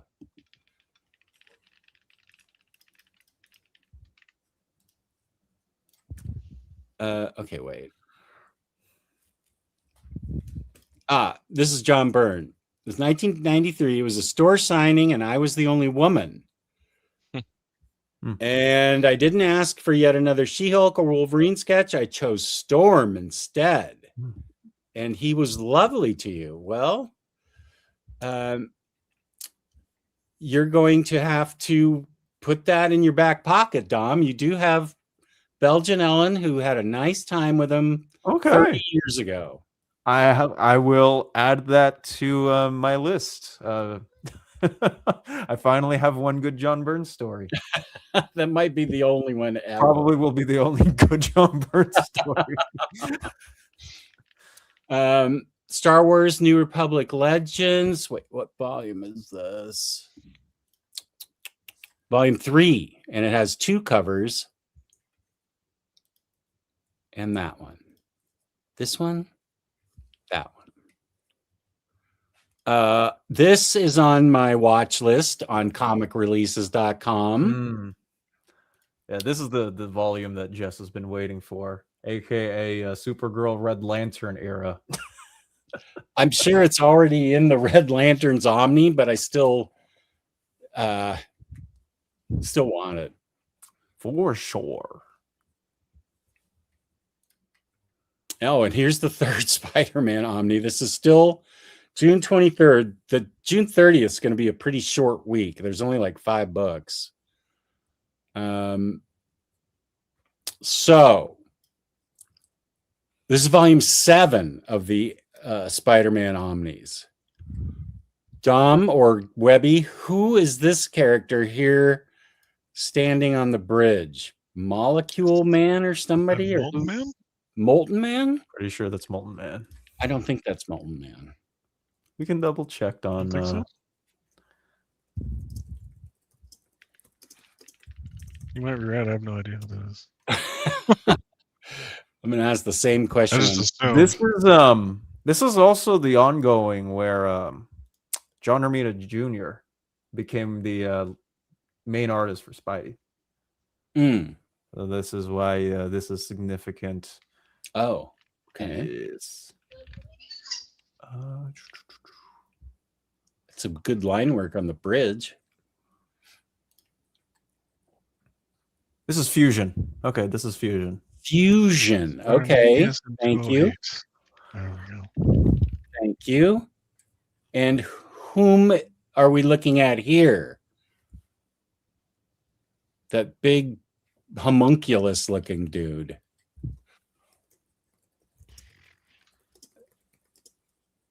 I got nothing. Just this is not a familiar era to me. After like the Punisher's first appearance and Gwen Stacy getting killed, I moved on to different things. 218.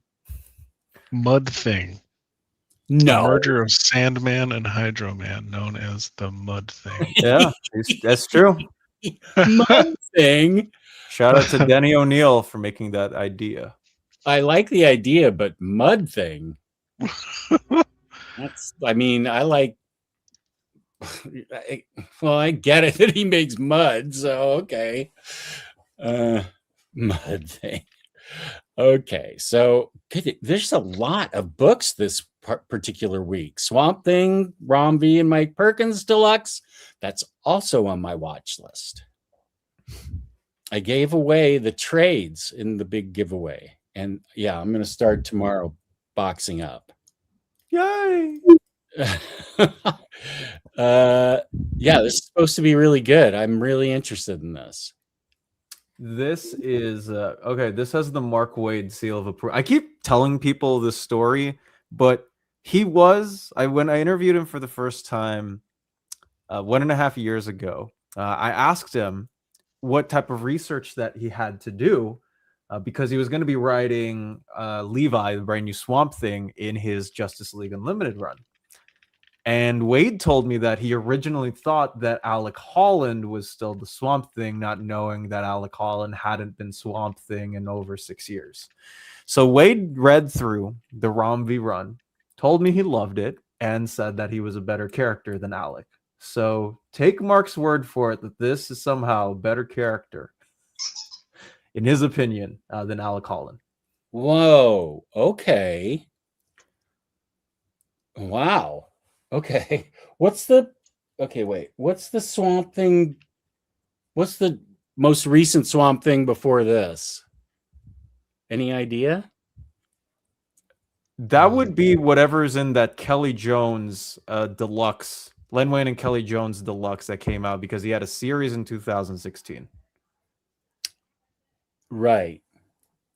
Okay. Okay. Thank you. I know he had that series in New 52. Okay. So yes, I want this. Okay. And finally, June 23rd is over. With the Trial of Gambit, I see that is Gambit there. What the hell's happening on this cover? You got Cyber and Shang-Chi, somebody flying in the air, Jean Grey and Cannonball. You look for oh man, yeah, it's Jean and Scott, Shang-Chi, Storm in the back. What was this era's Wolverine? What? How? Oh, I see. Okay. Yeah. So what's this have to do with Trial of Gambit, and how come Gambit isn't on there? Obviously, it's to tell people that this cover looks cool as a splash page, and that they're only printing out 5 of it. It will be sold out in 2 minutes. Okay, that's sure. That's better than I did with it. I had no idea. Let's see. Shang-Chi looks so weird in this cover. I keep looking back and I'm like, why is he here? Cyber's claws right there look like something that the Flintstones would order at dinner. Like gigantic. Okay, somebody has fun. Somebody. I love the colorist on Jorge Jimenez art in the new Batman run. Tomeo Mori has been coloring Batman for the last 6 years. Nice. Yeah, Tomeo has also been coloring Batman for the last 8. He's been coloring the book for the last 8 years. So,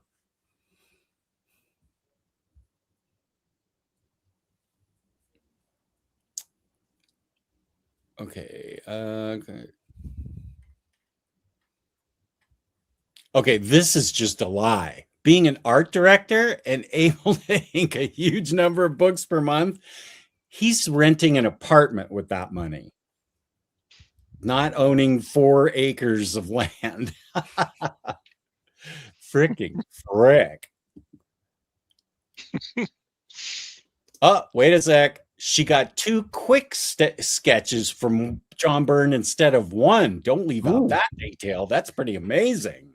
nice. The story just gets better. It does. The plot thickens. Oh, I had no idea about this. Burn victims. Wow. Huh. I hope he's nice to you, William Lee, if he comes to NYCC.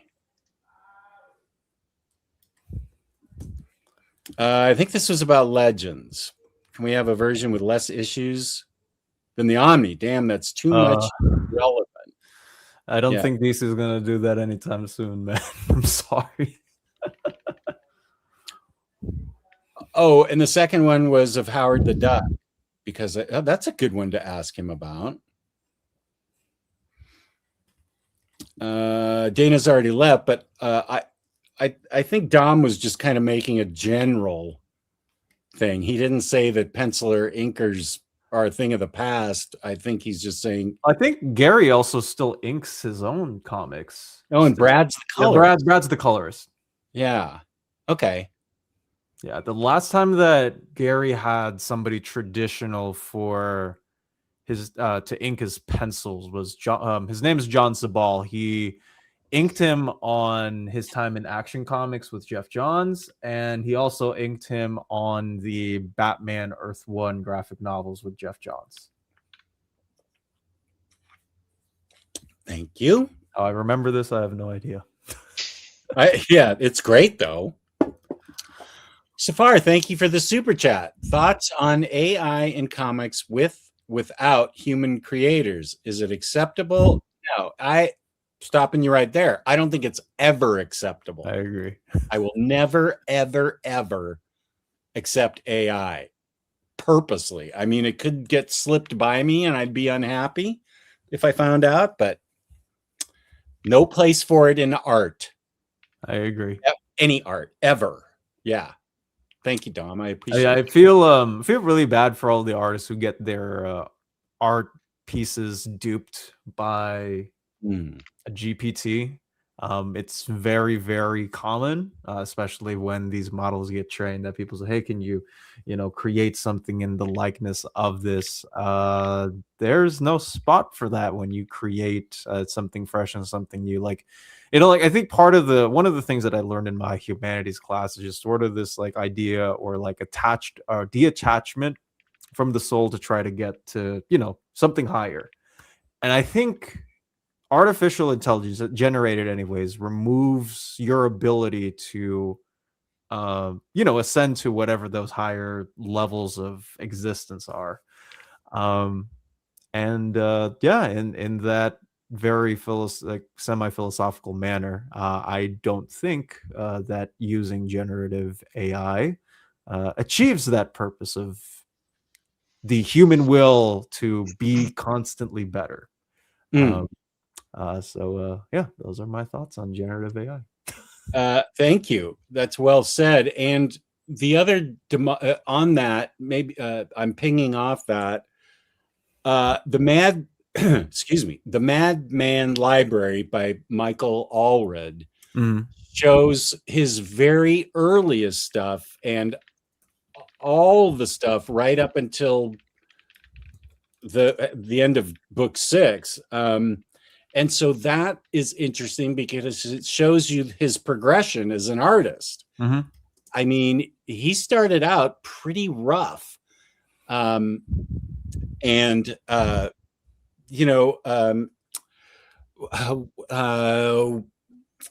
Will, he saw Will, the creator of the graphic novel, Will Eisner. They named an award after that guy.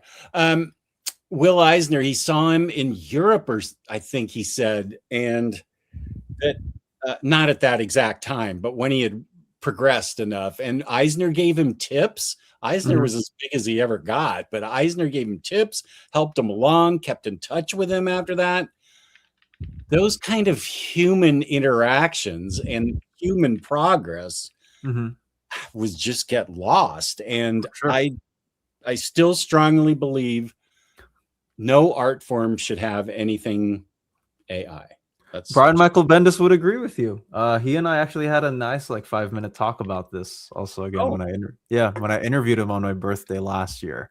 He says that I mean, not only does I think the technology not exist to use it in the form of art. Art is again something I've learned in humanities. Art is a critique of the world around us, right? Like the best forms of art typically have something to say about a wider amount of the society that we live in. Artificial intelligence cannot do that and dissect that for us. And when you tell it, hey, could you do this, this, and that, you are removing your ability to dissect whatever it is that part of society that you're critiquing. I mean, I have a lot of thoughts about AI, but I mean, the gist of it is just keep it out of comics. And art in general. Yeah. This is actually a really good question from Yarname.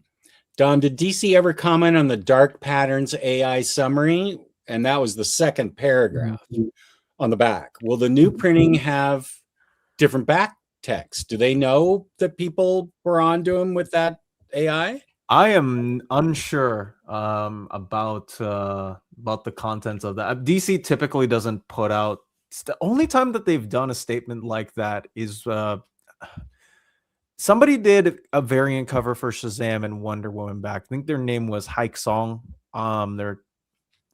They got found out that they were using GPTs and LLMs to enhance their artwork, so their variant covers for some of those issues got pulled off immediately. Though that's the only time, along with the moment where Jim Lee said that AI won't be used in storytelling or in art form ever in the company. They have not made a statement since. I mean, I can try and find out, but as of what I know, they have not publicly made a statement. Okay, thank you. Oh, you're thinking that cover's by Frank Miller. That's interesting. Okay. Mudman or whatever. Okay. The Depressed Hunters by Mabius in black and white, 60 pages. This edition appeared in French in 2022. No Dutch translation. Someone is looking for the person who ordered his murder. I'll read that. The Swamp Thing run is so good. That's good to hear. Great Perkins art too. I've only read the new 52 Swamp Thing and I loved it. Well, that's good. Cool. Ooh, Romby has Jack Hawksmoor from Stormwatch. Stormwatch, baby. Stormwatch. He was in. Was it The Authority? The Authority. I feel like it. No, it wasn't Planetary. He is in The Authority too.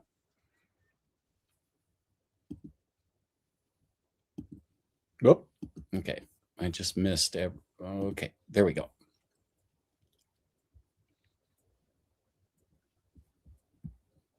Feral Wolverine is the worst. This must be the one we're still on. Such a weird comic cover. Holland isn't even supposed to be Swamp Thing at all. Everybody says Anatomy Lesson is the best retcon ever, yet writers keep forgetting, ignoring it happened.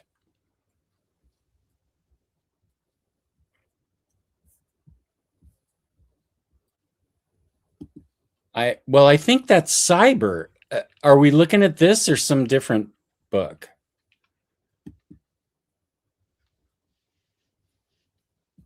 Oh, this is Wolverine turning feral? It's not Cyber?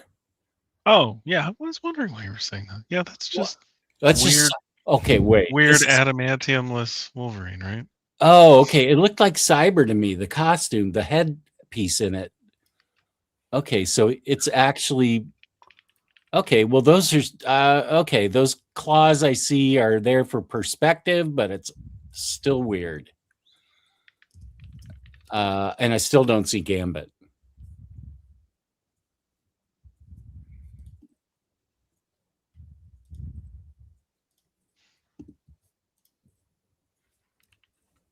What does this mean? Oh, they were. I think Marcelo was talking about when I said transcending the limitations of yourself. That was a great. You had great thoughts in that. I liked where you were at. Well, no, it's just something that I learned in my introduction to humanities class when we were we read the Symposium by Plato, and one of the ideas in there is the literal motion of we are limited by what we can achieve in our bodies. And the whole point that Plato, or one of the points that Plato, I think, was trying to make was saying, you can do more if you don't limit yourself to the body that you have. Try to go to another level so you can better understand the world around you. That's all I was trying to say. I thought you did. What are you smoking? That's on me. But I also promise I'm sober. I don't smoke.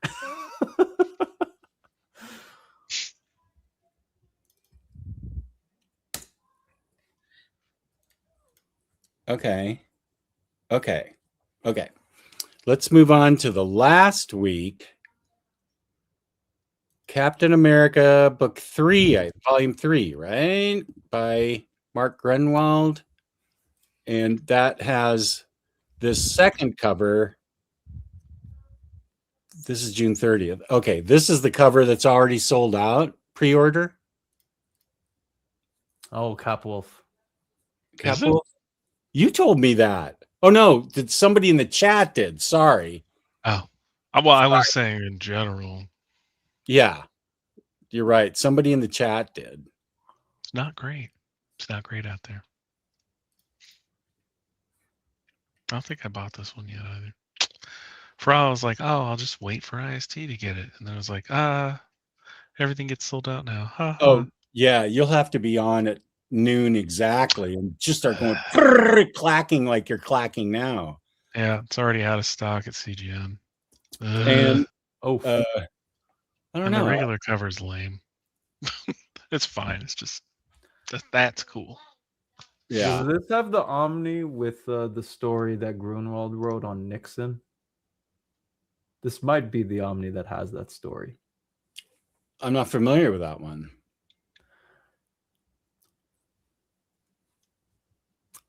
I'll just say that no, that's it. That's all I have to say.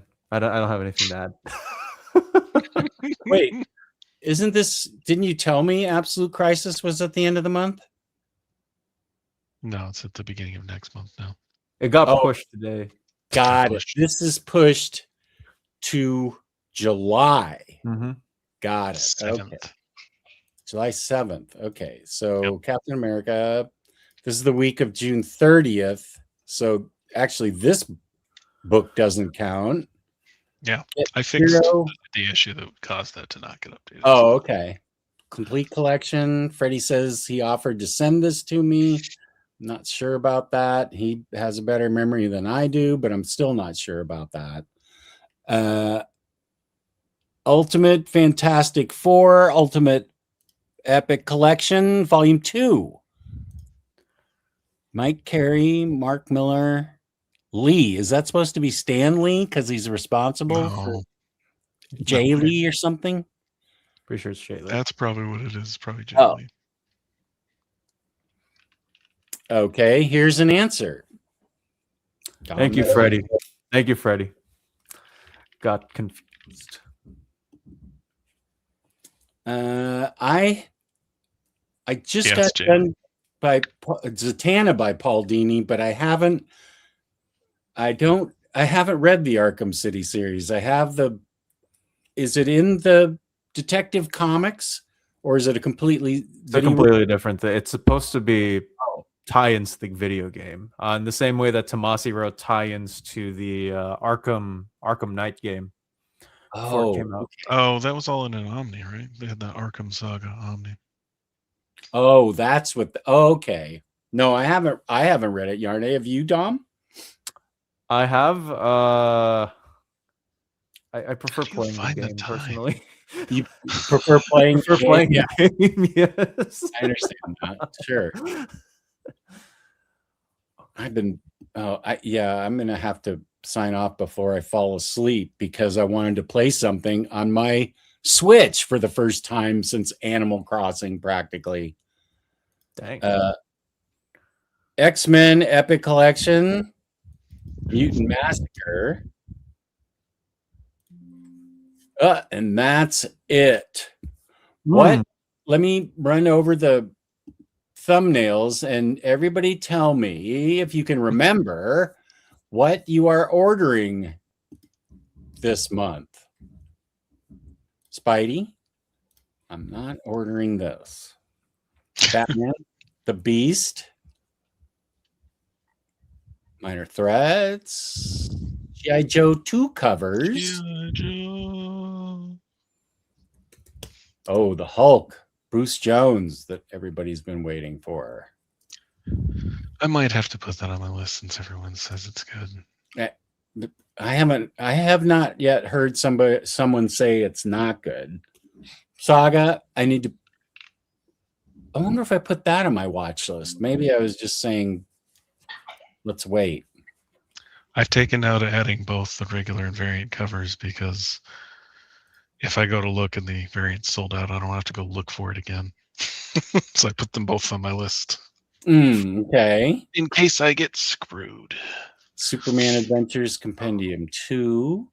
I know Belgian Ellen's getting this. Thunderchild. The ship, HMS Thunderchild. Yeah, that one looks interesting. Not Dead Yet. 2 covers. AKA Wolverine Volume 7, basically. Okay, that's right. Annihilation, that we discovered, comes out after Annihilation, I think, right? Yeah, because it's a Conquest prologue. Oh, okay. Cool. Avatar: The Last Airbender. World's Finest Deluxe. DC Finest Team-Ups. Basically, from Brave and Bold, it's Batman and Guest of the month. Space Scouts, Matt Kint, David Rubin. I'll probably get that. That looks weird enough. Just weird enough for me. Silver Age Supergirl, Volume 1. That's a reprint. Okay, Web of Spider-Man, the first of the 3 Omnis from And that one, the regular cover is actually better, so I'm safe. That one? Yeah. I'd much rather have that cover. Bit of interesting. I don't care about this cover at all. Yeah. Okay, I haven't decided what cover of this I'm getting. I like that one a lot. I'm gonna will get the say regular cover. CGN has Captain Marvel in stock. Who does? Usually, CGN actually has it. They're pretty good about if they have it for you to order, you'll probably get it. IST is a mad rush. Mm-hmm. Panelbound, he's gotten screwed a whole bunch of times on not getting the volume he expected. Oh, really? Yeah, I don't know if I haven't seen anything in a while though. Hopefully he's got that figured out. It was like, I think because for the longest time, you could just order stuff and it was fine after FOC. Mhm. And then suddenly everything got tightened and it just got much more difficult. Now, if you're interested in buying Captain Marvel by Kelly Thompson and Alyssa Wong, aka Highest Furthest Fastest, you can check out our sponsors over at Panelbound Comics using the code Omnidog for $2 off, and use the code OmnidogSit for shipping 4 more books together, 5% off your order. That's Yeah, and nice he of still you. has the DM in stock right now. So Who does? hopefully, CGN? PBC and CGN. How about the Brand New Day DM? That's the one I'm going to have to get up early to order because I forgot to pre-order it.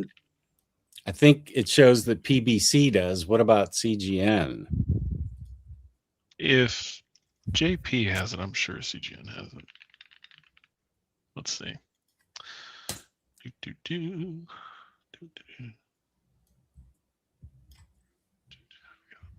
Bunch of these in here for some reason. It's a trade paperback. I'm a doofus. All right.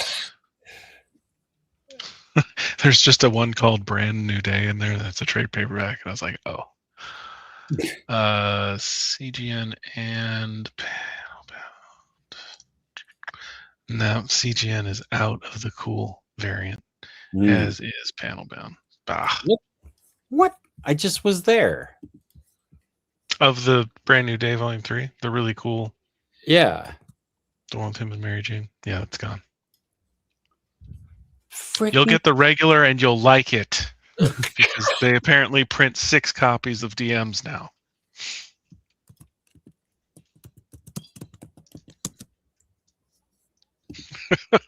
Your face right now. Yeah, I'm looking You're just for like, it. Oh, frick.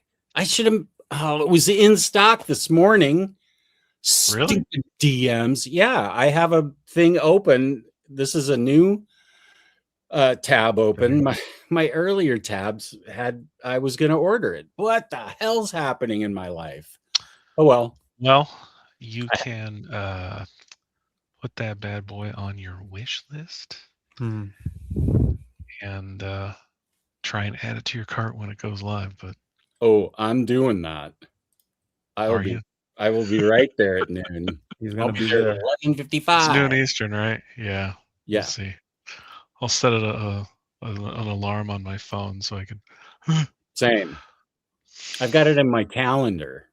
I think I actually logged into IST from my work computer just in case last time I wanted something.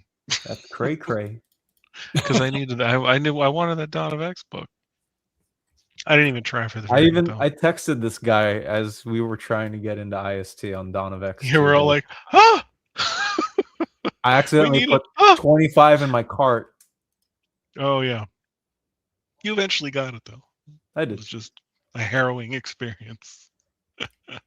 They got the hug of death big time for that one. It was like 2020 all over again. No, it's at the bottom. I'm getting to it. Oh, thank you. He's going AC. at his usual pace. Yeah, well, I want people to be able to put in nobody's even putting it in the comments, so I wondered what people were going to order. I'm definitely getting this. I need to put it on my watch list. Hoshi. That's right, you do, Jess. What? What's that? Oh, Gotta get that on your watch list. Yeah. Our Star Wars, and then Batman and Robin, Grant Morrison, Absolute. The controversial Kirby and Vince Coletta, wanker. I can't wait to get to that reading order is going to be slick because they're starting off with New Gods 1 instead of the Jimmy Olsen issues. Oh. It's gonna be a much better reading experience for everybody. Iron Man, Bronze Age Justice League. I'm gonna have to look into this one. Legends, 2,000 burn victim stories, and 1 Belgian Ellen story. Being nice. Madman Compendium Volume 3, Depressed Hunter, which sounds amazing now. Ugh. Damn You know it. what? I remember now why I wasn't originally getting Web of Spider-Man, because the Roger and Stern Omni has like 80% of the content. Right. That doesn't surprise me. Yeah, I'm not doing this. This is way too expensive for me to double dip. It's $150 Omni. Yeah, New Republic. Yeah, exactly, Dom. What? Wait, which Omni? The Web of Web of Spider-Man Volume 2. Oh, okay. Like most of the Web of run in that Omni is in the Stern Omni, I think. Oh, okay. Oh, wait. No, I'm stupid. Never mind. That's Spectacular Spider-Man, not Web of. Derp. Okay, let's pay attention to Just what ignore Dom me. says from now on. Okay. We already do. We know better. Yeah. And this says in your title Omnibus, but this also says Deluxe. And it was only three. Started with that as the name. Sir, it only had 3 trades. So can it be a deluxe? I don't know. Definitely could be a deluxe, but you gotta get the ROM because it actually still says Omnibus on PRH, even though the picture actually says deluxe. Yeah, they never bothered updating the picture. And Edelweiss still says that. Let's see, maybe Lunar is different. Lunar should have, I think. Lunar is still saying Omnibus with a picture showing Omnibus, actually. Oh, huh. Okay. I don't know. Whatever it is, I want to get it because I already gave away the trade, so now I need it. I'm definitely getting that. Definitely. X-Men Trial of Gambit. It is $100. That's what? Oh, this territory. Is? Yeah. Oh, that's an Omni. Yeah. It's in the territory. Okay. Trial of Gambit. Gambitless cover with feral Wolverine, with whoever that is. Captain America with another sold out DM cover. I'm really bummed. I got to try to get that. I got to start really, really paying attention to Marvel, the DMs, the DM covers. I haven't been pre-ordering, and apparently I screwed myself. Yeah, same. Yeah, I don't know. I'm going to have completely mismatched spines if I can't get that DM for Volume 3. And that, at the end of the day, whatever. But still, I want it. You deserve the covers that you guys want, is my take. Thank you. Yes. I agree. I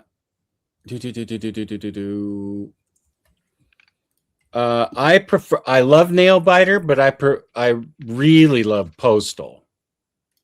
Is what I like. Oops, how'd that happen? Okay.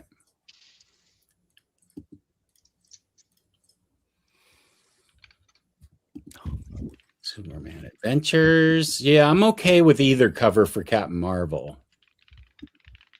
Yeah, but I do love other cover also. Nascenti, Dom. Mm-hmm. I got it noted.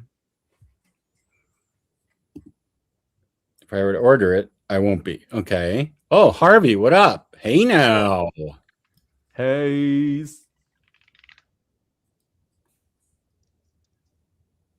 The most important question was asked of Javi in the very beginning, what he was ordering at Chick-fil-A. Oh, but we can have everybody wonder where Bess is.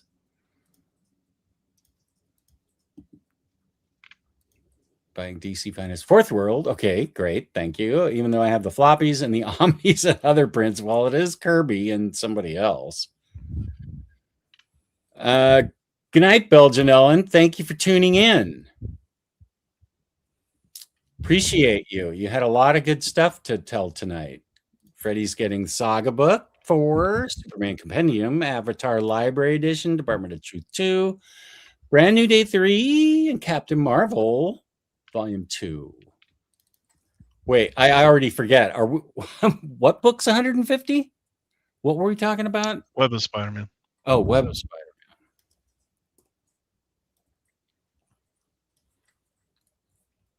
Safar, Batman Detective New 52, Superman Adventure Compendium, G.I. Joe Duke cover, Super Only 52, Saga, Ultimate. Oh, you're going all in, buddy. FF Volume 2, Ultimate FF, sorry, Dark Crisis, Department of Truth, Brand New Day 3, and Rom v. Swampy.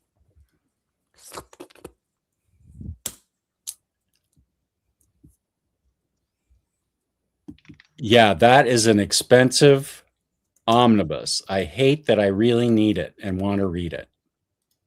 That's a lot of scratch. But it's also a lot of Mark Waid. That is true. Writing about something he loves, which is the Justice League.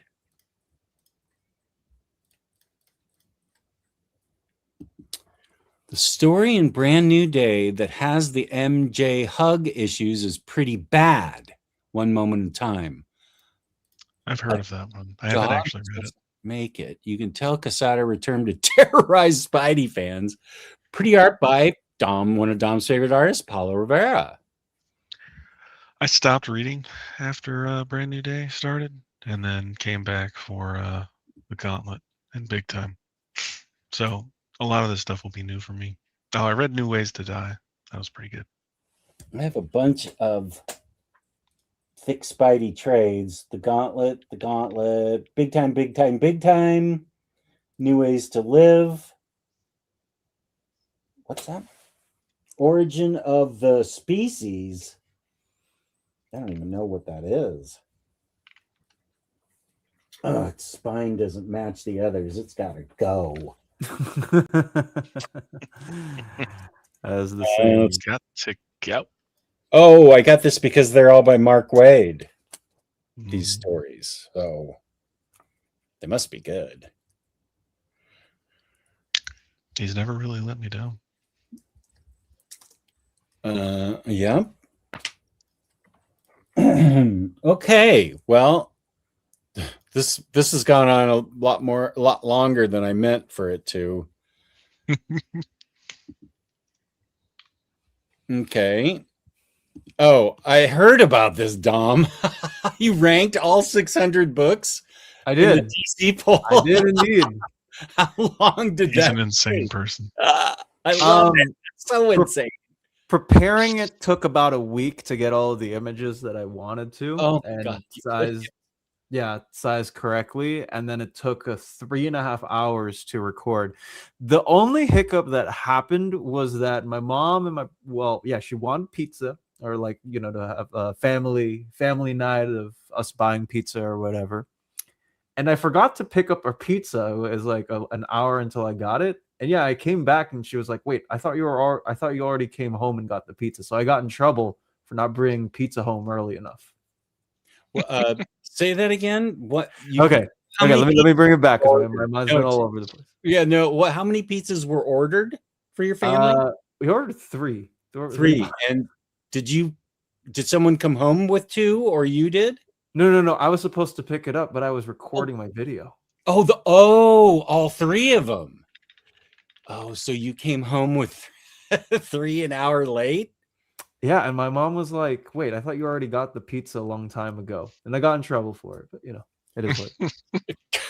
Oh, Dom, I'm so sorry. Oh, it's okay. He's always in trouble.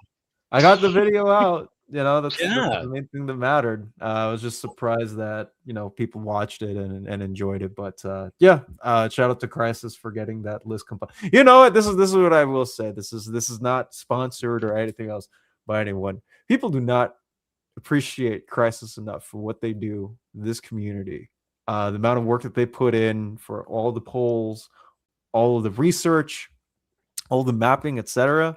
Holy smokes, man! I'm just working on this DC Finest one. You know, I have a heavy hand in it, and I'm like, man, this ain't nothing to what Crisis is doing. So, Dude, he does a lot. Yeah. I mean, his website is a lot. That's a Patreon I need to join because he's got Patreon level reading guides that are actually pretty important. Yeah. That, and I love his websites, UI, feasibility, and not at all sponsored. Oh no, he's tremendous. He's a great person, great person. I love him, and he grandfathered me in on being able to say the original pronoun. So I am one of the inner circle. What was I saying that was actually important? Yeah, he's fantastic. I talked with him last night on StreamYard. I think we talked for like an hour and a half, and we didn't have any pauses. We went from one subject to the other. We were just catching up. It's so great to talk to him. Sounds like the Crisis I know. Yeah. And he if he's not, I don't know. He's so busy. I mean, he's somebody this is an honest opinion. I'm not sure how much sleep he actually gets. He's one of those guys whose brain's constantly moving. He might only need like 4 hours of sleep or something, because I feel like every hour of his day is accounted for. It was hard for me to schedule this conversation last night with him. It had to be done with on his time, and he told me when he could talk. But he is just New Zealand now, right? Yeah, Has been for a while. So that's got to be. Oh, he's almost been there 10 years. He's been there 9. The entire time. Oh yeah, he's a force to be reckoned with in the comic book community. Yeah. Okay, wait. What does Harvey say? This guy. Shout out to Harvey. Harvey, yeah. Thank you for the $5. Nothing if not consistent. I know, Spooey. I thought we were doing really well with Sean here, that we were just going to be done in like 2.5 hours. Yeah. I think I accidentally pushed the stream longer. No, I hadn't talked to you in a while, so I like talk to you. We've been on shows. But yeah. I freaking miss Jess. I just want to put that, like, it doesn't feel like we've talked. I think partly because it was finals month for me over, for the last like 1.5 months. But I just haven't had the chance to like sit down and talk about, regular life aside from now.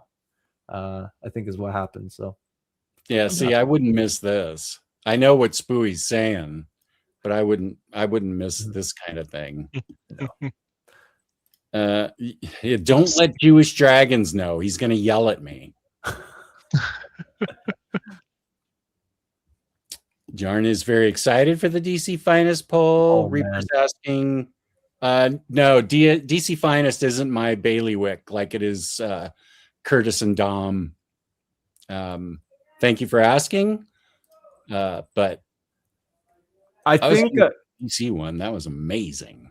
I think this poll will be the most constructive that we've had on the channel.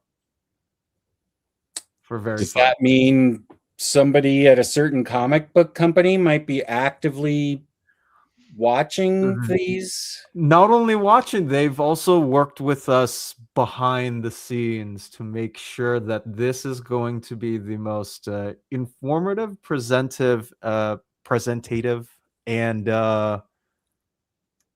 what's the word that I'm looking for? Another if. I'm just saying, like, your guys, what you guys want for the DC Finest, that is all going to be tabulated, and their editors are going to get that info that you guys want. And we That have incredible. Yeah. I think Omar also, if he hasn't teased it this morning, I think maybe I can tease it now. There will also be some pretty big surprises in the poll that I think you guys will be very, very happy about. Oh, speaking of DC Finest, how much of Sergeant Rock double dips with the? Is it a joke? Wait, what's the other Kubert Deluxe? The Kubert. Oh, well, You're gonna get a lot more collectively in the Sergeant Rock DC Finest than the upcoming Joe Kubert. Yeah, but okay, so I need to get them both. You're saying? Essentially. Thank you. I appreciate that. I love that Sergeant Rock book though. That has been one of the biggest surprises for me thus far, because I've never read any of the original material, but he is somebody that if you want to like have like a great role model in your life, Sergeant Rock is definitely one to have. I think overall the guy doesn't want war, but he encourages his other people to be good, to be great, and not only in the field but just overall as people. It's fantastic stuff. That's great. I will definitely get it. This is easy for me, Spooey. I don't like any of them. Sorry. You guys can go ahead. But... Oh, I'm done.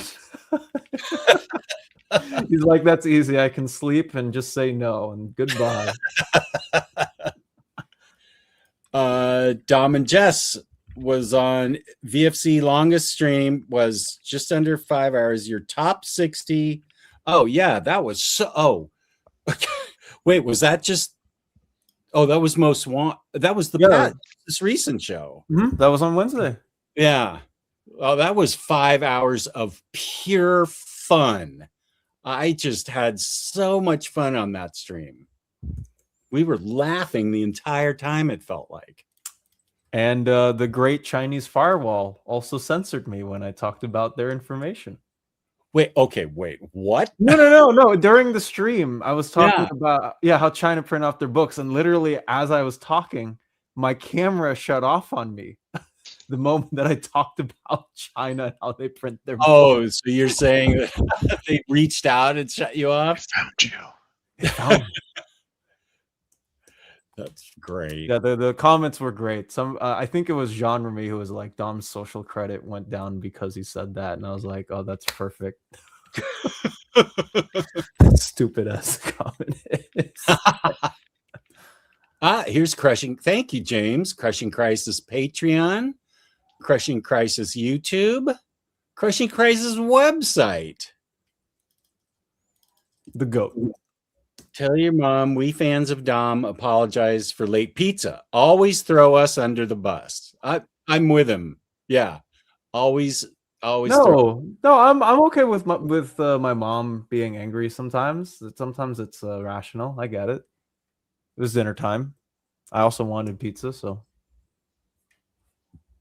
Okay, cool. And I just saw that Jewish Dragons has actually been in the chat, so I'm looking for him to be yelling at me at some point. Nope, he hasn't.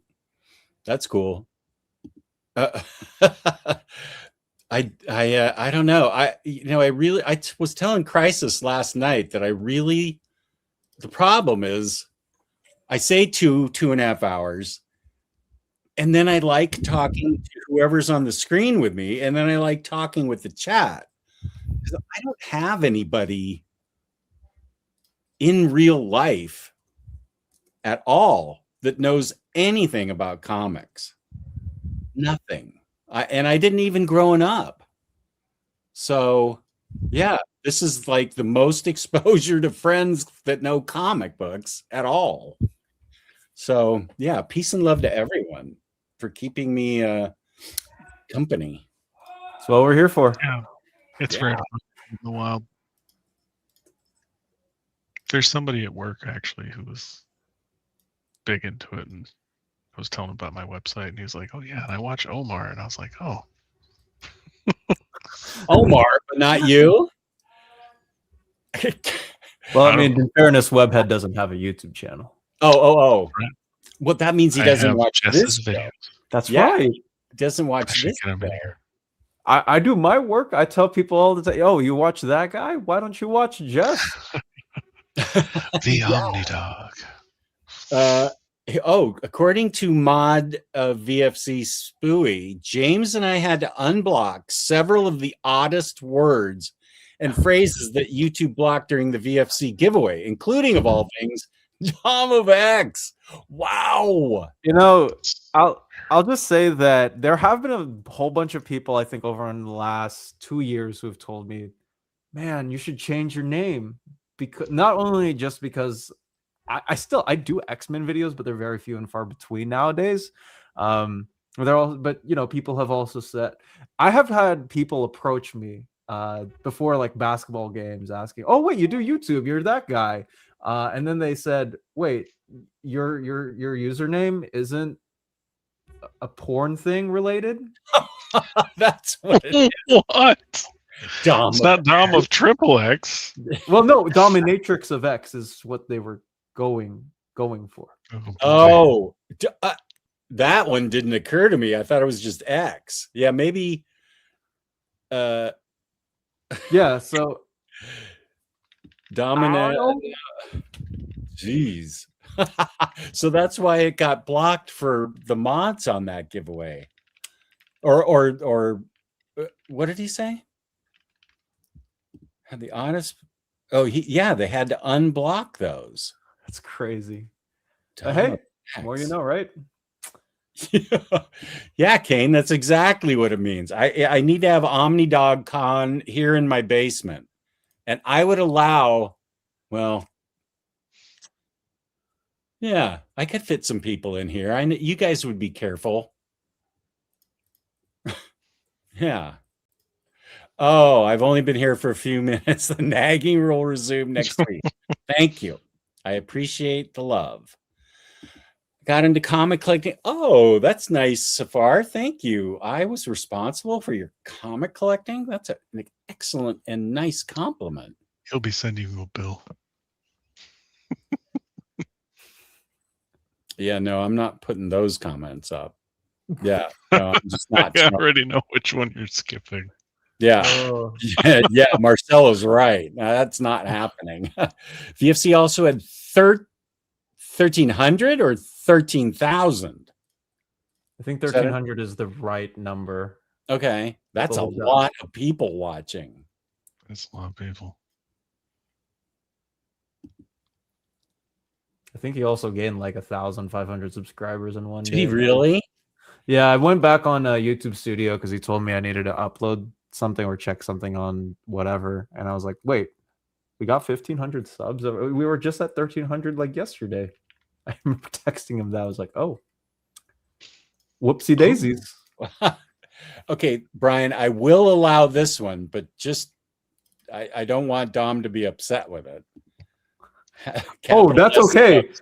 That yes, that used to be a thing back before I joined the collected editions community back in 2024. The tagline that my co-host on my podcast would always say is "Sub to Dom." I'm honestly thinking of bringing it back, even if only for Why the not? innuendo. It works. you Lean know? into it. Yeah, that'd be great. Well, Harvey's right here. You got Dom, OF, and X. That's Oh. a triple threat. Well, I Only don't have an someone only- like Harvey could pick up that OF. Except I know what it means too, but okay. I don't have an OnlyFans if anybody is asking. Would upper management allow it? She would probably she would probably easily get food and drinks for everybody. At least. She would welcome it. Sorry, absolutely not, Yarne. No, you stay wherever you are. We'll be okay. Lasagna? Man, I mean, it is 6:04 here. And now I'm like, Dom has 4.8 subs right now. Nice. Wait, really? I haven't. 8,000 subs. You are not going to believe that when I say this, Jess. I haven't checked my sub count in the last like half a year.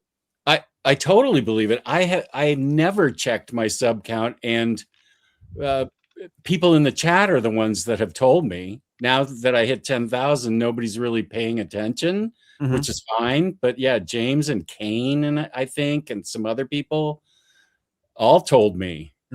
So I totally believe that you never check it. You're too busy and you got other things to think about. Yeah, that for sure. I think also a part of it comes down to I just don't know if I really care about the numbers as much as I guess some others. I don't know if it's. I know that some people are definitely obsessed with their growth, especially with people around my age. Some of them doing videos, some maybe a little bit older than me. I mean, man, I'm just here for the ride. I'm gonna enjoy it. This isn't me saying, oh, I'm going to be on my way out soon because, I still have about, years left of stuff to do with Omar. But, as long as I'm here, I'm going to be thankful for, having a platform to talk about comic books. People like you, Curtis, and Cody, a whole bunch of other people. And I'm just going to enjoy the ride till I decide to hang it up. Cody's another person that I have really enjoyed getting to know. Was it last week or the week before? He was on with Carl's Collection, and I just sat back eating ice cream while those two were just both thrilled to talk to each other. They had just purchased a page of Hayden Sherman. Each of them got, and they didn't know each other before that show, and they had just bought each. They had just each bought a Hayden Sherman original art piece, and I thought Cody was gonna lift off his chair. He was so excited. And I sat back and ate ice cream because I think a good host has to know when to be quiet. And those guys were vibing big time. It was so fun. I loved seeing it. That is really cool. I mean, probably shouldn't go I don't know if I even need to say it, but I mean, I love Cody. Cody is one of my good content creator friends amongst our collective, if you will. He and I have been doing videos now for about 3 months. 3 months. Wow. Yeah, 3 months. And I remember when he messaged me on Instagram, was just, like, hey, like if you have any video ideas, like we can definitely go for it. And like being as a student, I think he, him wanting to, do like, oh, we can do this or that. I think he's definitely been a positive in that way, even despite me, being busy. Even if we only talk for once a month, which is pretty much what it eventually just comes down to. He's definitely an awesome dude to hang around and being with for sure. Do you actually have phone call privileges with him? Oh, we do. Like actual phone calls, not like Instagram or anything like that. Yeah, he's not flexing. I asked the question, so I have phone privileges with everybody here on panel. Actually, I think. Oh yeah, I can't remember when the last time we just likes to text me when 15 times, so I remember to send him his cover images. Files. No, like, well, I'm just gonna say, Jess. I mean, I know we've been friends for about 2 years now. I think it's almost 2 years since we met, if not. But at least, yeah. I remember you. I remember us in the I think it was one of the Marvel solicitation shows. You're like, hey, you seem like a pretty cool person. Do you want to like come out hang and on my show? I was like, yeah, sure. Oh yeah. And it's always a privilege to hang out with you. Oh, so sweet. Thank you. I really appreciate that. That's so nice of you. I always love hanging out with you, Jess. Oh, thank you. I like hanging out with you guys too. It's a big love fest. I like it. If Carl's still here, I really liked when he was on with Cody too. He's a great guy. Carl is. Thank you so much. That means a lot to me, actually. When's the next Omnidog stream? The show is a good luck charm. Okay. Jess, are you doing anything on the 16th or like whatever that Friday, the third Friday is of the month? Oh, of June? Is that June. The DC thing? Yeah, not the well, the weekend of that Friday. Do you have anything on your schedule that Saturday? June 16th, Saturday. Uh oh, the DC show is the 19th. Wait, Mhm. what, I'm sorry. I'm talking about I'm sorry. the Saturday. Not Saturday the 20th? Mhm. No. Can I No. come out and hang with you to talk about my trip to Japan Oh, hell yes. on that Saturday? Yeah. Yes, let's do it. Zing. Yeah, that's so cool. Okay, wait. I'm going to put it in my calendar right now. Dom comes on the show to talk about Japan and all the Pokemon things he bought. Yeah. I'm gonna come back with stuff, assuming that the Secret Service, Customs, and TSA don't stop me. Just for customs, just put down everything you bought, even if it's $2. They go through your stuff like nuts, and they have guns, so you don't want to mess with them. I'm saying that as somebody that did mess with them 40 years ago, and that was rough.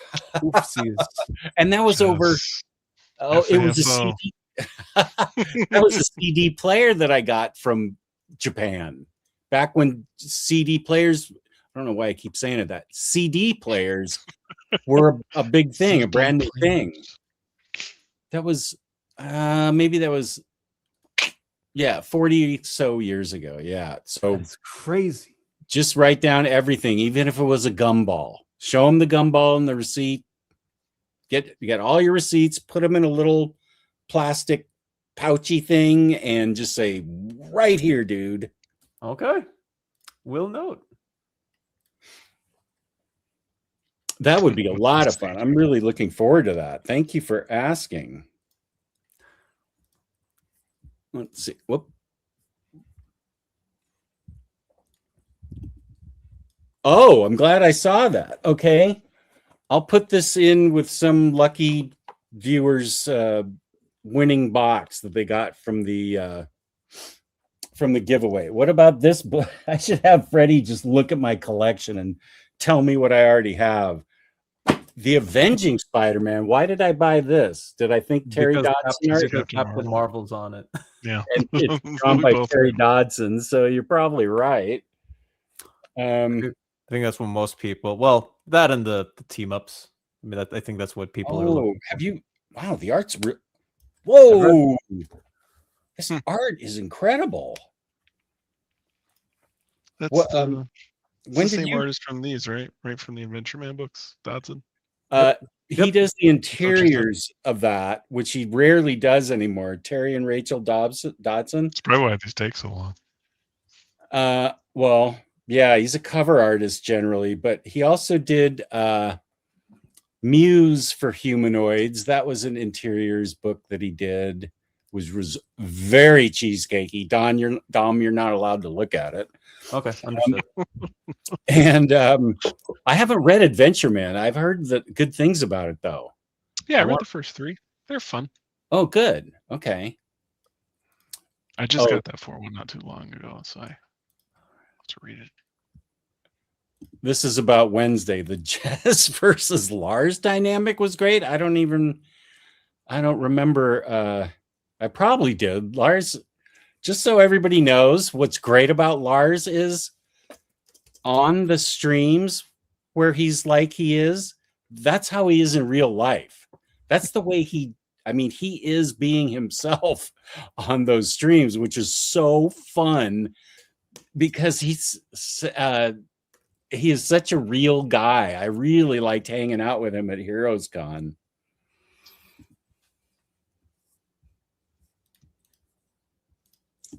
Welcome, Derek Tyler. No, I'm not. No. Oh, Kane's happy that Amethyst made the top 50. I'm surprised the DC Adventures comic didn't make it higher on the list. I only got 2 things on that. I'm going to make a video on some of the ones that did not get on there. I think the only ones that I missed on my poll, which ones were they? Impulse and Checkmate by Rucka did not make it in for me, but I think everything else that I voted for got in. You got 8 of them in that video. Like 7 or 8 ended up Wow. being in the top 60. Yeah. I'm surprised there were no Golden Age or Silver Age books that got on the poll. You mean The new poll Omni. results, like the top 60? Mhm. Yeah. I think Golden Age didn't make it for the fact that we just had DC Finest spin out 2 volumes up till 1945, and with the opportunity for more to come out from that era. Silver Age, I think most people want Infinity Inc. and All-Star Squadron before they get to any other JSA period specifically. But hey, you get another shot with the upcoming DC Finest poll on Monday if that's your jam. If not, there's always next year. Right on. Oh, I didn't see this. Kane, thank you. I have 10.3 subs. I need to put out more recordings just in general. I have so many ideas written down. I have the toughest time doing those. It's not hard. Oh, hey, Omnibo, welcome. G'day, mate. I get it though. Sometimes I need to just like sit down and do things on the website and it takes me forever, and then I do it and it doesn't even take that long. And I'm just like, why did I put this off forever? Yeah. Oh, hey, did I tell you, did you notice when I added, we got cover images now on the site? You do? Yep. Yeah. Wait a minute. I totally forgot to mention that.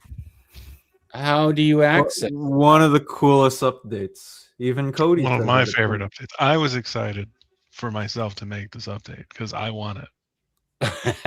So if I go to collected editions, all upcoming? Yeah. Just click on the details button on anything.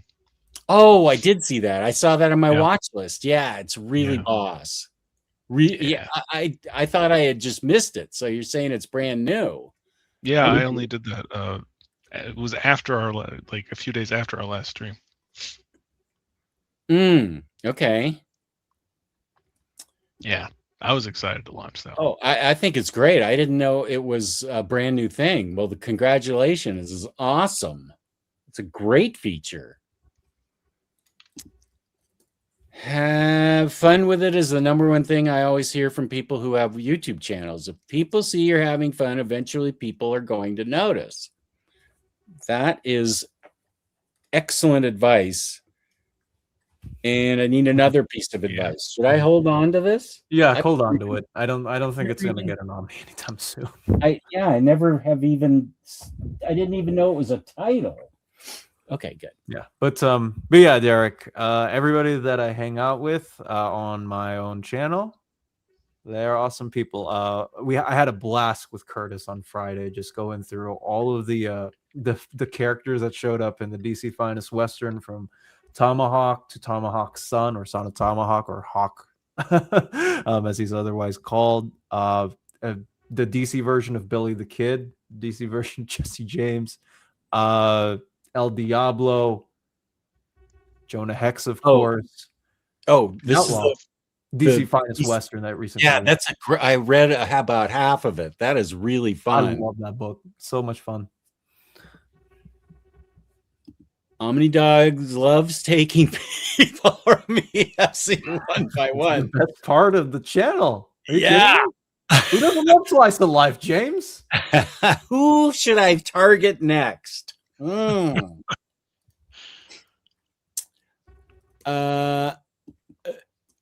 Let's see. I remember I only read the first 2 oversized hardcovers of Wayward, but I really dug it. I have so many volume 3s now that have finally come out to finish off the first 2. And I like Monstrous Volume 3, and well, I have to go into the other room because that's where all the volume 3s are. But it'll be Lazarus Volume 4. I haven't read all of that yet. I've been waiting forever. I'll tell you exactly what I suffer from. Choice paralysis. I have way too many things. I need to try and figure out a way of just picking one book and not making a huge stack, just like I did with Zatanna. As soon as it came in, I read it and I was happy. Isn't it weird when you get a book and actually read that book? Yes. And I'm jealous of you guys because of my situation. I don't have that option. I either read it or don't get paid. Oh. You have to read stuff. I have Okay. to. Yeah, I know. Unfortunately, with the DC Finest poll, I've had to put some of. We had 2 DC Finest come out this week. The Dead Man first volume, or chronologically, anyways. How many times can a man die? Oh yeah. I really like that first issue. I still need to get through the rest of it. But the second one is the Supergirl Die and Let Live, which is the second volume of the Peter David era of Supergirl. And what I will have to say on that is there's a character that pops up in the book as part of a double shot that they added. I don't think it was in part of the previous trade paperbacks, but somebody please correct me. It's the Supergirl Prism double shot. It's what it's called. It was published in 1998, and it features somebody from the current iteration at that time of the Teen Titans team that had Argent, Freddie Freeman, not the baseball player, the Captain Marvel Jr. or one of the other 3 members of the Shazam family. Oh, okay. Anyways, in that I had to phone a friend because my mind is like, continuity wise, I'm trying to figure out where this places into the order of, if you're a Titans fan, right, and you're reading it, which issue does this come after? And I had to make sure that, like, in the video, I tell people, hey, this is, if you're a Teen Titans fan, and if you're wondering why Prism, who's the duo in that double shot,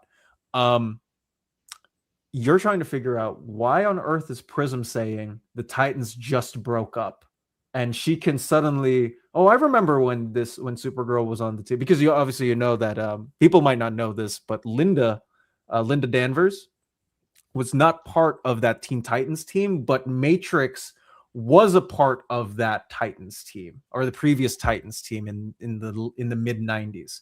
So I'm over here trying to figure out, okay, like, I want to make sure that people are as much informed on these books as possible. I know, like, sometimes I like to ramble, just as I am now, but I do think it's really important to tell people actual needed context, because there are no editor's notes in the issue or before the book. So, just food for thought for people.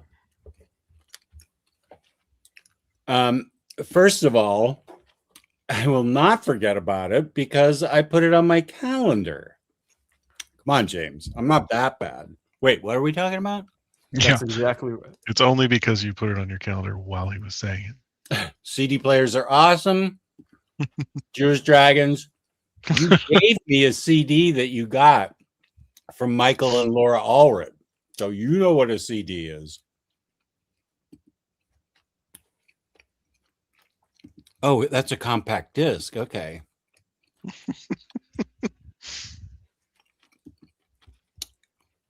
Next Saturday. You know what? I had trouble just getting shows together for this month. I wish that I could have been on the Saturday, but I'm going to be on the plane playing on my Switch too. Nice. Spooey just bought 25 used CDs on eBay. Nice. I feel like those got to be pretty cheap unless they're like weird collector's items. Yeah. This is good to know. Of course, Freddie knows. Takes place before Superior Spider-Man.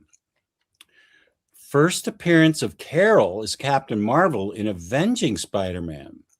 That's what people most know the book for. Me, I just liked all the fun team-ups that were in the book, including the Captain Marvel one. Oh, yeah, the Dodsons did do the interiors of that Carl Kessel series. I have 2 oversized hardcovers. And then I think I had to track down. Oh, yeah, the rest of that series is in trade paperback. You're right, Derek. Thank you.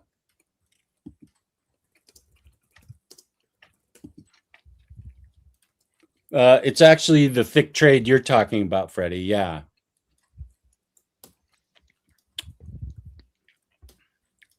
Yeah, yours is the thick trade. I don't think there is an OHC. If it did, I would have got it. Yeah. Someday I'm going to read it. I kept it to read it. 5 on the poll. The only ones I got on the poll, I think, were Zatanna, Silver Age, Bronze Age. And then I think Jonah Hex, pre-New 52. The 2005 run by Palmiotti and Gray. Right. I'm going to make a video and make a case for Showcase the Early Years as being one of the why it needs to be come out in an omnibus, because it in the Silver Age, it was one of the most important books at DC because that was their tryout book. They put Flash in there, the Barry Allen's first appearance in 1954 and issue 4. And then they followed it up with about 3 other appearances. Lois Lane appeared in there. She got her own series. Green Lantern was in there, Silver Age. He got his own series. And then they just put out a lot of fun covers. Now, Hawkman, Silver Age Hawkman was in Brave and Bold, and so is Justice League of America. But okay, you could put both of those together and make an Omni.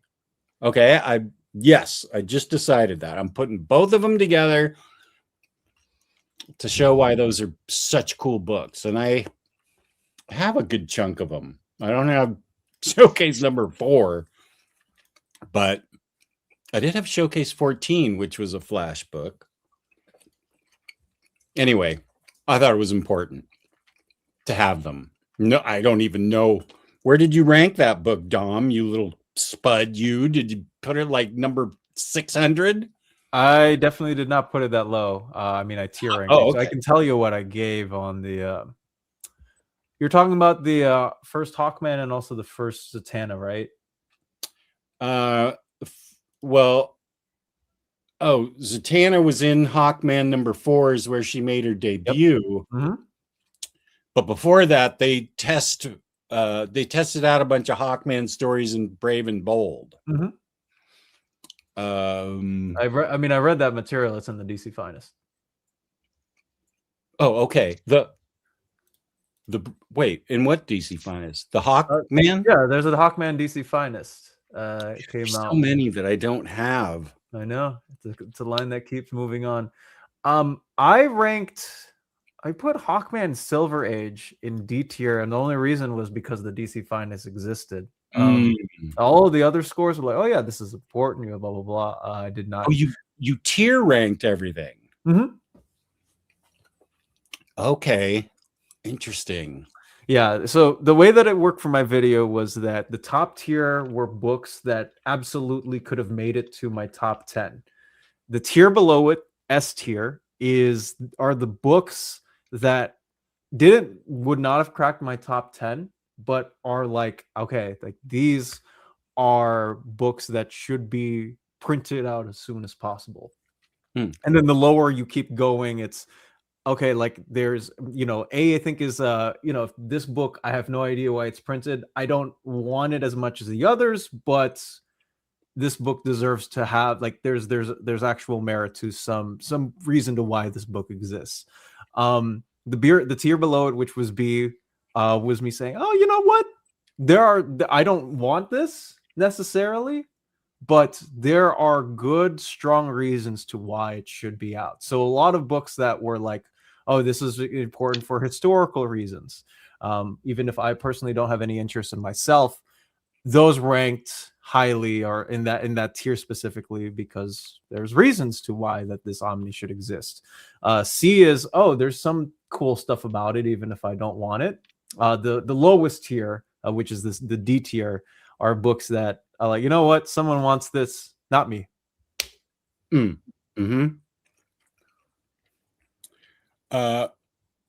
We have a visitor from Chubby Ray's channel. I'll call you Tuesday. Okay. Brian is all in on your update with the covers. That is really cool. Yeah. Good night, Safar. I hope you right. I'm not putting that up. That's a ridiculous question. This is a good question. What's your least favorite book that you had to read, Dom? That you had to read, so that must be something for VFC. Maybe let's. Would you get in trouble for not liking a book with VFC? No, well, no, I've been vocal about it with other people before. You're always, whenever I do a video for for work, it's always I'm trying to figure out what the positives are so I can find the best sales pitch for who that person is. Peacemaker, the Peacemaker DC Finest did end up being on the lowest denominator of my enjoyments for DC or that entire line, because I don't find the character particularly interesting.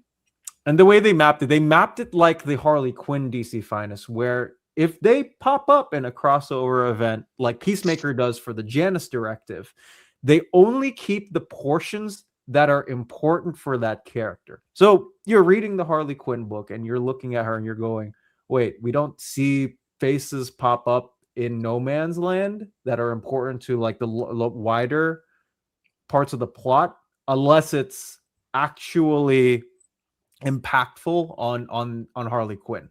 In the same way they did it for Peacemaker, where in the Janus Directive crossover between Suicide Squad and Checkmate, they only kept the Peacemaker portions in. Oh, I do not find Christopher Smith at all an interesting character. This goes for his before DC bought him out and after Crisis on Infinite Earths, when they tried to do a whole bunch of retcons because they finally had access to the quality comics and Charlton Comics here. So, Blue Beetle, quality comic, Peacemaker, quality comic. I did not find any of that stuff engaging, but I did tell people, if you are a really big fan of G.I. Joe or undercover stuff, or you want to see what Checkmate looks like, you get a nice sampler of all of that in the Peacemaker DC Finest. So that's what I said.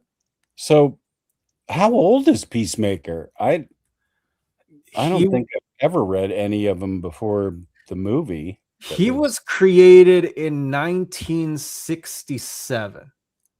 Huh. Okay. He was a quality comic character. Quality. Okay. Holy moly, you guys are still at it. Yeah. What's that supposed to mean? We left hours ago, got pizza and dessert, and look who's still at it, entertaining the masses. Right on. Did you get pizza for me, Bat Kato? Spooey left, took medicine, tried to take a nap, ate, came back, and they were still going. That was 30 mils. Yeah. What was that about? That was. Wait, what? The Dan Jurgens run. Oh, I think that was referring to the Titans thing that you're saying. Yeah. The run, the Supergirl, the Supergirl book happens the same time as the Titans run was ongoing. The issue is that literally like a month after the Titans disbanded, as they were said in the book, they got reformed with 2 new characters that joined the team. Again, just trying to piece the puzzles together so people aren't surprised. Yeah. I don't know. I think I'd like to hear that knowledge before watching a video.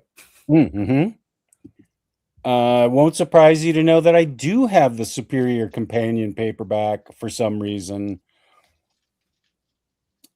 I did not pick up that Omni, so I will put it right after Avenging. Thank you.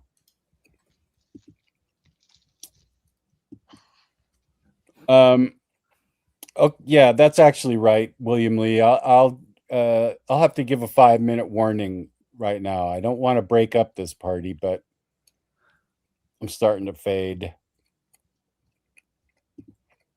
I'm glad Dom made it. Yeah, me too. Yeah. This is super fun. Yeah, I mean, I've been working all day. I wanted a little bit of a, well, I mean, I'm not on break because I'm still trying to look over some edits, but very happy to be in the company of two people that I love. I see your eyes darting around every once in a while. We I'm love very you too, tired Dom. though. I will admit I am very tired. Mm. It's just been a lot of work trying to put the DC Finest poll together. I imagine. Yeah, there was a lot of Ostrander, which is great. The non-Batman book. Mm-hmm.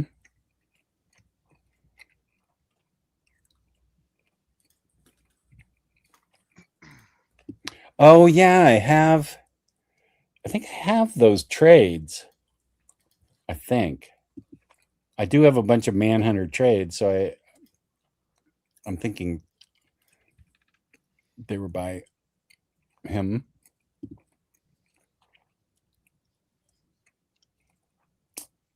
I don't know. I can open volume 1 because I really want to read it. I think volume 2 is just generally really good writing. I think it's better than volume 1. Well, there's good art in both, but it's early Mahmoud Asrar art. Mahmoud Asrar, for those who might not know, he drew a whole bunch of he drew Conan for the Jason Aaron run. He drew the second half portion of Bendis's All New X-Men, and he drew most of the ongoing Jonathan Hickman X-Men run. I really, really like Mahmoud Asrar's art, and he and RB Silva both had some of their first stakes in comics through the New 52. RB Silva, who drew Powers of 10 with Jonathan Hickman, he did art for the New 52 Superboy run, which is more or less not particularly high praised, but that's where they got their start.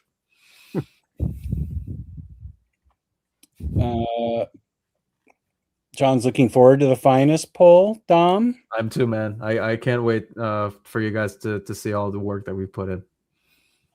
I agree.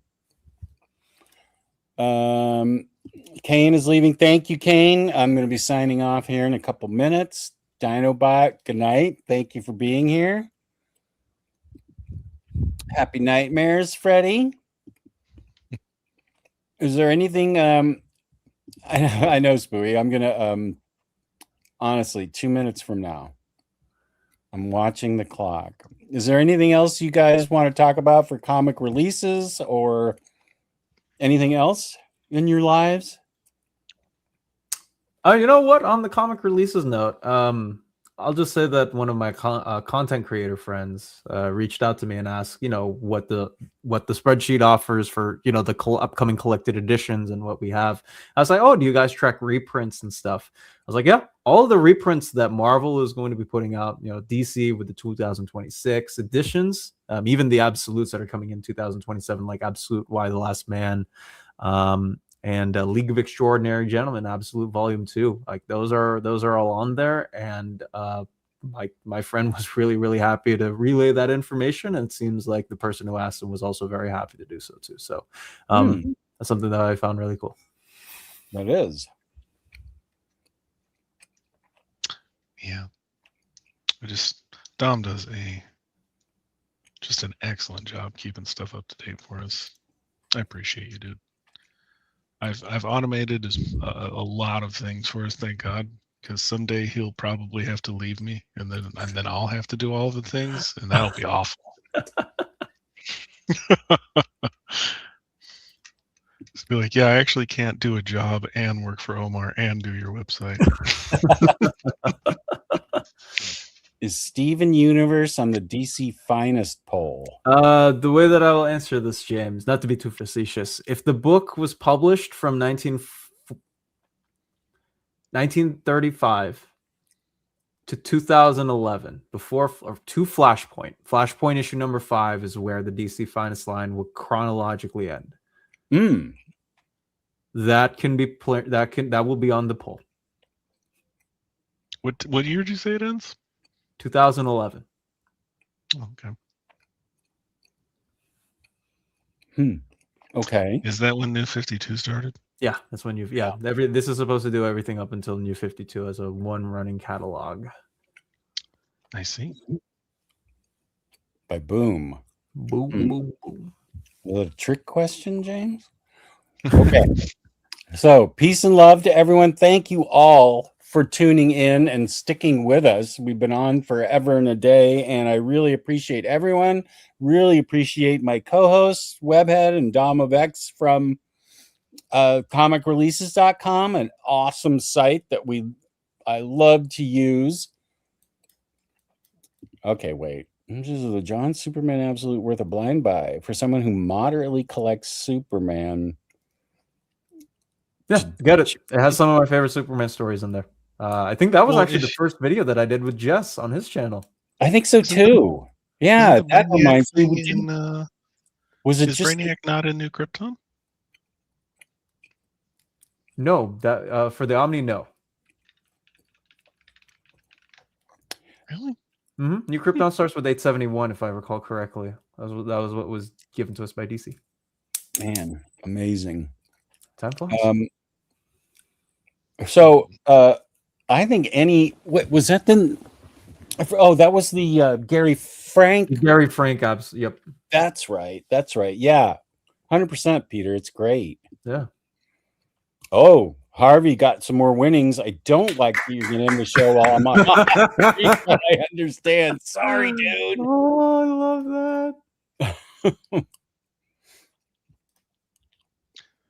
You know, Jess is going to get some sleep, my friend. Yes. Okay, peace and love. Thank you, my co-host in the chat. And I am going to use my theme song to play us out. And that will be, I think tonight I'm going to use the Kim Cattrall scatting video to play us out. Have you ever seen that, Dom? This is going to be the first time, I think, in a while. It's very hilarious. And Max is the one. Well, here we go. To it. Okay, peace and love, peace and love. I read poetry and sonnets, and he plays the upright bass.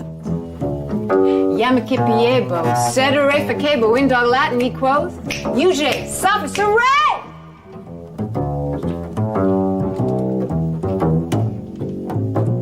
Well, he bit all the he-dogs and winked at all the she-dogs. The town never knew such a hullabaloo as that little dog raised till the end of that day.